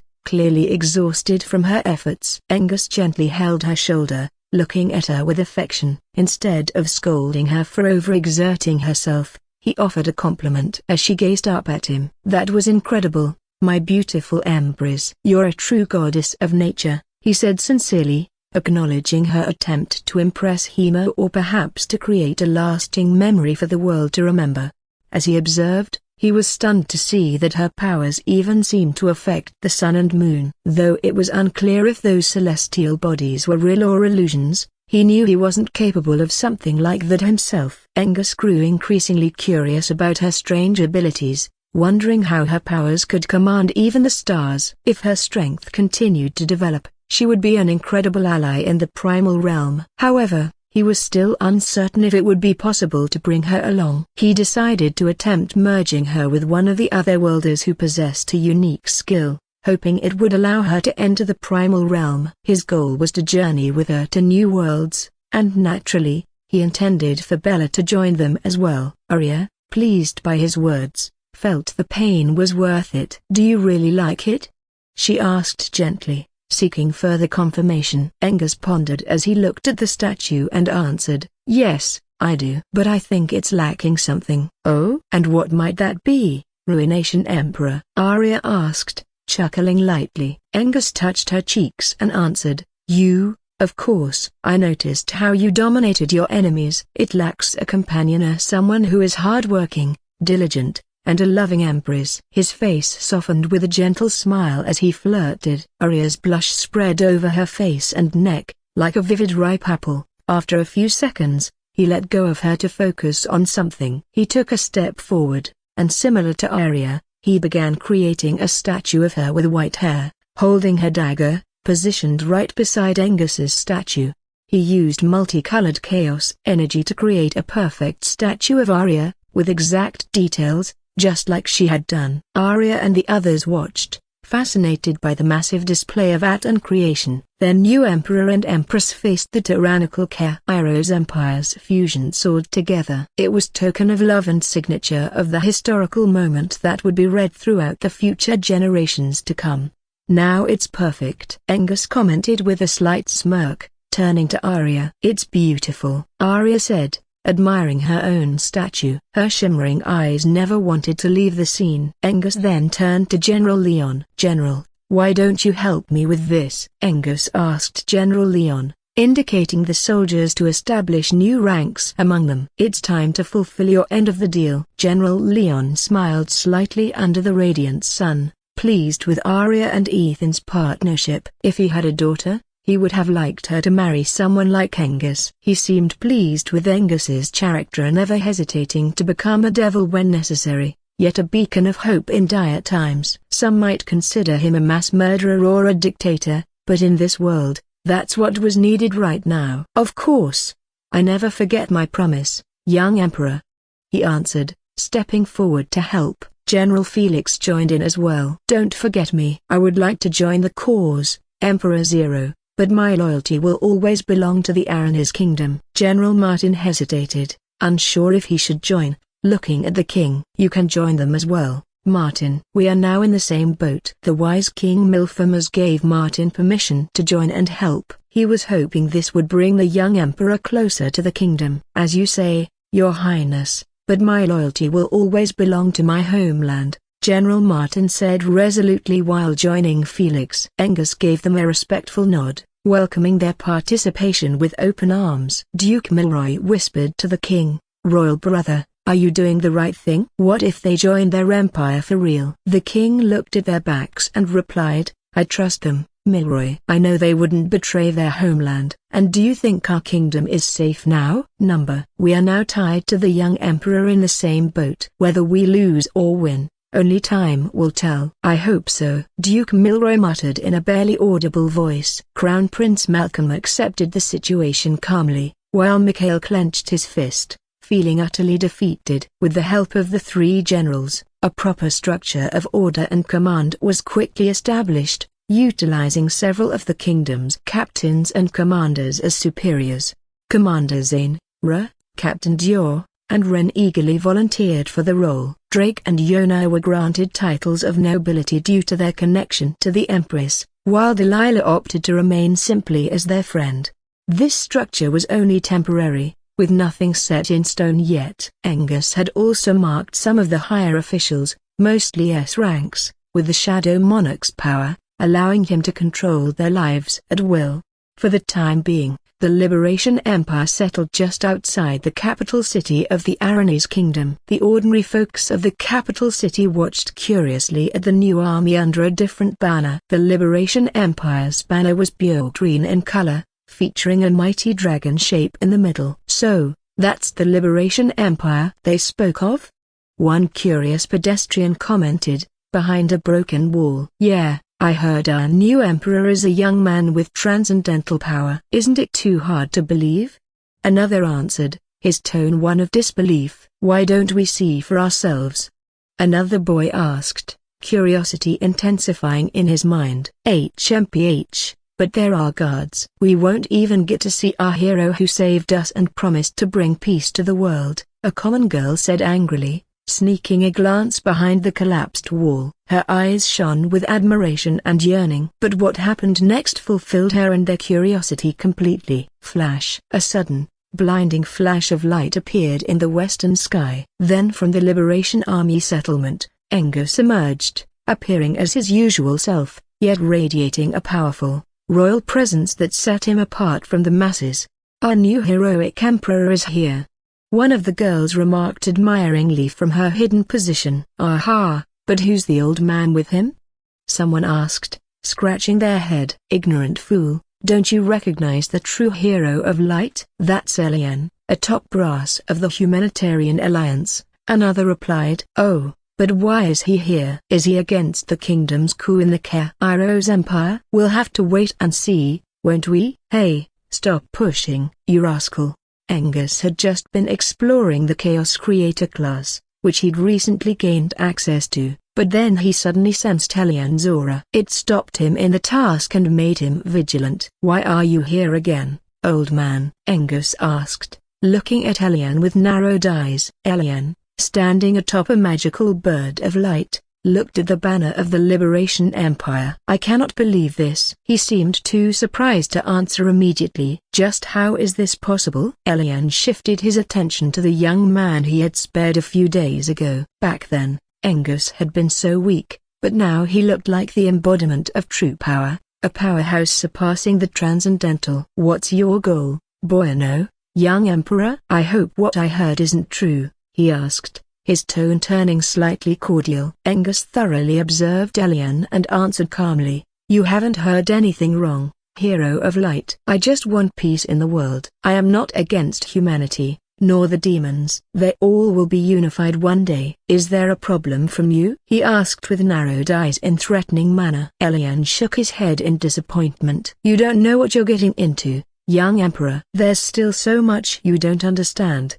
They will not end the war between humans and demons. Don't waste your potential on impossible aspirations. Just join humanity, and let's eradicate the demons completely. That would be the best option. What do you say? Elian looked hopefully at Angus, waiting for him to agree with his proposal. Angus seemed uninterested but was curious about something. Who are they? Are you talking about those gods? He asked in a mocking tone. There is no true god in this world. Just fake cowards who treat this world as their playground. Am I right? Elian narrowed his eyes, finding the audacity of the young emperor. He seemed too arrogant for his own good. But he didn't realize that this wasn't arrogance. It was confidence to clear any obstacles that came his way. You're right and wrong at the same time. Anyway, it would be a sin to mention their exalted names in this world, especially in front of a sinner like you, who has murdered millions, Elian said, his expression holy and devoted. Angus was about to answer, but General Leon's voice drifted into their ears. And who is the judge of sins and virtues? General Leon appeared, forming an icy platform on his path to the sky. Tell me, are you the ones? The mighty heroes of the gods, who trade the lives of commoners, the weak, like they mean nothing. Don't remind us of the so-called righteous deeds you once did, Elian, he said coldly, glaring at Elian with unwavering disdain. Elian's holy presence seemed to dim under the weight of Leon's rage and displeasure in the air. Elian scoffed and replied, Leon, we told you already, we are from the Cathedral of Gods. We don't interfere with mundane affairs too much. But he will incur the wrath of the gods, eventually making us your enemies. I am trying to avoid that as much as possible, but if needed, this will be brutal. He threatened, gazing at Angus with a bone-chilling coldness. Angus narrowed his eyes, not liking Elian's threat right before his face. Rip. Using space laws, Angus tore through space and extended his hand, catching Elian off guard. As Elian saw his hand being grabbed by the young emperor, his heart skipped a beat, and without hesitation, he cut off his own right arm with his sword. With this, he quickly made his escape from Angus's clutches with a light-speed dash. Elian glared at the young man, but there was no sign of pain on his old, battle-hardened face. His arm quickly regenerated, using holy light elements to heal rapidly. Angus remained unfazed, slashing down at Elian with his god weapon once again. What? Elian was speechless as he was cut down in two, unable to react or dodge in time. It happened that fast. It's a projectile clone, Ethan, General Leon informed. I know, Angus replied as he watched Elian's body disappear into light particles. Holy Cathedral of the Gods, Hero Empire. In the heart of the holy city stood a massive temple that seemed to touch the sky, its gleaming surface radiating a holy aura throughout the city, purifying everything in its presence. Inside the cathedral, Elian sat in deep meditation in a grand room where statues of various gods stood in a circular formation around him and Valen. The towering statues encircled them in a stiff, solemn silence. Elian suddenly opened his bloodshot eyes, breathing heavily. The old man clutched his chest as if in severe pain. Cough, cough. Valen, who had been watching his master intently, grew worried. Master, what happened to you? Are you feeling fine? Valen asked with concern, touching Elian's chest. After a shower of radiant holy light on himself, Elian had recovered, but the fear in his eyes was obvious. Calamity is coming, Valen. We need to be prepared, Elian said, looking at the statues, as if lost in deep thought. What calamity, Master? Valen seemed confused by his old master's sudden rambling. Elian shifted his attention to the door and answered, that boy will be coming, and you need to defend him at all costs. By that boy, you mean the one by whose hand I was defeated once? Yes, Elian replied seriously. Valen looked incredulous. Master, You're scared of him now? That's unbelievable. Even I can defeat him now that I have regained my class and the blessing from the divine goddess of light. I can deal with him easily. I don't think there's any need to worry about him. A broken bar. I will take revenge for the shame he brought to your teachings. I won't let down our goddess again, Valen said with determination, vowing before the striking female goddess's statue. Elian looked at Valen with pity. Master, why are you looking at me as if I'm a fool? Valen asked, noticing the frown on Elian's old face. Che, because you're one foolish heir of mine, Elian berated him sternly. Valen felt shame and continued to listen as his master sighed and went on. He is a transcendental now, a rising emperor nonetheless. And what are you? An A rank? Elian scoffed with disdain. He challenged the world to submit to him, and my clone was instantly destroyed by him with a single swing of his sword. Do you know what this means? He has long surpassed you and us. He probably doesn't even remember you, I assume. Valen's mouth fell open in surprise. But how? How is this possible? He found it unbelievable that his enemy's strength could grow this quickly. I'm not sure how a broken bar, but it did happen, however unbelievable it might sound. Master, do you think some god is helping him with an endless amount of divine essence? Valen guessed wildly. Elian denied this, scolding him again. Rascal, do you think divine essence is like cabbages, that some god will hand it out so freely? Besides, it's not so easy to become a transcendental by just using divine essence. Elian explained, then suddenly turned his gaze toward the hallway, feeling a familiar presence approaching. Why don't you tell us about this young man as well, old man? Elian, followed by a melodic voice. An angelic, beautiful woman in a radiant white dress entered, her graceful footsteps giving her the appearance of a holy maiden.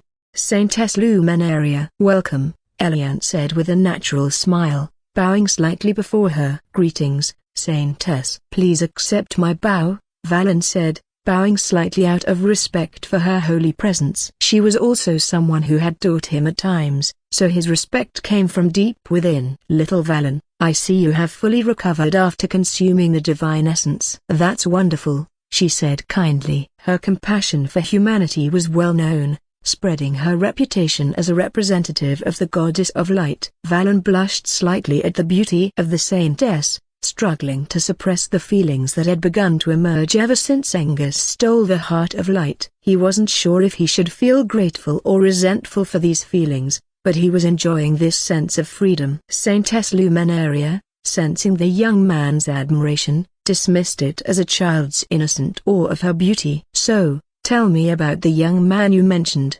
Everything in detail, Saintess Luminaria said, after bowing before the statue of the goddess of light and chanting an unknown prayer. Certainly. Please, have a seat, Saintess. The Saintess sat down on the clean ground with the grace of a queen. Elian remained unaffected, as always. Like Valen in his previous state, he held no desires, no yearning for freedom. His only goals were to serve the gods and remain on humanity's side. Elian then began recounting the story of Angus, from their first meeting in Dwarvania to his sudden rise as an emperor, detailing the young emperor's ambitious goals. After listening to everything, the saintess' eyes gleamed, suspecting something about the young man's origin. I think he is one of those other worlders seen in the Dragon Empire, Elian. Perhaps I should meet him. A broken bar. We could have a nice chat. Saintess Luminaria smiled mysteriously. That's good, Saintess, but forgive me for not accompanying you. That little guy sees me as an enemy now, and I don't waste my energy on him unnecessarily unless the gods command me. A broken bar. It's okay, I can manage. The goddess of light is with me, Luminaria said graciously as she stood up, under their puzzled gazes. Saintess, about the divine essence. A broken bar. Elian stood up, hesitating to complete the sentence. Luminaria turned around and looked at Valen, then at Elian. Sure, you can have as much as you need.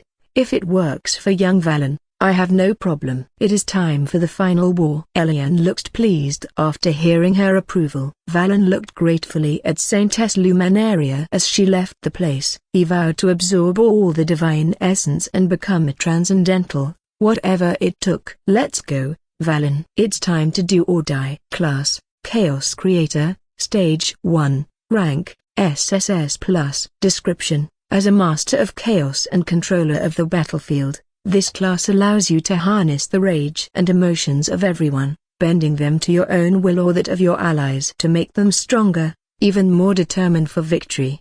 Note: even one with the strongest will can transcend eternity. Effects: 1 plus 30 stat points per level up, can be increased after class level up. 2 plus 3 extra skill slots after each rank up. 3 extra class skill, Chaotic Maelstrom, SS, a swirling storm of chaotic energy that damages and disorients anyone caught within its range. Enemies are bombarded with random effects such as disintegration, explosive bursts, and temporal slowdowns, making escape difficult and risky.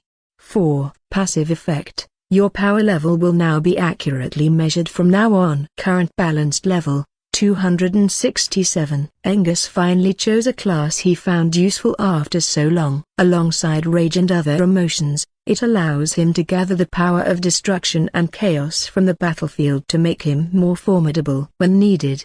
Seated next to Arya on the bed, Angus distributed his stat points and felt his power increase. He suppressed the aura from leaking out, careful not to wake Arya, who was sleeping, exhausted. His level was now 267, far beyond the transcendentals he had encountered so far, who ranged from level 120 to level 170. Much of the contribution to reaching this level of power came from Omnidevour. From now on, whenever he uses Omnidevour to get stronger, this class would increase his level for accurate measurements. However, if he uses Omnidevour to level up, it will not grant him extra attributes from leveling up. Level 267 was incredibly powerful, considering what he had encountered so far. Elian, at level 170, was the highest powerhouse he had seen so far, followed by the generals, whose levels ranged between 120 and 150. This made him realize the true power gap compared to other transcendentals. However, he knew that sometimes one's level is not everything. Skills, weapons, mana quantity, and more matter as well. Angus attempted to synthesize 2 SS rank skills, but even when combining 3, the rank didn't increase, only their effects grew stronger. Reaching SSS rank seemed extremely difficult, or perhaps he was missing something. He decided to ask the generals about it later. Turning off the status panel, he touched Arya's face gently, thinking about his plans for the future. He had declared war against the entire world and needed to be ready. First, he decided to free the ancient dwarves, hoping they could help create powerful warships for the Liberation Empire. Broken bar. Then he noticed Arya's eyes flutter open, her gaze meeting his face close to hers. "You're awake, Arya. Quickly freshen up. We'll be going to meet the ancient dwarves to free them from under the cliff."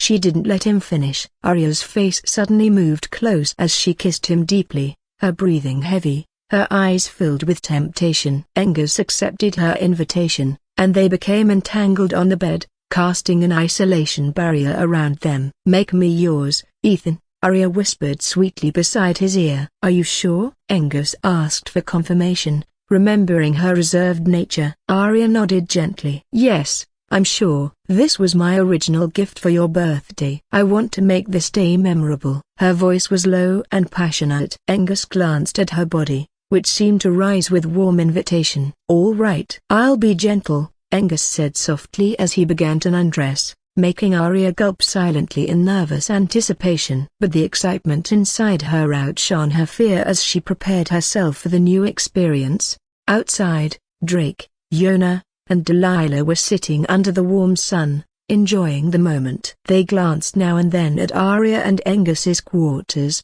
their imaginations running wild. Drake was clearly trying to ignore the two girls' teasing questions, which had only intensified. "Wow, they're still not out. Looks like our Empress Arya is taking some personal time to celebrate her Emperor's birthday, isn't she?" Yona commented mischievously, glancing at Delilah and Drake. Delilah's curiosity grew after hearing Yona's remark. "Yona, what could they be doing inside for so long?" Yona chuckled, looking knowingly at Drake. "Of course, what a man and a woman do alone when they're in a relationship." "Oh, you mean Theta broken bar. Delilah's face turned red as she recalled her maid's teachings about the relationship between men and women.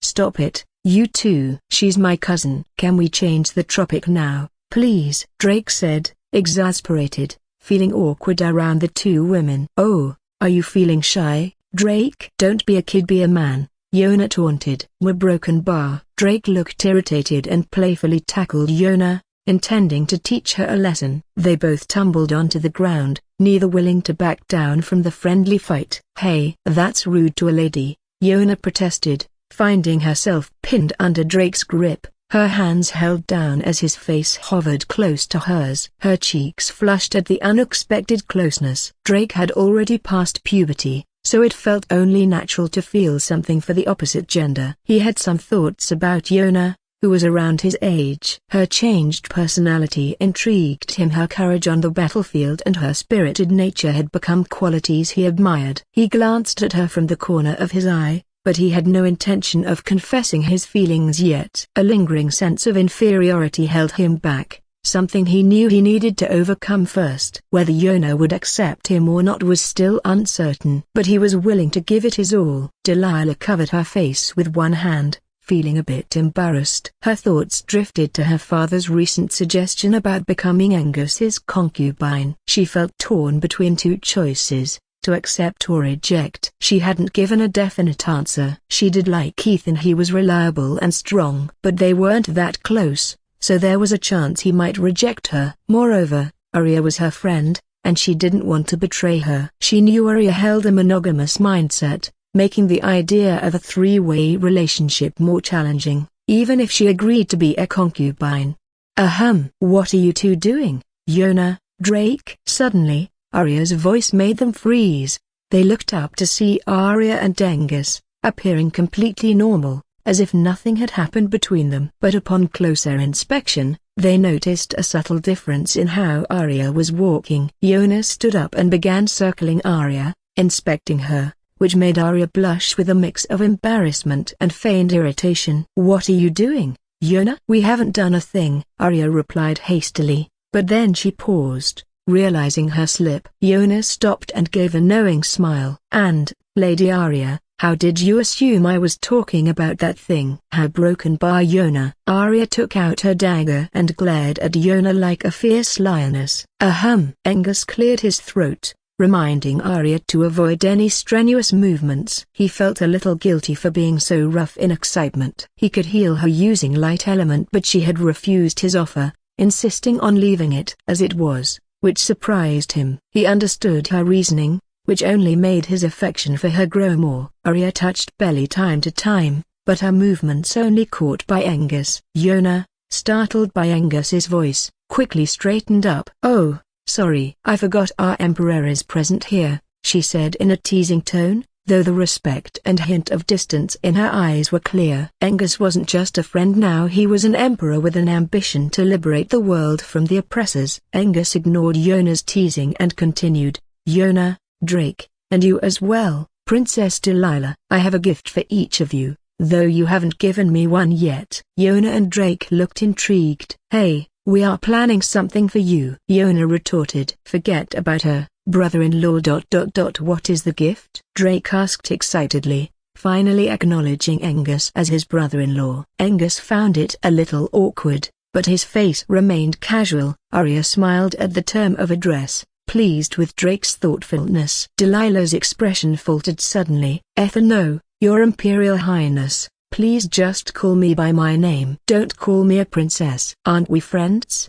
She asked, her face falling slightly as a pang of hurt surfaced. Of course, you're not a broken bar, we barely know each other, Angus nearly replied, but catching sight of her expression and Arya's, he changed his words. Of course, a friend of Arya is my friend too. We're grateful you cared for Arya when she needed it. It just feels a bit improper to address a royal maiden by her name so casually. He genuinely meant the last part, though most of the credit went to General Leon. It didn't hurt to offer courtesy. Greater broken bar, I don't mind, Delilah answered, her expression brightening as a soft happiness surfaced in her eyes. Angus could sense what might be on the princess's mind, but he had no intention of engaging with another woman right now. It would only create tension in his healthy relationship with Arya. It was already a generous gesture on her part to accept Bella's relationship with him. Angus created a small, square-shaped room with chaos energy with just a single stomp, casting an isolation barrier around them. While they were still startled, Angus swiftly took out the remaining 3 SS rank corpses from his pocket space. The corpses looked fresh, and the trio watched with apprehension, wondering what he was going to do with them. Arya, however, knew, and so she smiled. She herself had been synthesized with 2 SS rank corpses before they were intimately engaged. She was now an S+ rank powerhouse with SS rank skills, and her control over nature's power had also increased significantly. "What are you going to do with them, Ethan?" Yona asked, looking confused. Drake and Delilah also wore expressions of curiosity. Angus answered calmly, "I'm going to make you 3 S rank powerhouses, but you'll need to endure pain a bit." The trio looked stunned. "Is that even possible? Wouldn't that shatter the common understanding of the world?" "Yes, it's possibly, but only through me. And I trust that you won't share this information with anyone without my permission. Remember, no secret can remain hidden from us. Be mindful of that," he said seriously, making the consequences of betrayal clear. They nodded mechanically, feeling a twinge of fear as they looked into Angus's calm yet dangerous dark eyes. "Excellent. Let's start with you, Drake." Angus gestured for Drake to lie down beside a corpse with skills suited for him. Drake excitedly followed his instructions and lay beside the corpse bravely, though the faint scent of decay drifted into his nostrils. Arg! Yona and Delilah's faces turned pale as they witnessed Drake's painful reaction, screaming as the otherworldly process began under Angus's command. Arya stood beside Angus, watching with slight worry as the reflection of a sky-blue light shone in her eyes. But she had confidence in Angus and trusted he wouldn't let any harm come to Drake. When the process was over, she sighed in relief. Drake was unharmed and far more powerful than before. He took a single step forward, and the grassy ground sank under his sheer strength. "Ah. Sorry." Embarrassed, Drake quickly controlled his strength and approached them cautiously. "Now, you two," Angus said to the ladies after confirming everything was fine with Drake. As Drake shared the details of his new S-ranked skills with Arya, Angus began the process with the 2 ladies. As for why Drake gained S-rank skills but not SS rank ones, it was because his soul was significantly weaker than Arya's. The other 2 ladies also quickly became S-rank powerhouses and thanked Angus from the bottom of their hearts. With that done, Angus removed the barrier and walls. "Arya, come with me. We need to set the ancient dwarves free to join our empire." Arya gave a small nod. "All right, Drake, Yona, Delilah, you should manage the soldiers with the generals. We'll be back soon." They agreed without any fuss, though they were curious about meeting the ancient dwarves. Angus held Arya's hand, and with a whoosh, he flapped his wings with incredible speed, holding Arya gently in his arms, princess style. Flying under the bright red sun, they found themselves in their own little world. "Are you still feeling pain there, Arya?" "I told you to let me heal you so this wouldn't have happened," Angus said with a frown as he noticed her pained expression. "TSK, you don't have to. I wanted it this way. Besides, the pain has already lessened." A low to broken bar, but someone was too excited, Arya replied, glaring at him, huffing angrily. Angus felt guilty and looked away, avoiding her piercing gaze. Angus and Arya reached the cliff where the ancient dwarves were supposed to be. But Angus's expression darkened when he attempted to connect to the barrier and couldn't establish a connection at all. As the cliff came into view from above, he shook his head in silent fury, his face barely containing his frustration. They landed steadily at the peak, and he saw no sign of the barrier. "Where is it, Ethan?" "All I see is a shadowy jungle below," Arya said, looking at him with doubt. "Or is it only visible to you?" "Yes,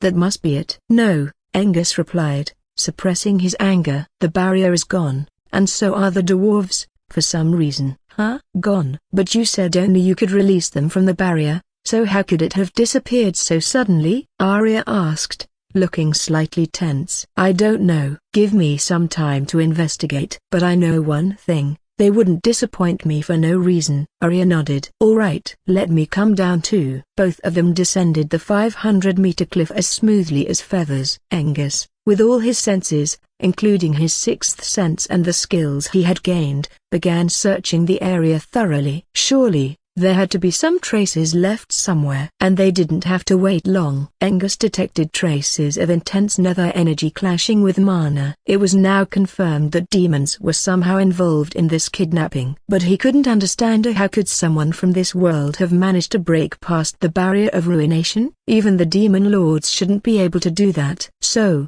what was the reason? Those hateful demons. It's all their fault. I want to slaughter them, Arya said with hatred, her tragic past experiences making her emotions spiral out of control. Angus placed a calming hand on her shoulder. Calm down, Arya. The day will come, and you won't have to wait much longer. Now, let's bring your family members back to us quickly, he said gently, though he hadn't yet found any clues about the dwarves' disappearance or who was behind it. He was determined to teach those responsible a memorable lesson. And the day was just on the corner. Arya's mood settled after hearing her family members being mentioned. All right, let's go. Angus quickly opened a space portal to the Darkwood Forest, marking their last known location using the greatest spatial teleporter. They found themselves in a blackened desert-like land, with no beasts in sight. It was to be expected after what had happened to them recently. The creatures must have fled in terror, not wanting to be devoured like 1/3 of the forest. Did you do all this? Arya asked, awestruck, standing at the edge of a hollowed-out dark area shaped like a massive lake, with soil devoured at least 300 meters deep. That's brutal. Arya felt a pang of sadness for the beasts and humans who lost their lives in his hands, but she had no intention of blaming him. Yes, this was the price of the power I gained. Do you blame me now? Angus asked calmly, though with a hint of anticipation for her support. And she answered just as he'd hoped. No, I don't blame you, Ethan. Sometimes I feel very sad about the destruction. Ever since I awakened this mysterious nature power, I was prepared for it, but it still hurts. Arya looked truly sorrowful. Angus, worried for her, comforted her. You'll be fine, Arya. I'm always with you. Perhaps it's the lingering emotions of nature affecting you. You need to work on increasing your control over it. I think so too, Arya replied, gazing in the direction of Silk City, where her family was currently staying. Ethan, let's go. Silk City isn't far from here, Arya said, taking the lead. Angus followed her, spreading his wings in a flawless transformation. He picked her up in his arms once again, making Arya blush. You do like holding me close, don't you? But I like it too, Arya murmured, burying her head in his chest. Angus smirked lightly. Of course. With that, their journey to Silk City continued, piercing through the sky like a flash of light. He flew in a smooth wavy path, making the experience more enjoyable. Mum, I just saw a shooting star. A small boy shouted excitedly from a muddy road below, looking up on the sky in awe. A shooting star? Where? His mother, a simple woman, looked up as well, but her excitement quickly turned to fear. That's not a shooting star, son. It must be a powerful hunter,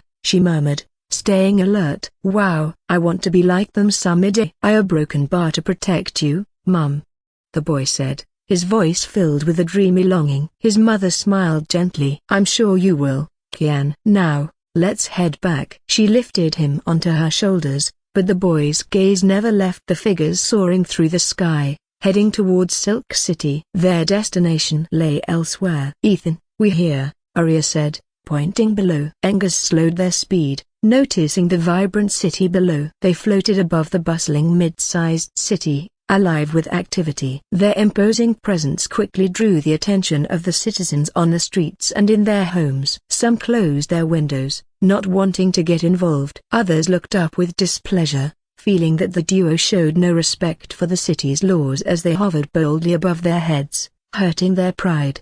The lower ranks didn't want to interfere, sensing the man and woman's calm and confident expressions, as if nothing could deter them.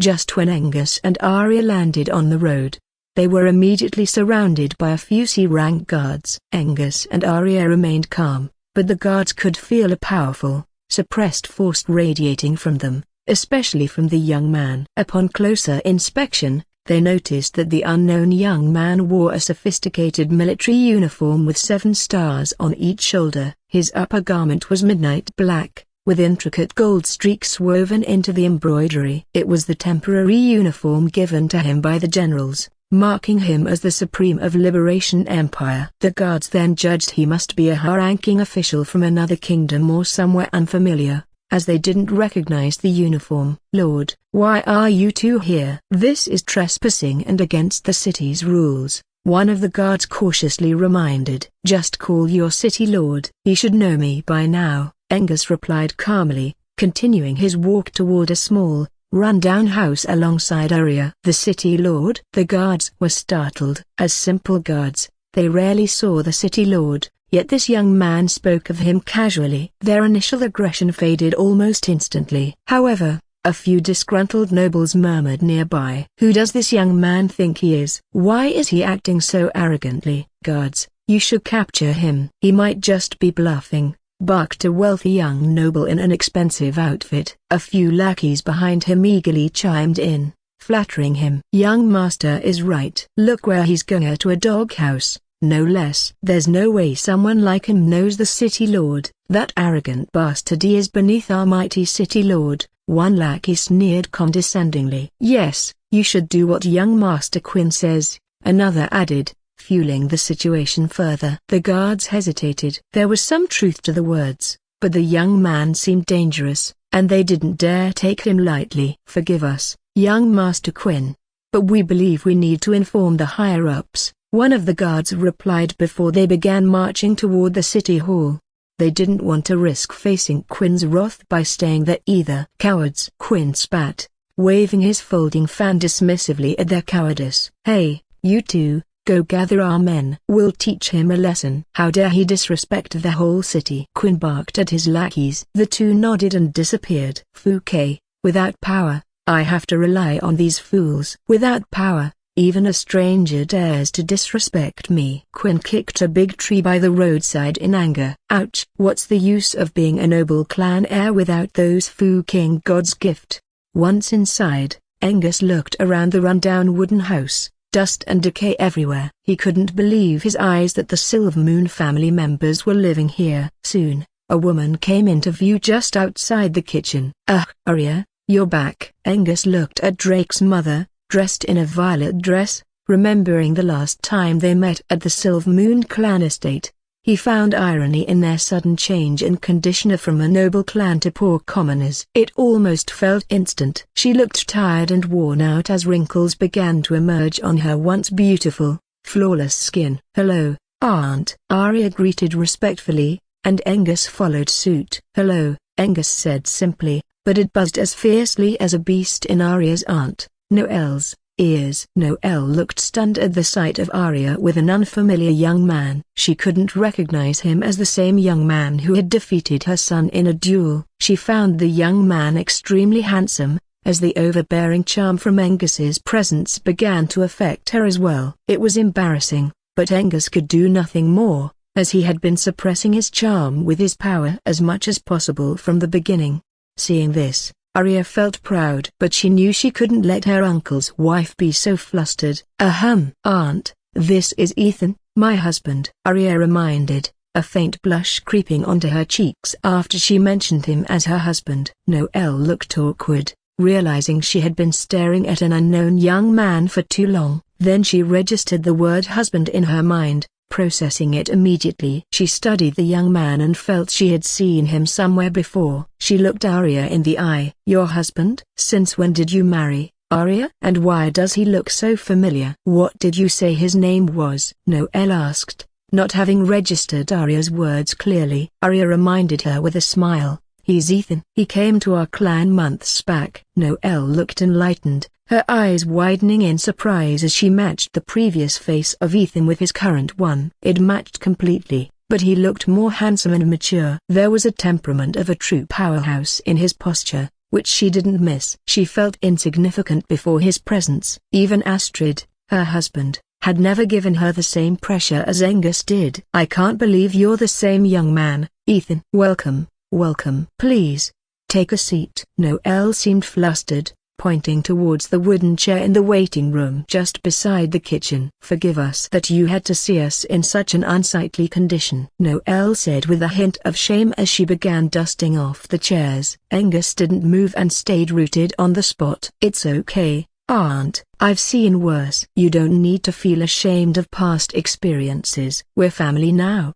Just like Arya said. Angus held Arya's hand, showing their closeness. Arya was grateful for the consideration and echoed, "He's right, Aunt. You don't need to go to such lengths to make us comfortable. We're a family." "Oh, you're right. We are." Noelle paused and smiled at the duo. "Ethan has grown into the remarkable man," she mumbled, trying to recover her composure. "Yes, he has," Arya agreed, then glanced toward the other rooms and asked, "Are my father and uncle all right? And where are the other children?" Arya's tone grew anxious toward the end. Angus had already sensed their condition, noting their weak forms lying on the bed, but he chose not to interrupt. "Oh, right, the kids are out east. And brother-in-law and Astrid are fine for now. But I don't think they will last much longer." "Astrid?" He sobbed. Noelle broke into tears. "Did you bring the medicine, Arya? And where is Drake?"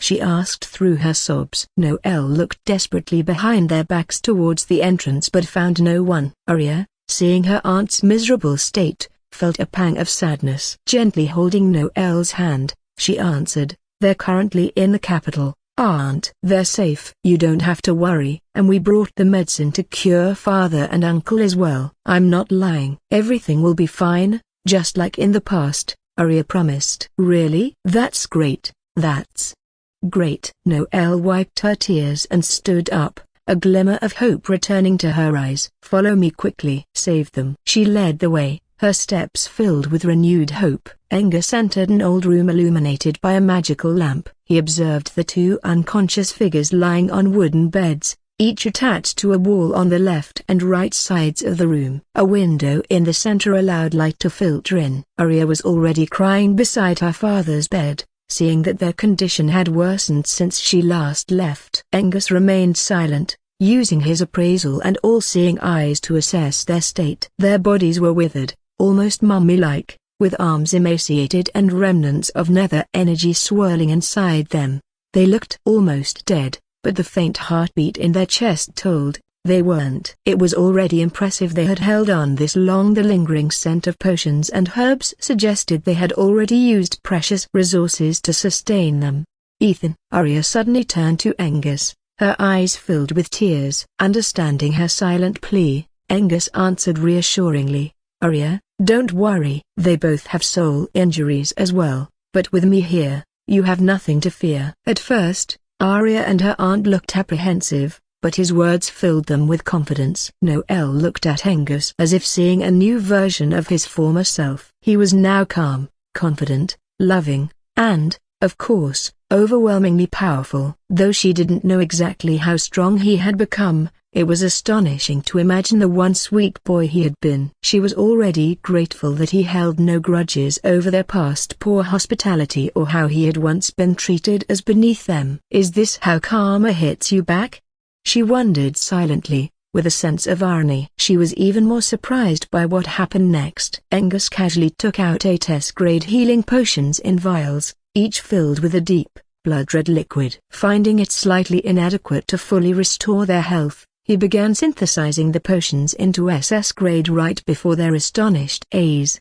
Under their stunned gazes, 2 extraordinary vials now held golden potions inside. Angus inspected the new potions and felt satisfied. These potions could revive a single living cell to full health, restoring the entire body to its original state. Beyond that, they would grant the consumer a higher health regeneration skill. "Arya, let them drink it," Angus instructed, handing the shimmering golden vials to her. Arya then handed one of them to her aunt. Arya and Noelle took the vials with trembling hands, realizing they held a divine medicine. Noelle had no idea how he did it, but it didn't stop her from being grateful. The awe of his mysterious power still remained in her heart. With hopeful expression, they quickly fed the potions to Arya's father and uncle, carefully supporting their unmoving heads as they poured the elixir into their mouths. As soon as the potion entered their mouths, their bodies began to shake like a dead being revived. A golden luminescence radiated from them, and their dried-up flesh and muscles gradually regained vitality, transforming flawlessly. Soon, the change spread through every part of their bodies, purifying the nether energy and fully restoring their health. However, there were still a few issues. "Ethan, why aren't they waking up yet?" Arya asked anxiously, looking at her father's now healthy, glowing face. She felt relief seeing them look well, but the fact that they weren't waking up, even after waiting a while, left Arya and Noelle worried. Angus answered slowly, "As I mentioned earlier, their souls are injured, and these potions don't have any properties to heal the soul. That's why." "Then, what should we do, son-in-law?" Noelle asked worriedly, glancing at her husband's face. Angus didn't mind her term of address, as it meant she approved of their relationship, though it hardly mattered to him. Arya was his now, for life. "Nothing. Just wait a bit. I'll use my healing skill on them, and they'll be alright. But for that, their bodies need some time to adjust," Angus explained as he sat down, leaning against the wooden bed frame beside Arya. He planned to use Sacred Chiron's healing, which had some effect on the soul as well, making it invaluable in times of need. Arya and Noelle understood and waited a while, engaging in small talk until then. It was mostly Arya and Noelle talking, while Angus tried to give them some privacy by looking away as if he wasn't listening. Arya and Noelle didn't mind if he overheard. Noelle, curious about their growing relationship, asked casually, "So, when did you two marry, Arya? Is it official, or just marriage vows?" Arya glanced at Angus, who was watching with amusement, and replied, "Yes, you could say it's official. He declared me as his empress before his million soldiers of the Liberation Empire," she announced proudly. "But unfortunately, we haven't had a marriage ceremony yet," she added, feigning sadness. While saying that, she checked at Angus's reaction from the corner of her eye. "Huh?" Noelle seemed confused by the mention of Empress and Liberation Empire. "What do you mean by that, Arya? And since when was there a Liberation Empire in our world? Weren't there only 5 empires?" She looked at Arya with a hint of doubt. "Well, he created the 6th empire himself. He's a newly risen emperor, far surpassing even transcendental powerhouses." Arya looked smug as she revealed his current identity. Noelle was extremely shocked, her mouth agape. She glanced at Angus,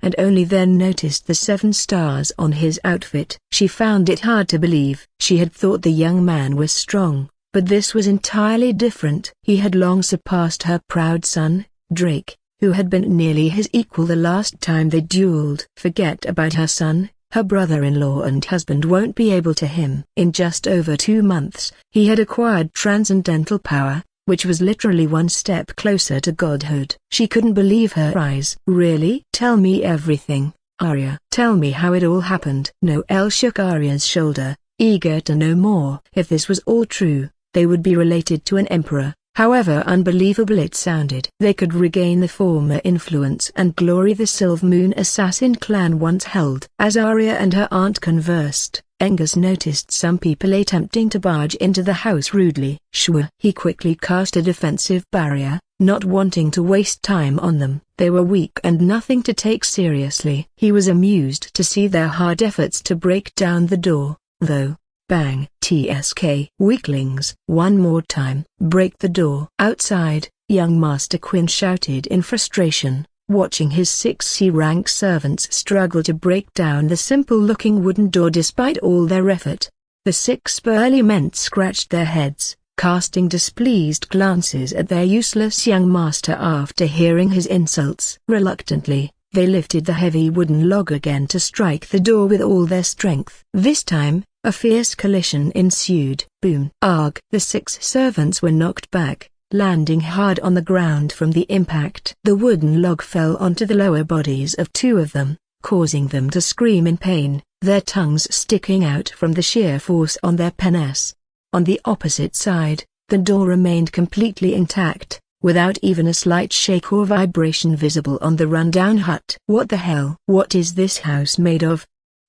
"Hey, do you know who lives here?" young Master Quinn demanded, grabbing a passerby by the collar. The passerby, frightened, quickly answered with what little he knew. I only know there are 2 sick men inside, a woman, and a few kids. Oh, right. They have another woman who takes the children outside sometimes. Please, let me go, young Master Quinn. I don't know anything else. Scram! Quinn shouted. Thank you, young master is benevolent, the passerby stammered, sprinting away and not forgetting to flatter out of fear. One of Quinn's lackeys whispered to him, noticing something unusual about the house and its residents. Young master, we should leave. This house isn't normal.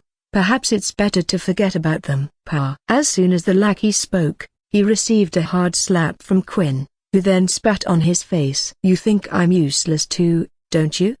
Of course not. Young master, we don't. The lackey answered, appearing loyal on the surface, but inside he was cursing Quinn's 18th generation. Forget it. I know you all think of me as a useless, arrogant bum with nothing to offer, but I'm going to prove I'm also a proud member of our clan, just like my big brother. Quinn clenched his fists, feeling humiliated and frustrated by his own powerlessness. Quinn, what are you doing here? A sudden, overbearing voice reached Quinn's ears. Quinn turned to see City Lord Zane approaching with a few guards behind him, the previous guards also present. Uncle, you're here. There's someone inside who insulted not only me but the whole nobility, Quinn complained viciously, pointing toward the house. Zane looked stern, radiating the natural authority of an S rank. As the Lord of Silk and ruler over hundreds of thousands, his powerful aura was unmistakable. Quinn, you haven't changed in the slightest. Always creating trouble for the Axelcrest clan.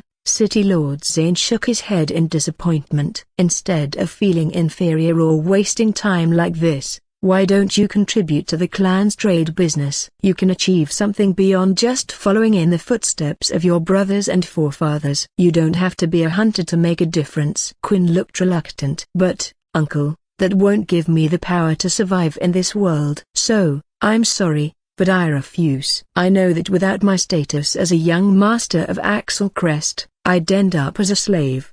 Or even food for the demons. That's why power is essential. And you think by causing all this ruckus, you'll get a gift from the gods? Zane scoffed, irritated. No, I was merely defending the honor of our city and nobility, Quinn replied, flinching slightly but maintaining a righteous tone. HMPH, whatever. I won't care about you anymore. He turned to the city guards. Guards, knock on the door. Let's see who is so bold as to enter the city and ignore our rules in my presence. Let's find out which superior has graced us with their presence. Zane commanded, a note of sarcasm in his voice as he gestured to his 10 guards. Yes, my lord. The guard nodded and began to knock on the door but received no response, even after waiting for a while. See, Uncle Zane. They're so arrogant. They don't even care about your personal visit. You should punish them personally, Quinn added, trying to fuel the situation. But the city lord wasn't one to make hasty decisions based on a disgruntled kid's words. He decided to wait patiently outside for now. Angus was currently focused on healing their souls to bring them back to consciousness. Arya and her aunt watched with nervous anticipation. Angus placed his hand on her father's chest and activated the sacred Chiron's healing skill. Ethereal green healing energy flowed from his palm into her father's body, spreading into every nook and cranny. Angus didn't stop there. He further boosted the skill's effect by using the Godslayer Aegis 5 times. Aegis provided him with a divine power that transferred from his body to Arya's father. Gradually, the effects of the rapidly cast skill became clear as Arya's father, Ashtar, began to flutter his eyes, slowly regaining consciousness. This brought a smile to Arya's face as she gently held her father's hand. This was the same man who had risked everything to save her in a time of extreme crisis, her fatherly hero. Having finished healing Arya's father, Angus began to heal her uncle, Astrid. Noelle was already smiling, though tears blurred her vision. It had been so long since they had talked. She missed his voice and presence so deeply that she would cry every night. Now, she would finally be able to speak to her husband again, and it was all thanks to this young man, or perhaps she should say, her new son-in-law. Arya's father, Ashtar, woke up first, followed closely by Astrid. Both men felt as though they had been asleep for ages. Their gazes fell on Arya and Noel as they rubbed their eyes, trying to clear their vision and shake off the heavy feeling lingering in their bodies. Father, husband. Of course, Ashta and Astrid were given no time to rest as the two women rushed to them, burying their heads against their chests. Husband, you're awake. I was so worried. I thought you'd leave me forever. Noel cried, clinging tightly to Astrid, her voice filled with raw emotion. Ashta gently stroked Noel's hair to comfort her as he looked around, trying to process everything. He recalled fragments of the past and then noticed his brother beside him, healthy once more, which filled him with relief. Finally, his gaze settled on Angus, who stood quietly observing their reunion, a trace of longing in his eyes, as though he, too, was missing someone. Ashta and Astrid, like Noel, could hardly recognize Angus. The transformation was that profound. Besides, there wasn't enough light in the room to see his face clearly, and their heads were still muddled. Arya's father and uncle slowly stood, feeling their strength return as their bodies regained their former vitality. However, they had unfortunately lost some levels.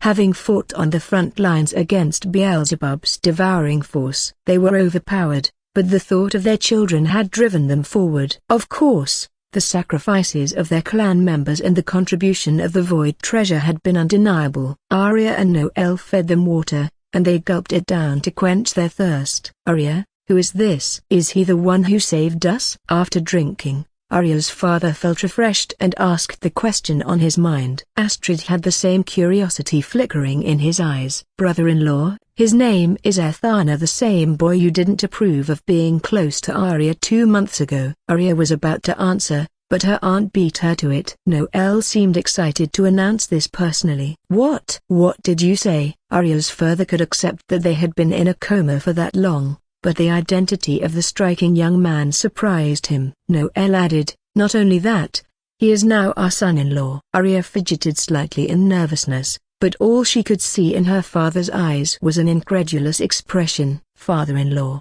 welcome back. And I apologize for snatching your daughter without your permission, Angus said, after stepping forward with a hint of a taunt.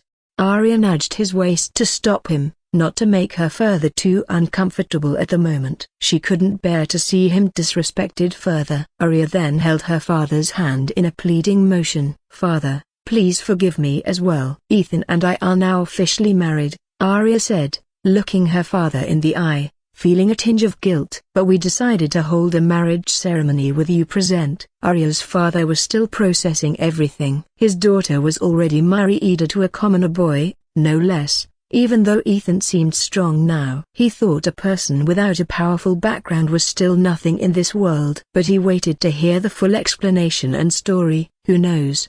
Perhaps the young man did have a powerful background. But he didn't know that Angus didn't need a background to survive. He created his own legacy. Astrid suddenly spoke up while remaining seated on the bed. Ethan, what is your rank now? Why can't I see through you? He asked, puzzled. In the past, he could gauge Ethan's aura and level easily, but now it was almost impossible. It felt as though he was trying to gauge a vast mountain, unfathomable and shrouded in chaotic fog. Angus hesitated to speak. If he told them his level was 267, who knew if they might even have a heart attack? He was trying to avoid that.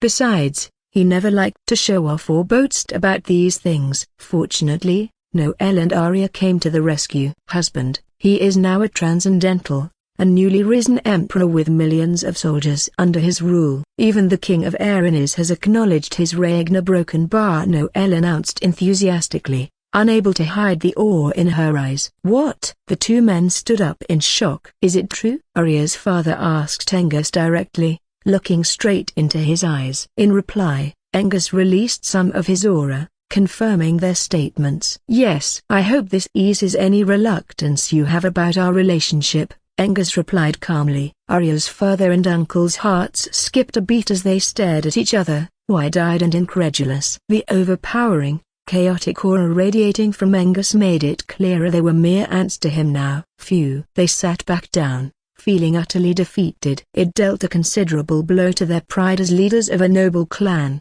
a position they once held with arrogance. In the past they had looked down on Ethan as a weakling and a commoner, which now made them feel ashamed. Now, in Angus' royal presence, they themselves seemed like commoners. "Your Imperial Highness, please take your seat," a broken bar Arya's father said, offering a respectful bow to their new emperor, as a true noble would. Angus was now their protector, ruler, and the supreme leader. However ironic it may sound, it was true, and they accepted it. Angus shook his head, rejecting their bows. "There's no need to do this. It only makes things more awkward between us. Besides, I'm not an emperor with a proper territory or etiquette like the broken bar." "Father, what are you doing?" "He's your son-in-law," Arya reminded, feeling bad for her father and uncle. Arya's father and uncle straightened their posture slightly after hearing her words, though their respect for Angus didn't wane despite the close relationship.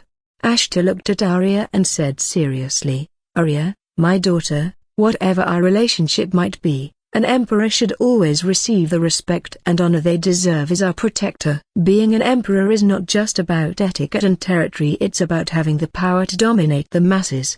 I'm sure His Imperial Highness has done just that." "A broken bar now? Tell me everything I've missed." Arya could only stare at her father with helplessness. "Arya, you explain everything." "A broken bar? I'll take care of a few things outside," Angus said before heading out of the house. Arya gave a small nod, then began telling their story in brief. City Lords Ain, finally losing patience, personally activated one of his fire-related S-rank skills to blast open the door. Whoosh! Just as Zane's attack launched forward in a destructive wave toward the door, Angus calmly opened it. A broken bar and gulp instantly devoured the fiery attack as it reached his face.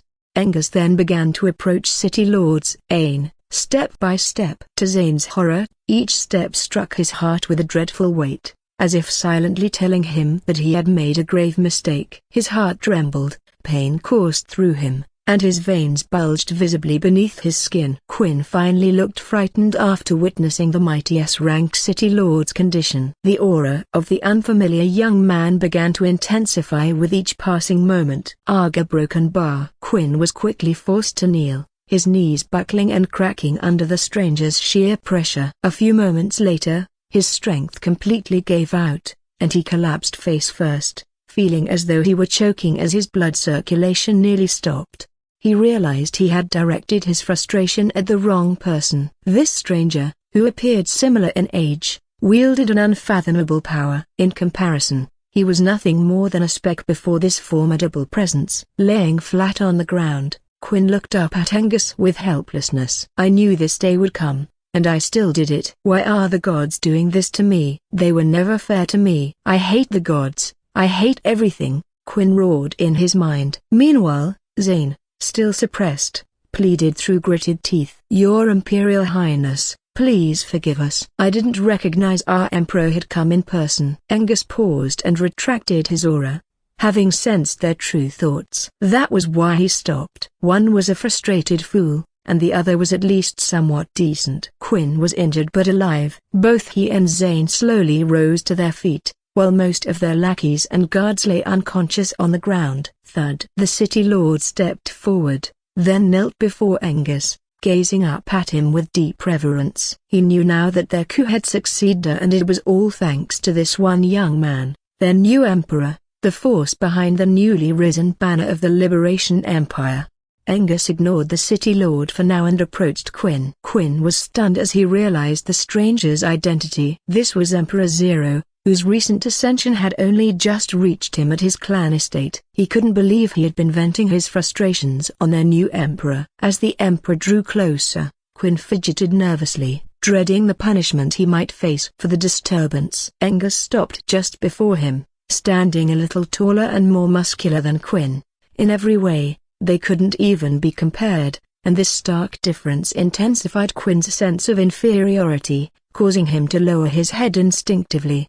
"Quinn Axelcrest, why look so afraid now? Weren't you busy flaunting your clan's influence just a moment ago?" Angus asked with an indifferent expression. Quinn's heart skipped a beat. The Emperor knew his name. This man was even more mysterious and powerful than he'd imagined. Still staring at the ground, he stammered, "No, "No, a broken bar, Your Imperial Highness. I was just a broken bar, just a broken bar." He fumbled for the right words. "Just being a useless nuisance to others. Isn't that it?" Angus finished for him. "Aha, broken bar, yes, a broken bar, Your Imperial Highness is right, a broken bar," Quinn agreed, not daring to object. "Lift your head," Angus commanded. "Ah, okay, a broken bar." Quinn lifted his head but didn't dare meet Angus's gaze. "So, tell me, a broken bar, do you hate the gods?" Angus's tone was as chilling as a devil's whisper. "Answer honestly." "I know you do, broken bar, just speak your mind." "I won't be offended by your thoughts on them." Quinn hesitated, then spoke, his voice rising with pent-up bitterness. "Yes, I do, broken bar. They've been unfair to me, a broken bar. They're unfair to this world. They treat us like ants, a broken bar, and these fools worship them like blind sheep." His words echoed, drawing the attention of nearby citizens who stopped to watch the scene unfold. Some people in the crowd already started muttering angrily at Quinn's blasphemy. "How dare this useless young master speak ill of our gods? He deserves execution." A noble-looking man scoffed with righteous indignation. "Yeah, he should just die already." "A good-for-nothing loser, blaming the mighty gods for his own failure, as a broken bar. What a waste," another mocked. "And who is this young man that dares to spread hate against the gods? He should be punished too." "Enough," an older voice snapped. "Did you not see the city lord himself kneeling before that young man?" "Don't speak so carelessly, your heads might not remain on your shoulders if you do." "Yes," another old man whispered, shivering. "I heard he is our new emperor. Even the king bowed to him." "Don't drag us all to our deaths, you fools." A tense silence fell over the crowd as the weight of the old man's words sank in. The onlookers now watched Angus with wary respect, each wondering at the power and mystery behind this new emperor who could command such reverence. "We greet Your Imperial Highness. Please give us your blessing and protection for eternity." Some in the crowd had already knelt, showing respect to their emperor. He was now their emperor, whether they liked it or not. Only heads would roll for those who disagreed that much, they had learned. Angus acknowledged their presence with a nod, feeling a new sensation, a sense of responsibility, perhaps, or satisfaction in his newfound dominance. He turned to Quinn, pleased with his response. "Very well. I like your reply, Quinn. Now, tell me, do you have the determination to kill them if given the power?" Thud. Quinn knelt instantly, without a second thought. "I will do anything for power, Your Imperial Highness." "That includes killing the gods," he declared, bowing resolutely. "Very good," Angus replied with a pleased expression as he smoothly took out a few human corpses from his pocket space. The corpses fell to the ground, their decaying aura spreading everywhere. City Lord Zane squinted, realizing all the corpses were at least B rank or above. Just what is the new emperor trying to do? He wondered to himself. The onlookers were already shaken by the death aura radiating from the high-ranking corpses. They chose not to interrupt their new emperor's task. Without a word, Angus began synthesizing Quinn with the human corpses. He was not gentle at all, though he felt confident Quinn would survive. Angus had seen potential in Quinn that far surpassed any excellent hunter he had encountered so far. Quinn's soul was remarkably stronger, nearly 100 times stronger than the average hunter. Harrowing screams tore from Quinn's mouth, sending chills down the spines of the onlookers. The crowd's jaws dropped as they watched the incredible merging of corpses into Quinn's body. The bodies melted into a gooey mass that slowly fused with Quinn's form, even dissolving parts of him in the process. The sight was chilling and excruciatingly painful to behold. Many nervously gulped, questioning whether such a gruesome process was necessary to punish a young man. They assumed the Emperor was punishing Quinn for his misbehavior. Their whispers reached Angus' ears, but he remained focused, his hand raised as synthesis energy flowed from him with intense concentration. Even Angus couldn't fully explain why he was doing this. Perhaps he was creating a new pawn, or maybe destiny had led him to this moment. City Lord Zane watched with a mixture of doubt and awe, uncertain whether their new emperor could truly bestow power in such a way. Inwardly, he felt pleased with Angus' kindness. The frustrated young master, once a source of unrest, was now given a second chance at life. Though initially concerned by Angus' disregard for the gods, Zane now believed that their emperor had the best interests of his subjects at heart. Suddenly, a middle-aged man with a noble air appeared hastily. "What's going on, Lord Zane? Where is my son? I heard someone is hurting my poor son." "Who is it? I will kill him," the newcomer nobleman roared, gripping his sword tightly. City Lord Zane began to sweat buckets after hearing what the head of the Axelcrest clan said so loudly. It surely reached the Emperor's ears. He looked cautiously at the Emperor, finding him undeterred. Perhaps His Imperial Highness just took it as a dog's bark. Zane then signaled the Axelcrest clan leader to keep quiet. With years of experience, the Axelcrest clan leader sensed something was off as he noticed a young man in a 7-star uniform. He immediately went quiet, realizing he was merely an A-rank powerhouse. Even the city lord looked scared. So what was he? He approached the city lord silently with his men. "Please explain to me, City Lord. Where is my son?" "Who is that young man?" he asked in hushed tones. Quinn's body had now turned into a gooey mass in the shape of a large ball of blood and flesh, so he couldn't spot his son anywhere. Zane briefly explained Angus's origin, causing the Axel clan leader's eyes to widen with disbelief. Then he recounted the conflict and the unexpected opportunity Quinn had encountered. The Axel clan leader was speechless upon hearing of his son's foolishness, but was relieved after hearing the latter part. Angus retracted his hands once the process was complete. He remained calm despite expending that much origin mana, equivalent to 10,000 points. Quinn's figure was revealed to the observers, appearing more robust and strong as he lay on the ground. The onlookers were stunned when Quinn stood up like a giant before their very eyes. Quinn was tall, robust, and stronger than anyone present there, at least in terms of size. The transformation was nothing short of startling. How had the Emperor transformed this weak young master into a force to be reckoned with in just a few minutes? Quinn clenched his fist, feeling the raw power of his giant form coursing through him. He was now an A-rank powerhouse with a system he had previously assumed was a gift from the gods. The gods were not in charge of the system, they could only influence it to some extent. He realized that the true god was standing before him, in the flesh. Quinn stepped forward and knelt before Angus, lowering his giant head which was now equal to Angus's human form. Each of his footsteps struck fear anyone present. They looked at the Emperor with worshipping eyes, who had done this impossible task. After granting Quinn the system, Angus learned that Quinn possessed the ancient Titan bloodline. He recognized that Quinn could become a formidable force. But of course, Quinn was still nothing compared to Angus in terms of potential. "Rise," Angus commanded calmly. Quinn obeyed, standing up straight, though his head remained slightly lowered. "I haven't done this to gain favor or to make you follow me, Quinn. You're free to do as you wish, but don't forget you said to me," Angus said, gazing at Quinn's Titan form, now 100 meters tall. "No, Your Imperial Highness, I wish to follow you into battle and serve you. Your orders will be absolute to me from now on. Please, allow me to be your pawn, at least," Quinn pleaded, eager to witness his Emperor's might on the battlefield and grow stronger by his side. "Do as you wish." "I have no problem with that. You will be my first commandment then, starting today." Angus had no issue taking such talent under his wing, though he was puzzled as to why Quinn hadn't been given a system despite having qualities that should have earned him one on his own.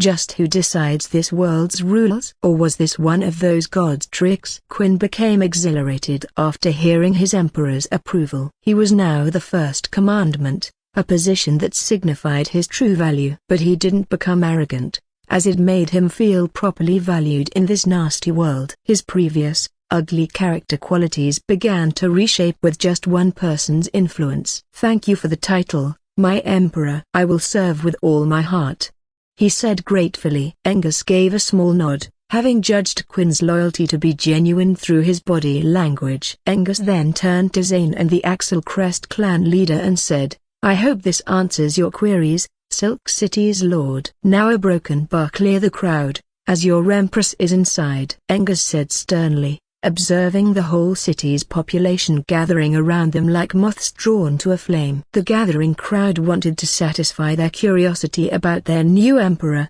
as most had never seen one in their lifetimes. Zane quickly ordered his men to clear the crowd, and he himself started shouting loudly as well. "Everyone leave!" The crowd dispersed unwillingly. "Was that necessary? What will they think of you now?" Arya commented beside Engusir as she stepped outside, having heard the commotion. "Yes, it was. I don't care what others think of me. I only care about seeing results without wasting time unnecessarily." Arya's father, aunt, and uncle followed her out of the house as well. "Son-in-law is right," Noel said happily, holding Astrid's hand. "That's how an emperor should behave. He doesn't care about receiving gratitude or being scolded by the masses." Noel paused, glancing at Arya and Angus. Ashta and Astrid had already accepted Angus's identity, but seeing the city lord humble himself before him confirmed it further. Their son-in-law, whom they had once neglected, assuming he was a commoner, was now a force to be reckoned with. They still didn't know much about his background, but it didn't matter to them anymore. He himself was now a powerful background, providing safety to those under his protection, just like the Titan before them. Their own rank had been lowered to B rank, and they felt vulnerable before the 100-meter-tall Titan standing before them, not to mention Angus. Despite Arya's insistence that they maintain a respectable distance, Angus could do nothing, though he didn't care about it too much either. Swoosh! Quinn instantly returned to his 1.7-meter human form swiftly. City Lord Zane then spoke. "Empress Consort, if I had known your family was here, I would have personally taken care of them as if they were my own." City Lord Zane came forward and bowed before Arya. Quinn also tried to flatter her without directly meeting her gaze. "His Imperial Majesty has a keen eye. The Empress Consort is like a fairy." Arya looked flattered but quickly composed herself to appear like a true empress. "Thank you both for the compliment. Glad you joined us." "What's your name again?" Arya asked Quinn. Quinn replied instantly, "All thanks to His Imperial Majesty's grace." "My name is Quinn Axel Crest." Quinn. Just as Quinn answered Arya, a deep, worried voice echoed. It was Quinn's father, the Axel clan leader. "Father, look, I've gained the power I've yearned for my whole life. Now, Roxanne surely won't hate me. I'll be better than my brothers." "His Imperial Majesty said so," Quinn announced happily. For the first time in years, his father saw pure joy on his youngest son's face. The Axel clan leader gave a deep bow to the Emperor, even though the Emperor wasn't watching their reunion. Father and son continued exchanging happy words they hadn't shared in years. "My Emperor, would you like to rest at my humble abode?" City Lord Zane asked eagerly. Angus shook his head. "No, that's not possible right now. We came only to take your Empress's family from here. But I will remember this city." Zane was disappointed but then pleased with the Emperor's courtesy. "Thank you, Your Imperial Highness. May the Liberation Empire's banner rise throughout the world." "Yes, it will," Angus murmured, perhaps making a promise to himself. "Arya, it's time to depart. You can chat more when we get back." "I've received an urgent message from the 3 generals," Angus said, making the urgency clear. Okay. But wait a few minutes. The children should be here any moment," Arya replied, glancing anxiously toward the city market. "No problem. Let them come." "I can wait," Angus said gently, his tone softening. No matter how urgent the matter was, his wife's comfort and happiness came first. When talk of departure arose, Quinn gathered respectfully near them as well. He bid his farewell. "Father, tell Roxanne I will return strong and proud. I'll make her my bride, right in front of her prideful clan," Quinn declared resolutely, making his father smile. "Go ahead, son. Make our Axel Crest clan proud." The father, who had always been disappointed in his son, now looked proud and hopeful. Very soon, the children came back from playing. There were 8 of them, all between 8 to 10 years old, the last remaining generation of the Silver Moon clan. They should have returned happily from the playground, but instead, they looked slightly injured, with claw marks and scrapes from being dragged across the ground visible on their young, tender faces. This made Arya and Noel worried about the condition they were in. "What happened to you all, children?" Noel knelt down and asked in a gentle, motherly tone. The children hesitated but finally answered. "Please forgive us, Lady Noel. We actually wanted to help improve our condition, so we went to the nearby forest to hunt." "Sorry." One cute yet brave boy explained. feeling apologetic for breaking the promise of not going outside the city. "Yes, we Silver Moon Clan are not cowards," another added. "Children, you." Noelle was almost moved to tears at their thoughtful consideration. Though their choice had been reckless, it filled Noelle and the others with happiness to see their bravery. "That was very dangerous, children. But indeed, you were brave. You don't need to do this anymore. Look, your sister Arya is back with her husband to take you away from this place. We won't have to stay here any longer," Noelle said, relieved to see they were unharmed. Most of the credit went to their clan's rigorous training from a young age. The kids had seen their parents' deaths with their very own eyes, which had made them more mature. "Really?" They looked at Arya and Angus in surprise. "Is it true, big sister Arya?" one small girl asked, clutching an iron dagger in her hand. Arya ruffled the little girl's hair gently and replied, "Yes, it's true, little Tina. We'll now have a proper home with a sturdy roof to live in. You'll get to train safely, just like before." He. The little girl smiled happily, imagining the future. "That's great, big sister." "But, is that kind big brother really your husband?" she asked cutely, glancing at Angus, who was healing the other children. Arya was amused by Tina's question. "Yes, he is." "Why? Do you think I'm not a match for him?" Arya asked playfully. Tina shook her tiny head. "Nah, you're perfect too. You've become so beautiful. I just feel like you two are opposites somehow. I don't know how to say it." Tina looked confused by her own words, which made Arya smile. "You're just imagining things, Tina. I know he has flaws, and so do I. But accepting each other's flaws shows the love between us," Arya answered and stood up. "But I wasn't talking about that," Tina mumbled, her tone turning lower. By now, Angus had finished healing the rest of the children. His small gesture of kindness made others see him in a new light. They initially thought he was cold and heartless. Angus, however, was reminded of his past with Emily and her mother as he watched the kids. That was why he showed this rare act of care for someone else. He hadn't forgotten the deaths of Emily and the others at Beelzebub's hands in the slightest. The time would soon come when Beelzebub would be begging for death. "Ethan, everything is ready now." "Let's leave," Arya said, understanding that Angus must have put something aside just for her sake. "Okay, tell the others to gather in one place," Angus replied. Quickly, the Silver Moon Clan and Quinn gathered beside Angus, looking on in confusion. They wondered how they would be leaving. Was their emperor about to display another of his incredible skills? As the sun began to set, they waited with bated breath, along with City Lord Zane and the Axel clan leader. Angus extended his hand, creating a spatial portal that led directly to their camp. They were astonished it was similar to the treasure that had saved them from certain doom at the hands of Beelzebub. "Let's go, children. This will take us to a new home. And don't worry, nothing will happen to you," Arya said gently, noticing that some of the children were nervous. The portal was dark, but with full confidence, Arya stepped forward, leading the way to reassure them. Arya disappeared completely, and the children began entering one by one, hesitating slightly. Quinn, with unwavering confidence, also entered, bidding farewell to his father. The adults followed, casting a final glance at the house they were leaving behind. Finally, Angus also entered with a whoosh, and the portal vanished instantly. Zane and the Axel clan leader exchanged glances. "Ha, clan leader, it seems your youngest son has the brightest future among all your children." "How unexpected is that?" Zane laughed heartily. The Axel clan leader smiled as well. "Yes, I never imagined my foolish youngest son would be blessed with such luck and potential. It's all thanks to heavenly grace. Now we'll have to see how much he can grow beside the Emperor," Zane added, patting the clan leader's shoulder. Angus appeared at the camp through the portal,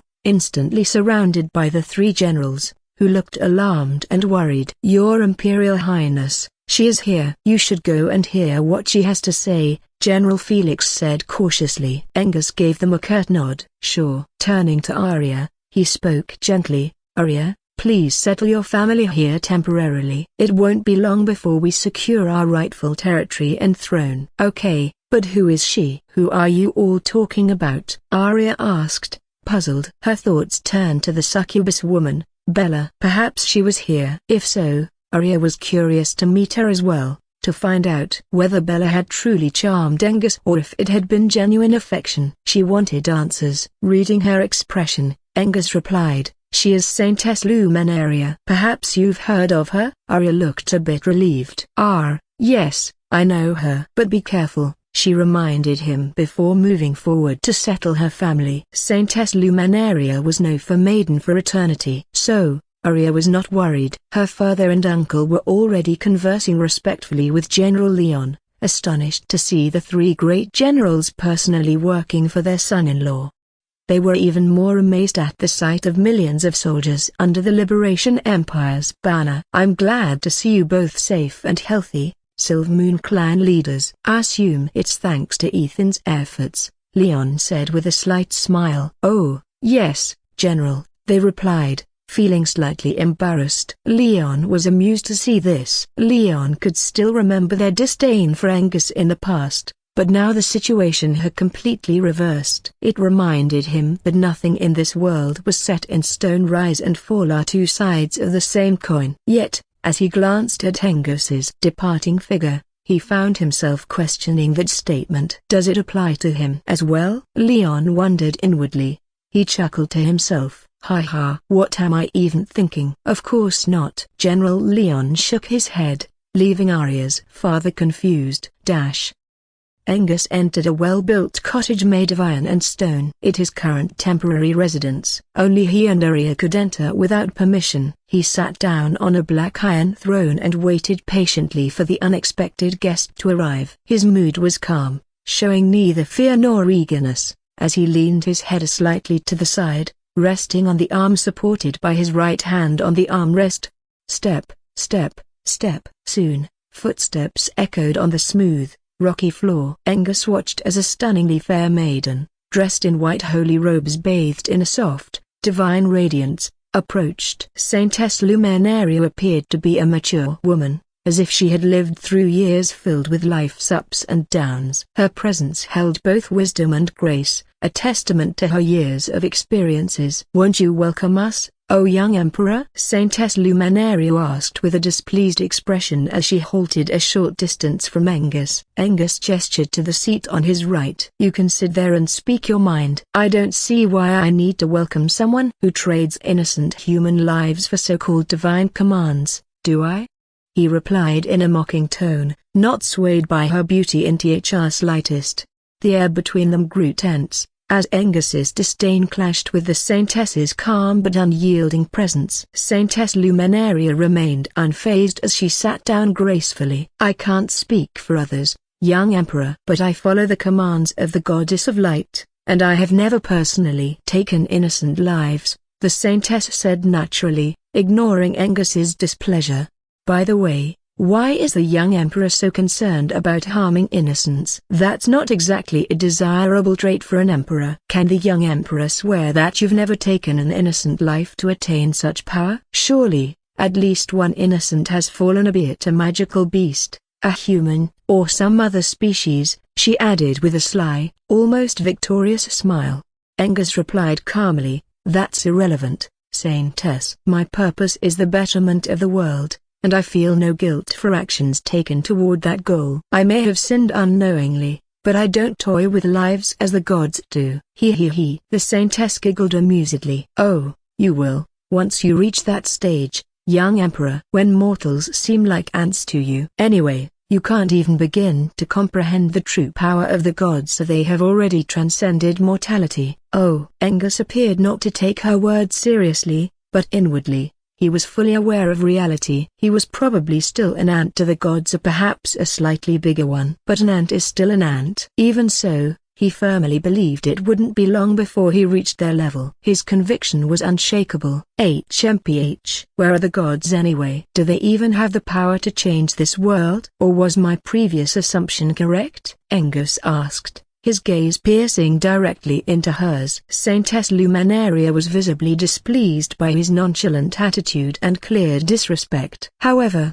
she didn't allow herself to become enraged, as she was well aware that she was currently no match for him. "I don't know anything about that," she replied curtly. But I am certain of one thing: if the gods were to descend, it would be no trouble for them to destroy you, even if you became the strongest transcendental. That's how overwhelming their power is. The spark of worship in her eyes as she sang their praises. Angus didn't get proper answer, but he had already suspected there could be something that was restricting the gods. If they truly had the ability, they would have descended long ago to eliminate Hema, especially considering his rapid growth, potential, and defiant nature.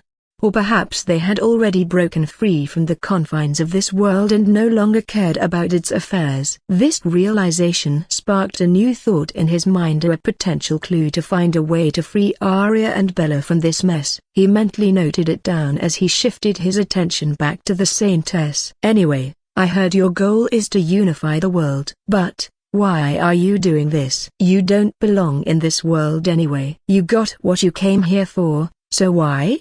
She asked, furrowing her brows. She was expecting panic in his eyes after revealing his origin, but she got only an indifferent face. So, you know, Angus mumbled, his tone uncaring. The Saintess smiled victoriously and replied, yes, it was not that hard to guess. Our world's people don't have that much potential to rise through ranks so quickly. Angus nodded and answered honestly, I have to take revenge on Beelzebub, who killed the people I cared for. I will fix this world as well in the process while I'm here. It's nothing more than that. Oh, the young emperor is kind and vengeful, it seems. You must have a strong lineage to declare so confidently, isn't that right? She casually inquired. Angus understood she was trying to fish for information, but he didn't care that much now. He also wanted to see what her real purpose for coming here was.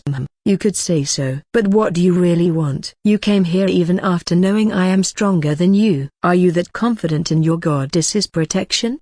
He asked, coming straight to the point. How? Saintess Luminaria looked stunned. How did he know the source of her confidence? However, it was true that she relied on the protection. She forced herself to stay calm, unwilling to be outdone by a young man. Focusing on the task at hand, she spoke, so, does the young emperor know the way to get out of this world? I want to send someone outside this world. You will receive an appropriate price for this favor, she said, looking straight into his piercing gaze, remaining unflinching. Angus was intrigued. Oh, what are you going to offer, and whom do you want to send?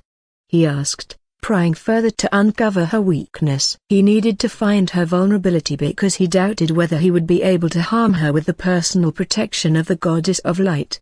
Saintess Luminaria's eyes squinted instantly, becoming alert. She answered, it's someone close to me. I would prefer not to reveal their identity. I see. What is the Saintess offering for the deal? Angus, though disappointed, continued to ask. In reply, the Saintess took out a transparent small jar filled with a shimmering, dense white substance that looked divine. This is a jar of divine essence, a gift from Her Excellency, the Divine Goddess of Light. This one jar can help you level up 10 times at your current level. Angus extended his hand, attracting the jar like a magnet, while the Saintess let it go without worry. Surely, the young emperor wouldn't do something as shameful as snatching things. Angus used appraisal and discovered that the small jar of divine essence could only increase his level once. This was likely due to the Saintess' misconception. At his current level, a significantly larger amount of energy would be required to advance further. While the divine essence was undeniably useful, it also raised a question in his mind: how much of this resource does the Holy Cathedral possess? However, despite its value, the deal couldn't proceed, because Angus was still searching for a way to leave this world. Casually, Angus tossed the small jar back to the Saintess. Sorry, Saintess, but I'm not interested in this deal. The Saintess looked stunned. Why is the young emperor refusing? Wasn't the offer tempting enough? Young emperor, you don't have to be in such a hurry to refuse. If one jar isn't enough, we can offer you 10. Though I am not sure if you can handle that. It would mean gaining nearly 50 levels in such a short time. The chances of failure are high. Angus shook his head lightly, still appearing uninterested. I still have to refuse, Saintess. Perhaps you should leave now if you're done with your important peace talk, Angus said, his tone dripping with sarcasm. He could have revealed that he wasn't yet capable of fulfilling her request, but it wouldn't have been appropriate. She could be a potential threat to his ultimate goal. Keeping this information hidden might serve as valuable leverage for a future deal, potentially making things easier for him later. The Saintess' brows twitched in anger, but she forced herself to remain composed. "That's rude, young Emperor. You're hopeless and far too arrogant. Perhaps I should return another time." The Saintess rose from her seat, clearly displeased. "You're welcome here anytime, Saintess," Angus replied with a sly smile. He knew that next time, he might be able to subdue her with his power alone. Though her calm facade barely wavered, Angus saw through her frustration. He cared little for her anger, displeasure, or disappointment. Angus, however, wanted to test something else. He activated his dragon claws and gripped the God-Slayer Regis tightly, boosting his stats fivefold. Swoosh! In the blink of an eye, he attacked the Saintess, catching her off guard. "Huh?" The Saintess instinctively turned back, but the God-Slayer sword was already inches from her face. She instantly closed her eyes, which snapped open moments later, glowing with a holy radiance. Dong, dong, dong. At that exact moment, 7 glowing white rings surrounded the Saintess, shielding her from harm. Rumble. The clash created a massive earthquake, with the two of them at its epicenter. Boom. The Emperor's cottage was instantly reduced to dust and debris, and a destructive shockwave began to ripple outward. Angus' right arm trembled from the impact, the sword vibrating intensely in his grip. Aware that the shockwave could damage their camp, Angus quickly conjured a defensive barrier to suppress it. The Saintess' heart skipped a beat at the overwhelming power Angus displayed. Despite being level 170, she was utterly overpowered by the young Emperor. If not for the divine protection, she would have struggled to defend herself against the blow. It was a stark realization Angus was far more powerful than he appeared on the surface. Still, she forced herself to remain composed. What exactly was the young Emperor trying to do?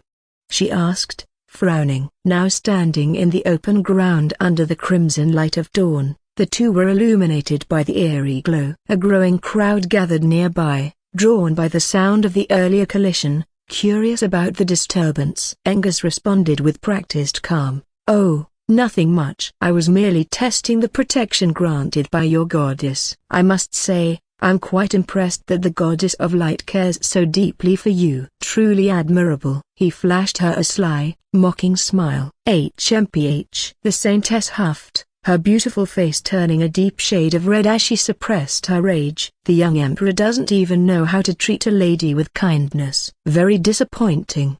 She spat, shaking her head in disapproval. Angus chuckled, his voice light with amusement. "Ha ha. I believe all beings are equal. Everyone should receive the same treatment from me, be it a woman, a man or the gods." Arya quickly approached and stood beside Angus, her expression filled with concern. "Relax, Arya," Angus said casually, his tone reassuring. "She's a Saintess. We were just probing each other. Isn't that right, Saintess?" The Saintess observed the scene with a mixture of curiosity and surprise. Arya's beauty was undeniably easily on par with her own, which was a rare occurrence. But what truly astonished her was the faint aura emanating from Arya. It was unlike anything she had encountered before, as though Arya herself embodied true divinity, the essence of a primordial goddess. The aura seemed so pure and vast that it might even rival the power of the goddess of light, or perhaps, it surpassed it altogether. The Saintess couldn't help but feel a sense of unease. Angus stood as a figure of destruction, a calculating, ruthless, and fearsome. Yet, beside him, Arya exuded an aura of kindness, holiness, as if nurturing the true essence of Mother Nature. The contrast between them was striking. They look opposites in every way, yet somehow, they stood together, complementing one another perfectly. It was impossible to miss the intimacy in their relationship, and it didn't escape the Saintess' sharp gaze. "HMPH. May we see each other again, young Emperor." "Farewell." Saintess Luminaria cast a lingering gaze at Arya before disappearing like a flash of light. Angus, however, could still see her tracks clearly but chose not to interfere for now. Who knew what her goddess might do next? It was slightly meddlesome, but he needed to cope with it for now. "Ethan, we should have stopped her." "I didn't like the look on her face," Arya spoke with concern. Angus touched her face gently. "No worries, She won't do anything stupid. She's just a religious freak. We're not involving ourselves with the gods for now. But if they interfere, I will not be kind, Angus said, his gaze turning cold. Your emperor, look what you've done to my hard work. General Martin spoke, exasperated. Don't complain, Martin. Just make another one, General Felix chimed in from the sidelines with a smirk. Martin sighed and began creating a new, bigger, and sturdier house for the emperor and empress. The previous one had crumbled like a paper toy, something that should have been impossible even for a transcendental to destroy. It made Martin occasionally wonder just what level had the emperor reached. Felix turned his attention to Angus, the new emperor. Your Imperial Highness, do you still plan to move to the Skyfall Kingdom tomorrow? General Felix asked, seeking confirmation. Night fell swiftly, enveloping the army camp in darkness. Bonfires crackled to life across the soldiers' tents and gathering spots, casting flickering shadows and warming the cool night air. Following Angus' confirmation, the generals busied themselves with preparations for the upcoming battle, aiming to reclaim the territory stolen from the Skyfall Kingdom. Meanwhile, Angus sat deep in thought within the newly rebuilt house constructed by General Martin. Plans and strategies for the coming days occupied his mind. Arya had stepped out to spend time with her father and family, leaving Angus alone for the moment. The quiet of the night was broken by the sound of measured footsteps approaching his cottage. Angus glanced through the walls using his heightened senses and recognized King Aranis, accompanied by an unfamiliar old man, cautiously making their way to his door. Come in, Angus said calmly, his voice carrying through the walls before they could knock. The two old men froze, startled by the Emperor's awareness. After a brief pause, they collected themselves and entered the cottage in silence. That is some impressive observation skill, Your Imperial Highness, King Milfama said in an impressed tone, a hint of flattery lacing his words. Welcome. Take your seats, Angus replied curtly, giving them a slight nod. The two men seated themselves respectfully, one on the left and the other on the right. So, this is the former king of the Skyfall Kingdom? What business do you have with me? Angus asked calmly, his gaze sharp and unwavering. Gravis Skyfall, the former king, was momentarily stunned by the young emperor's knowledge and keen perception. That Angus not only knew his name but also recognized his identity so effortlessly left him slightly taken aback. King Milfama signaled King Gravis to speak. Firstly, we would like to congratulate you on your ascension, Your Imperial Highness. I am sorry to bother you at this hour, but I have an important proposal to make. Gravis spoke respectfully. You may continue, Angus responded, though he could already guess what was on King Gravis' mind. Your Highness, I want to betroth my two daughters alongside Princess Delilah, with her father's approval, and offer you 1 million B rank or above soldiers for the battle tomorrow. In return, we hope your Highness would be kind enough to grant us the kingdom's rule under your imperial rule. We are ready to accept any other conditions you may have, King Gravis added with a sly smile. Angus remained calm even after hearing such a tempting offer. 3 royal princesses as wives could sway any normal man's heart but not his. Angus looked at King Milfama for confirmation, though he had already expected as much from him. However, the addition of 2 other royal princesses was a little unexpected. Yes, it's true, Your Imperial Highness. King Milfama was slightly ashamed as he confirmed the statement. Angus was momentarily speechless, reminded once again that in this world, interest and power outweighed everything else. You do realize, if your Empress consort knew what you proposed to me, she might just have your heads removed from your shoulders? Angus asked calmly. Why, Your Imperial Majesty? The 2 old kings began to feel cold from head to toe. Does the Empress consort not approve of your harem? I hope it's not too rude to ask, King Milfama asked cautiously, lowering his voice as if afraid the Empress might barge into the room at any moment. Angus was amused internally but replied sternly, not exactly. It's both of our wishes. Oh, then, can you please give us a chance to reclaim the throne? King Gravis asked hesitantly, realizing their odds were growing slimmer. Sure, Angus said, his tone indifferent, but you must provide as many resources and soldiers as you can muster. If you do that, I will have no problem granting you back your throne. However, there's another condition. Angus paused, making the two kings grow visibly tense. What is it? Please speak your mind, Your Imperial Highness, King Gravis asked eagerly. He was happy to hear they would regain their rule, even if it meant serving under the new emperor, just as before. King Aranis, however, wasn't as focused on the throne. He was more disappointed by the rejection of the marriage proposal. It had been their chance to strengthen ties with the new emperor. Angus stated his condition slyly. Your kingdom will not have military power. Protection will be provided directly by the Liberation Empire. Of course, you may keep personal guards for your own safety. If you agree, we can proceed with handing over the throne we'll reclaim tomorrow. This essentially meant they would become puppet kings with no true power to speak of, though they would still manage the kingdom's internal affairs.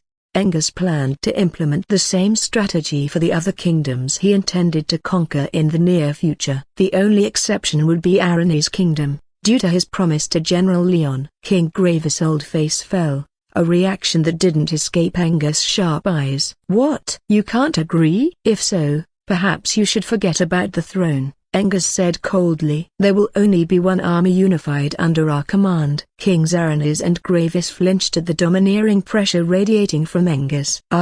No, Your Imperial Majesty. I agree with the proposal. I am sorry my old brain couldn't comprehend your great goal sooner. We will be one and unified. I am happy to receive the Liberation Empire's protection. Actually, King Gravis replied, flustered. King Gravis realized he had no choice but to agree.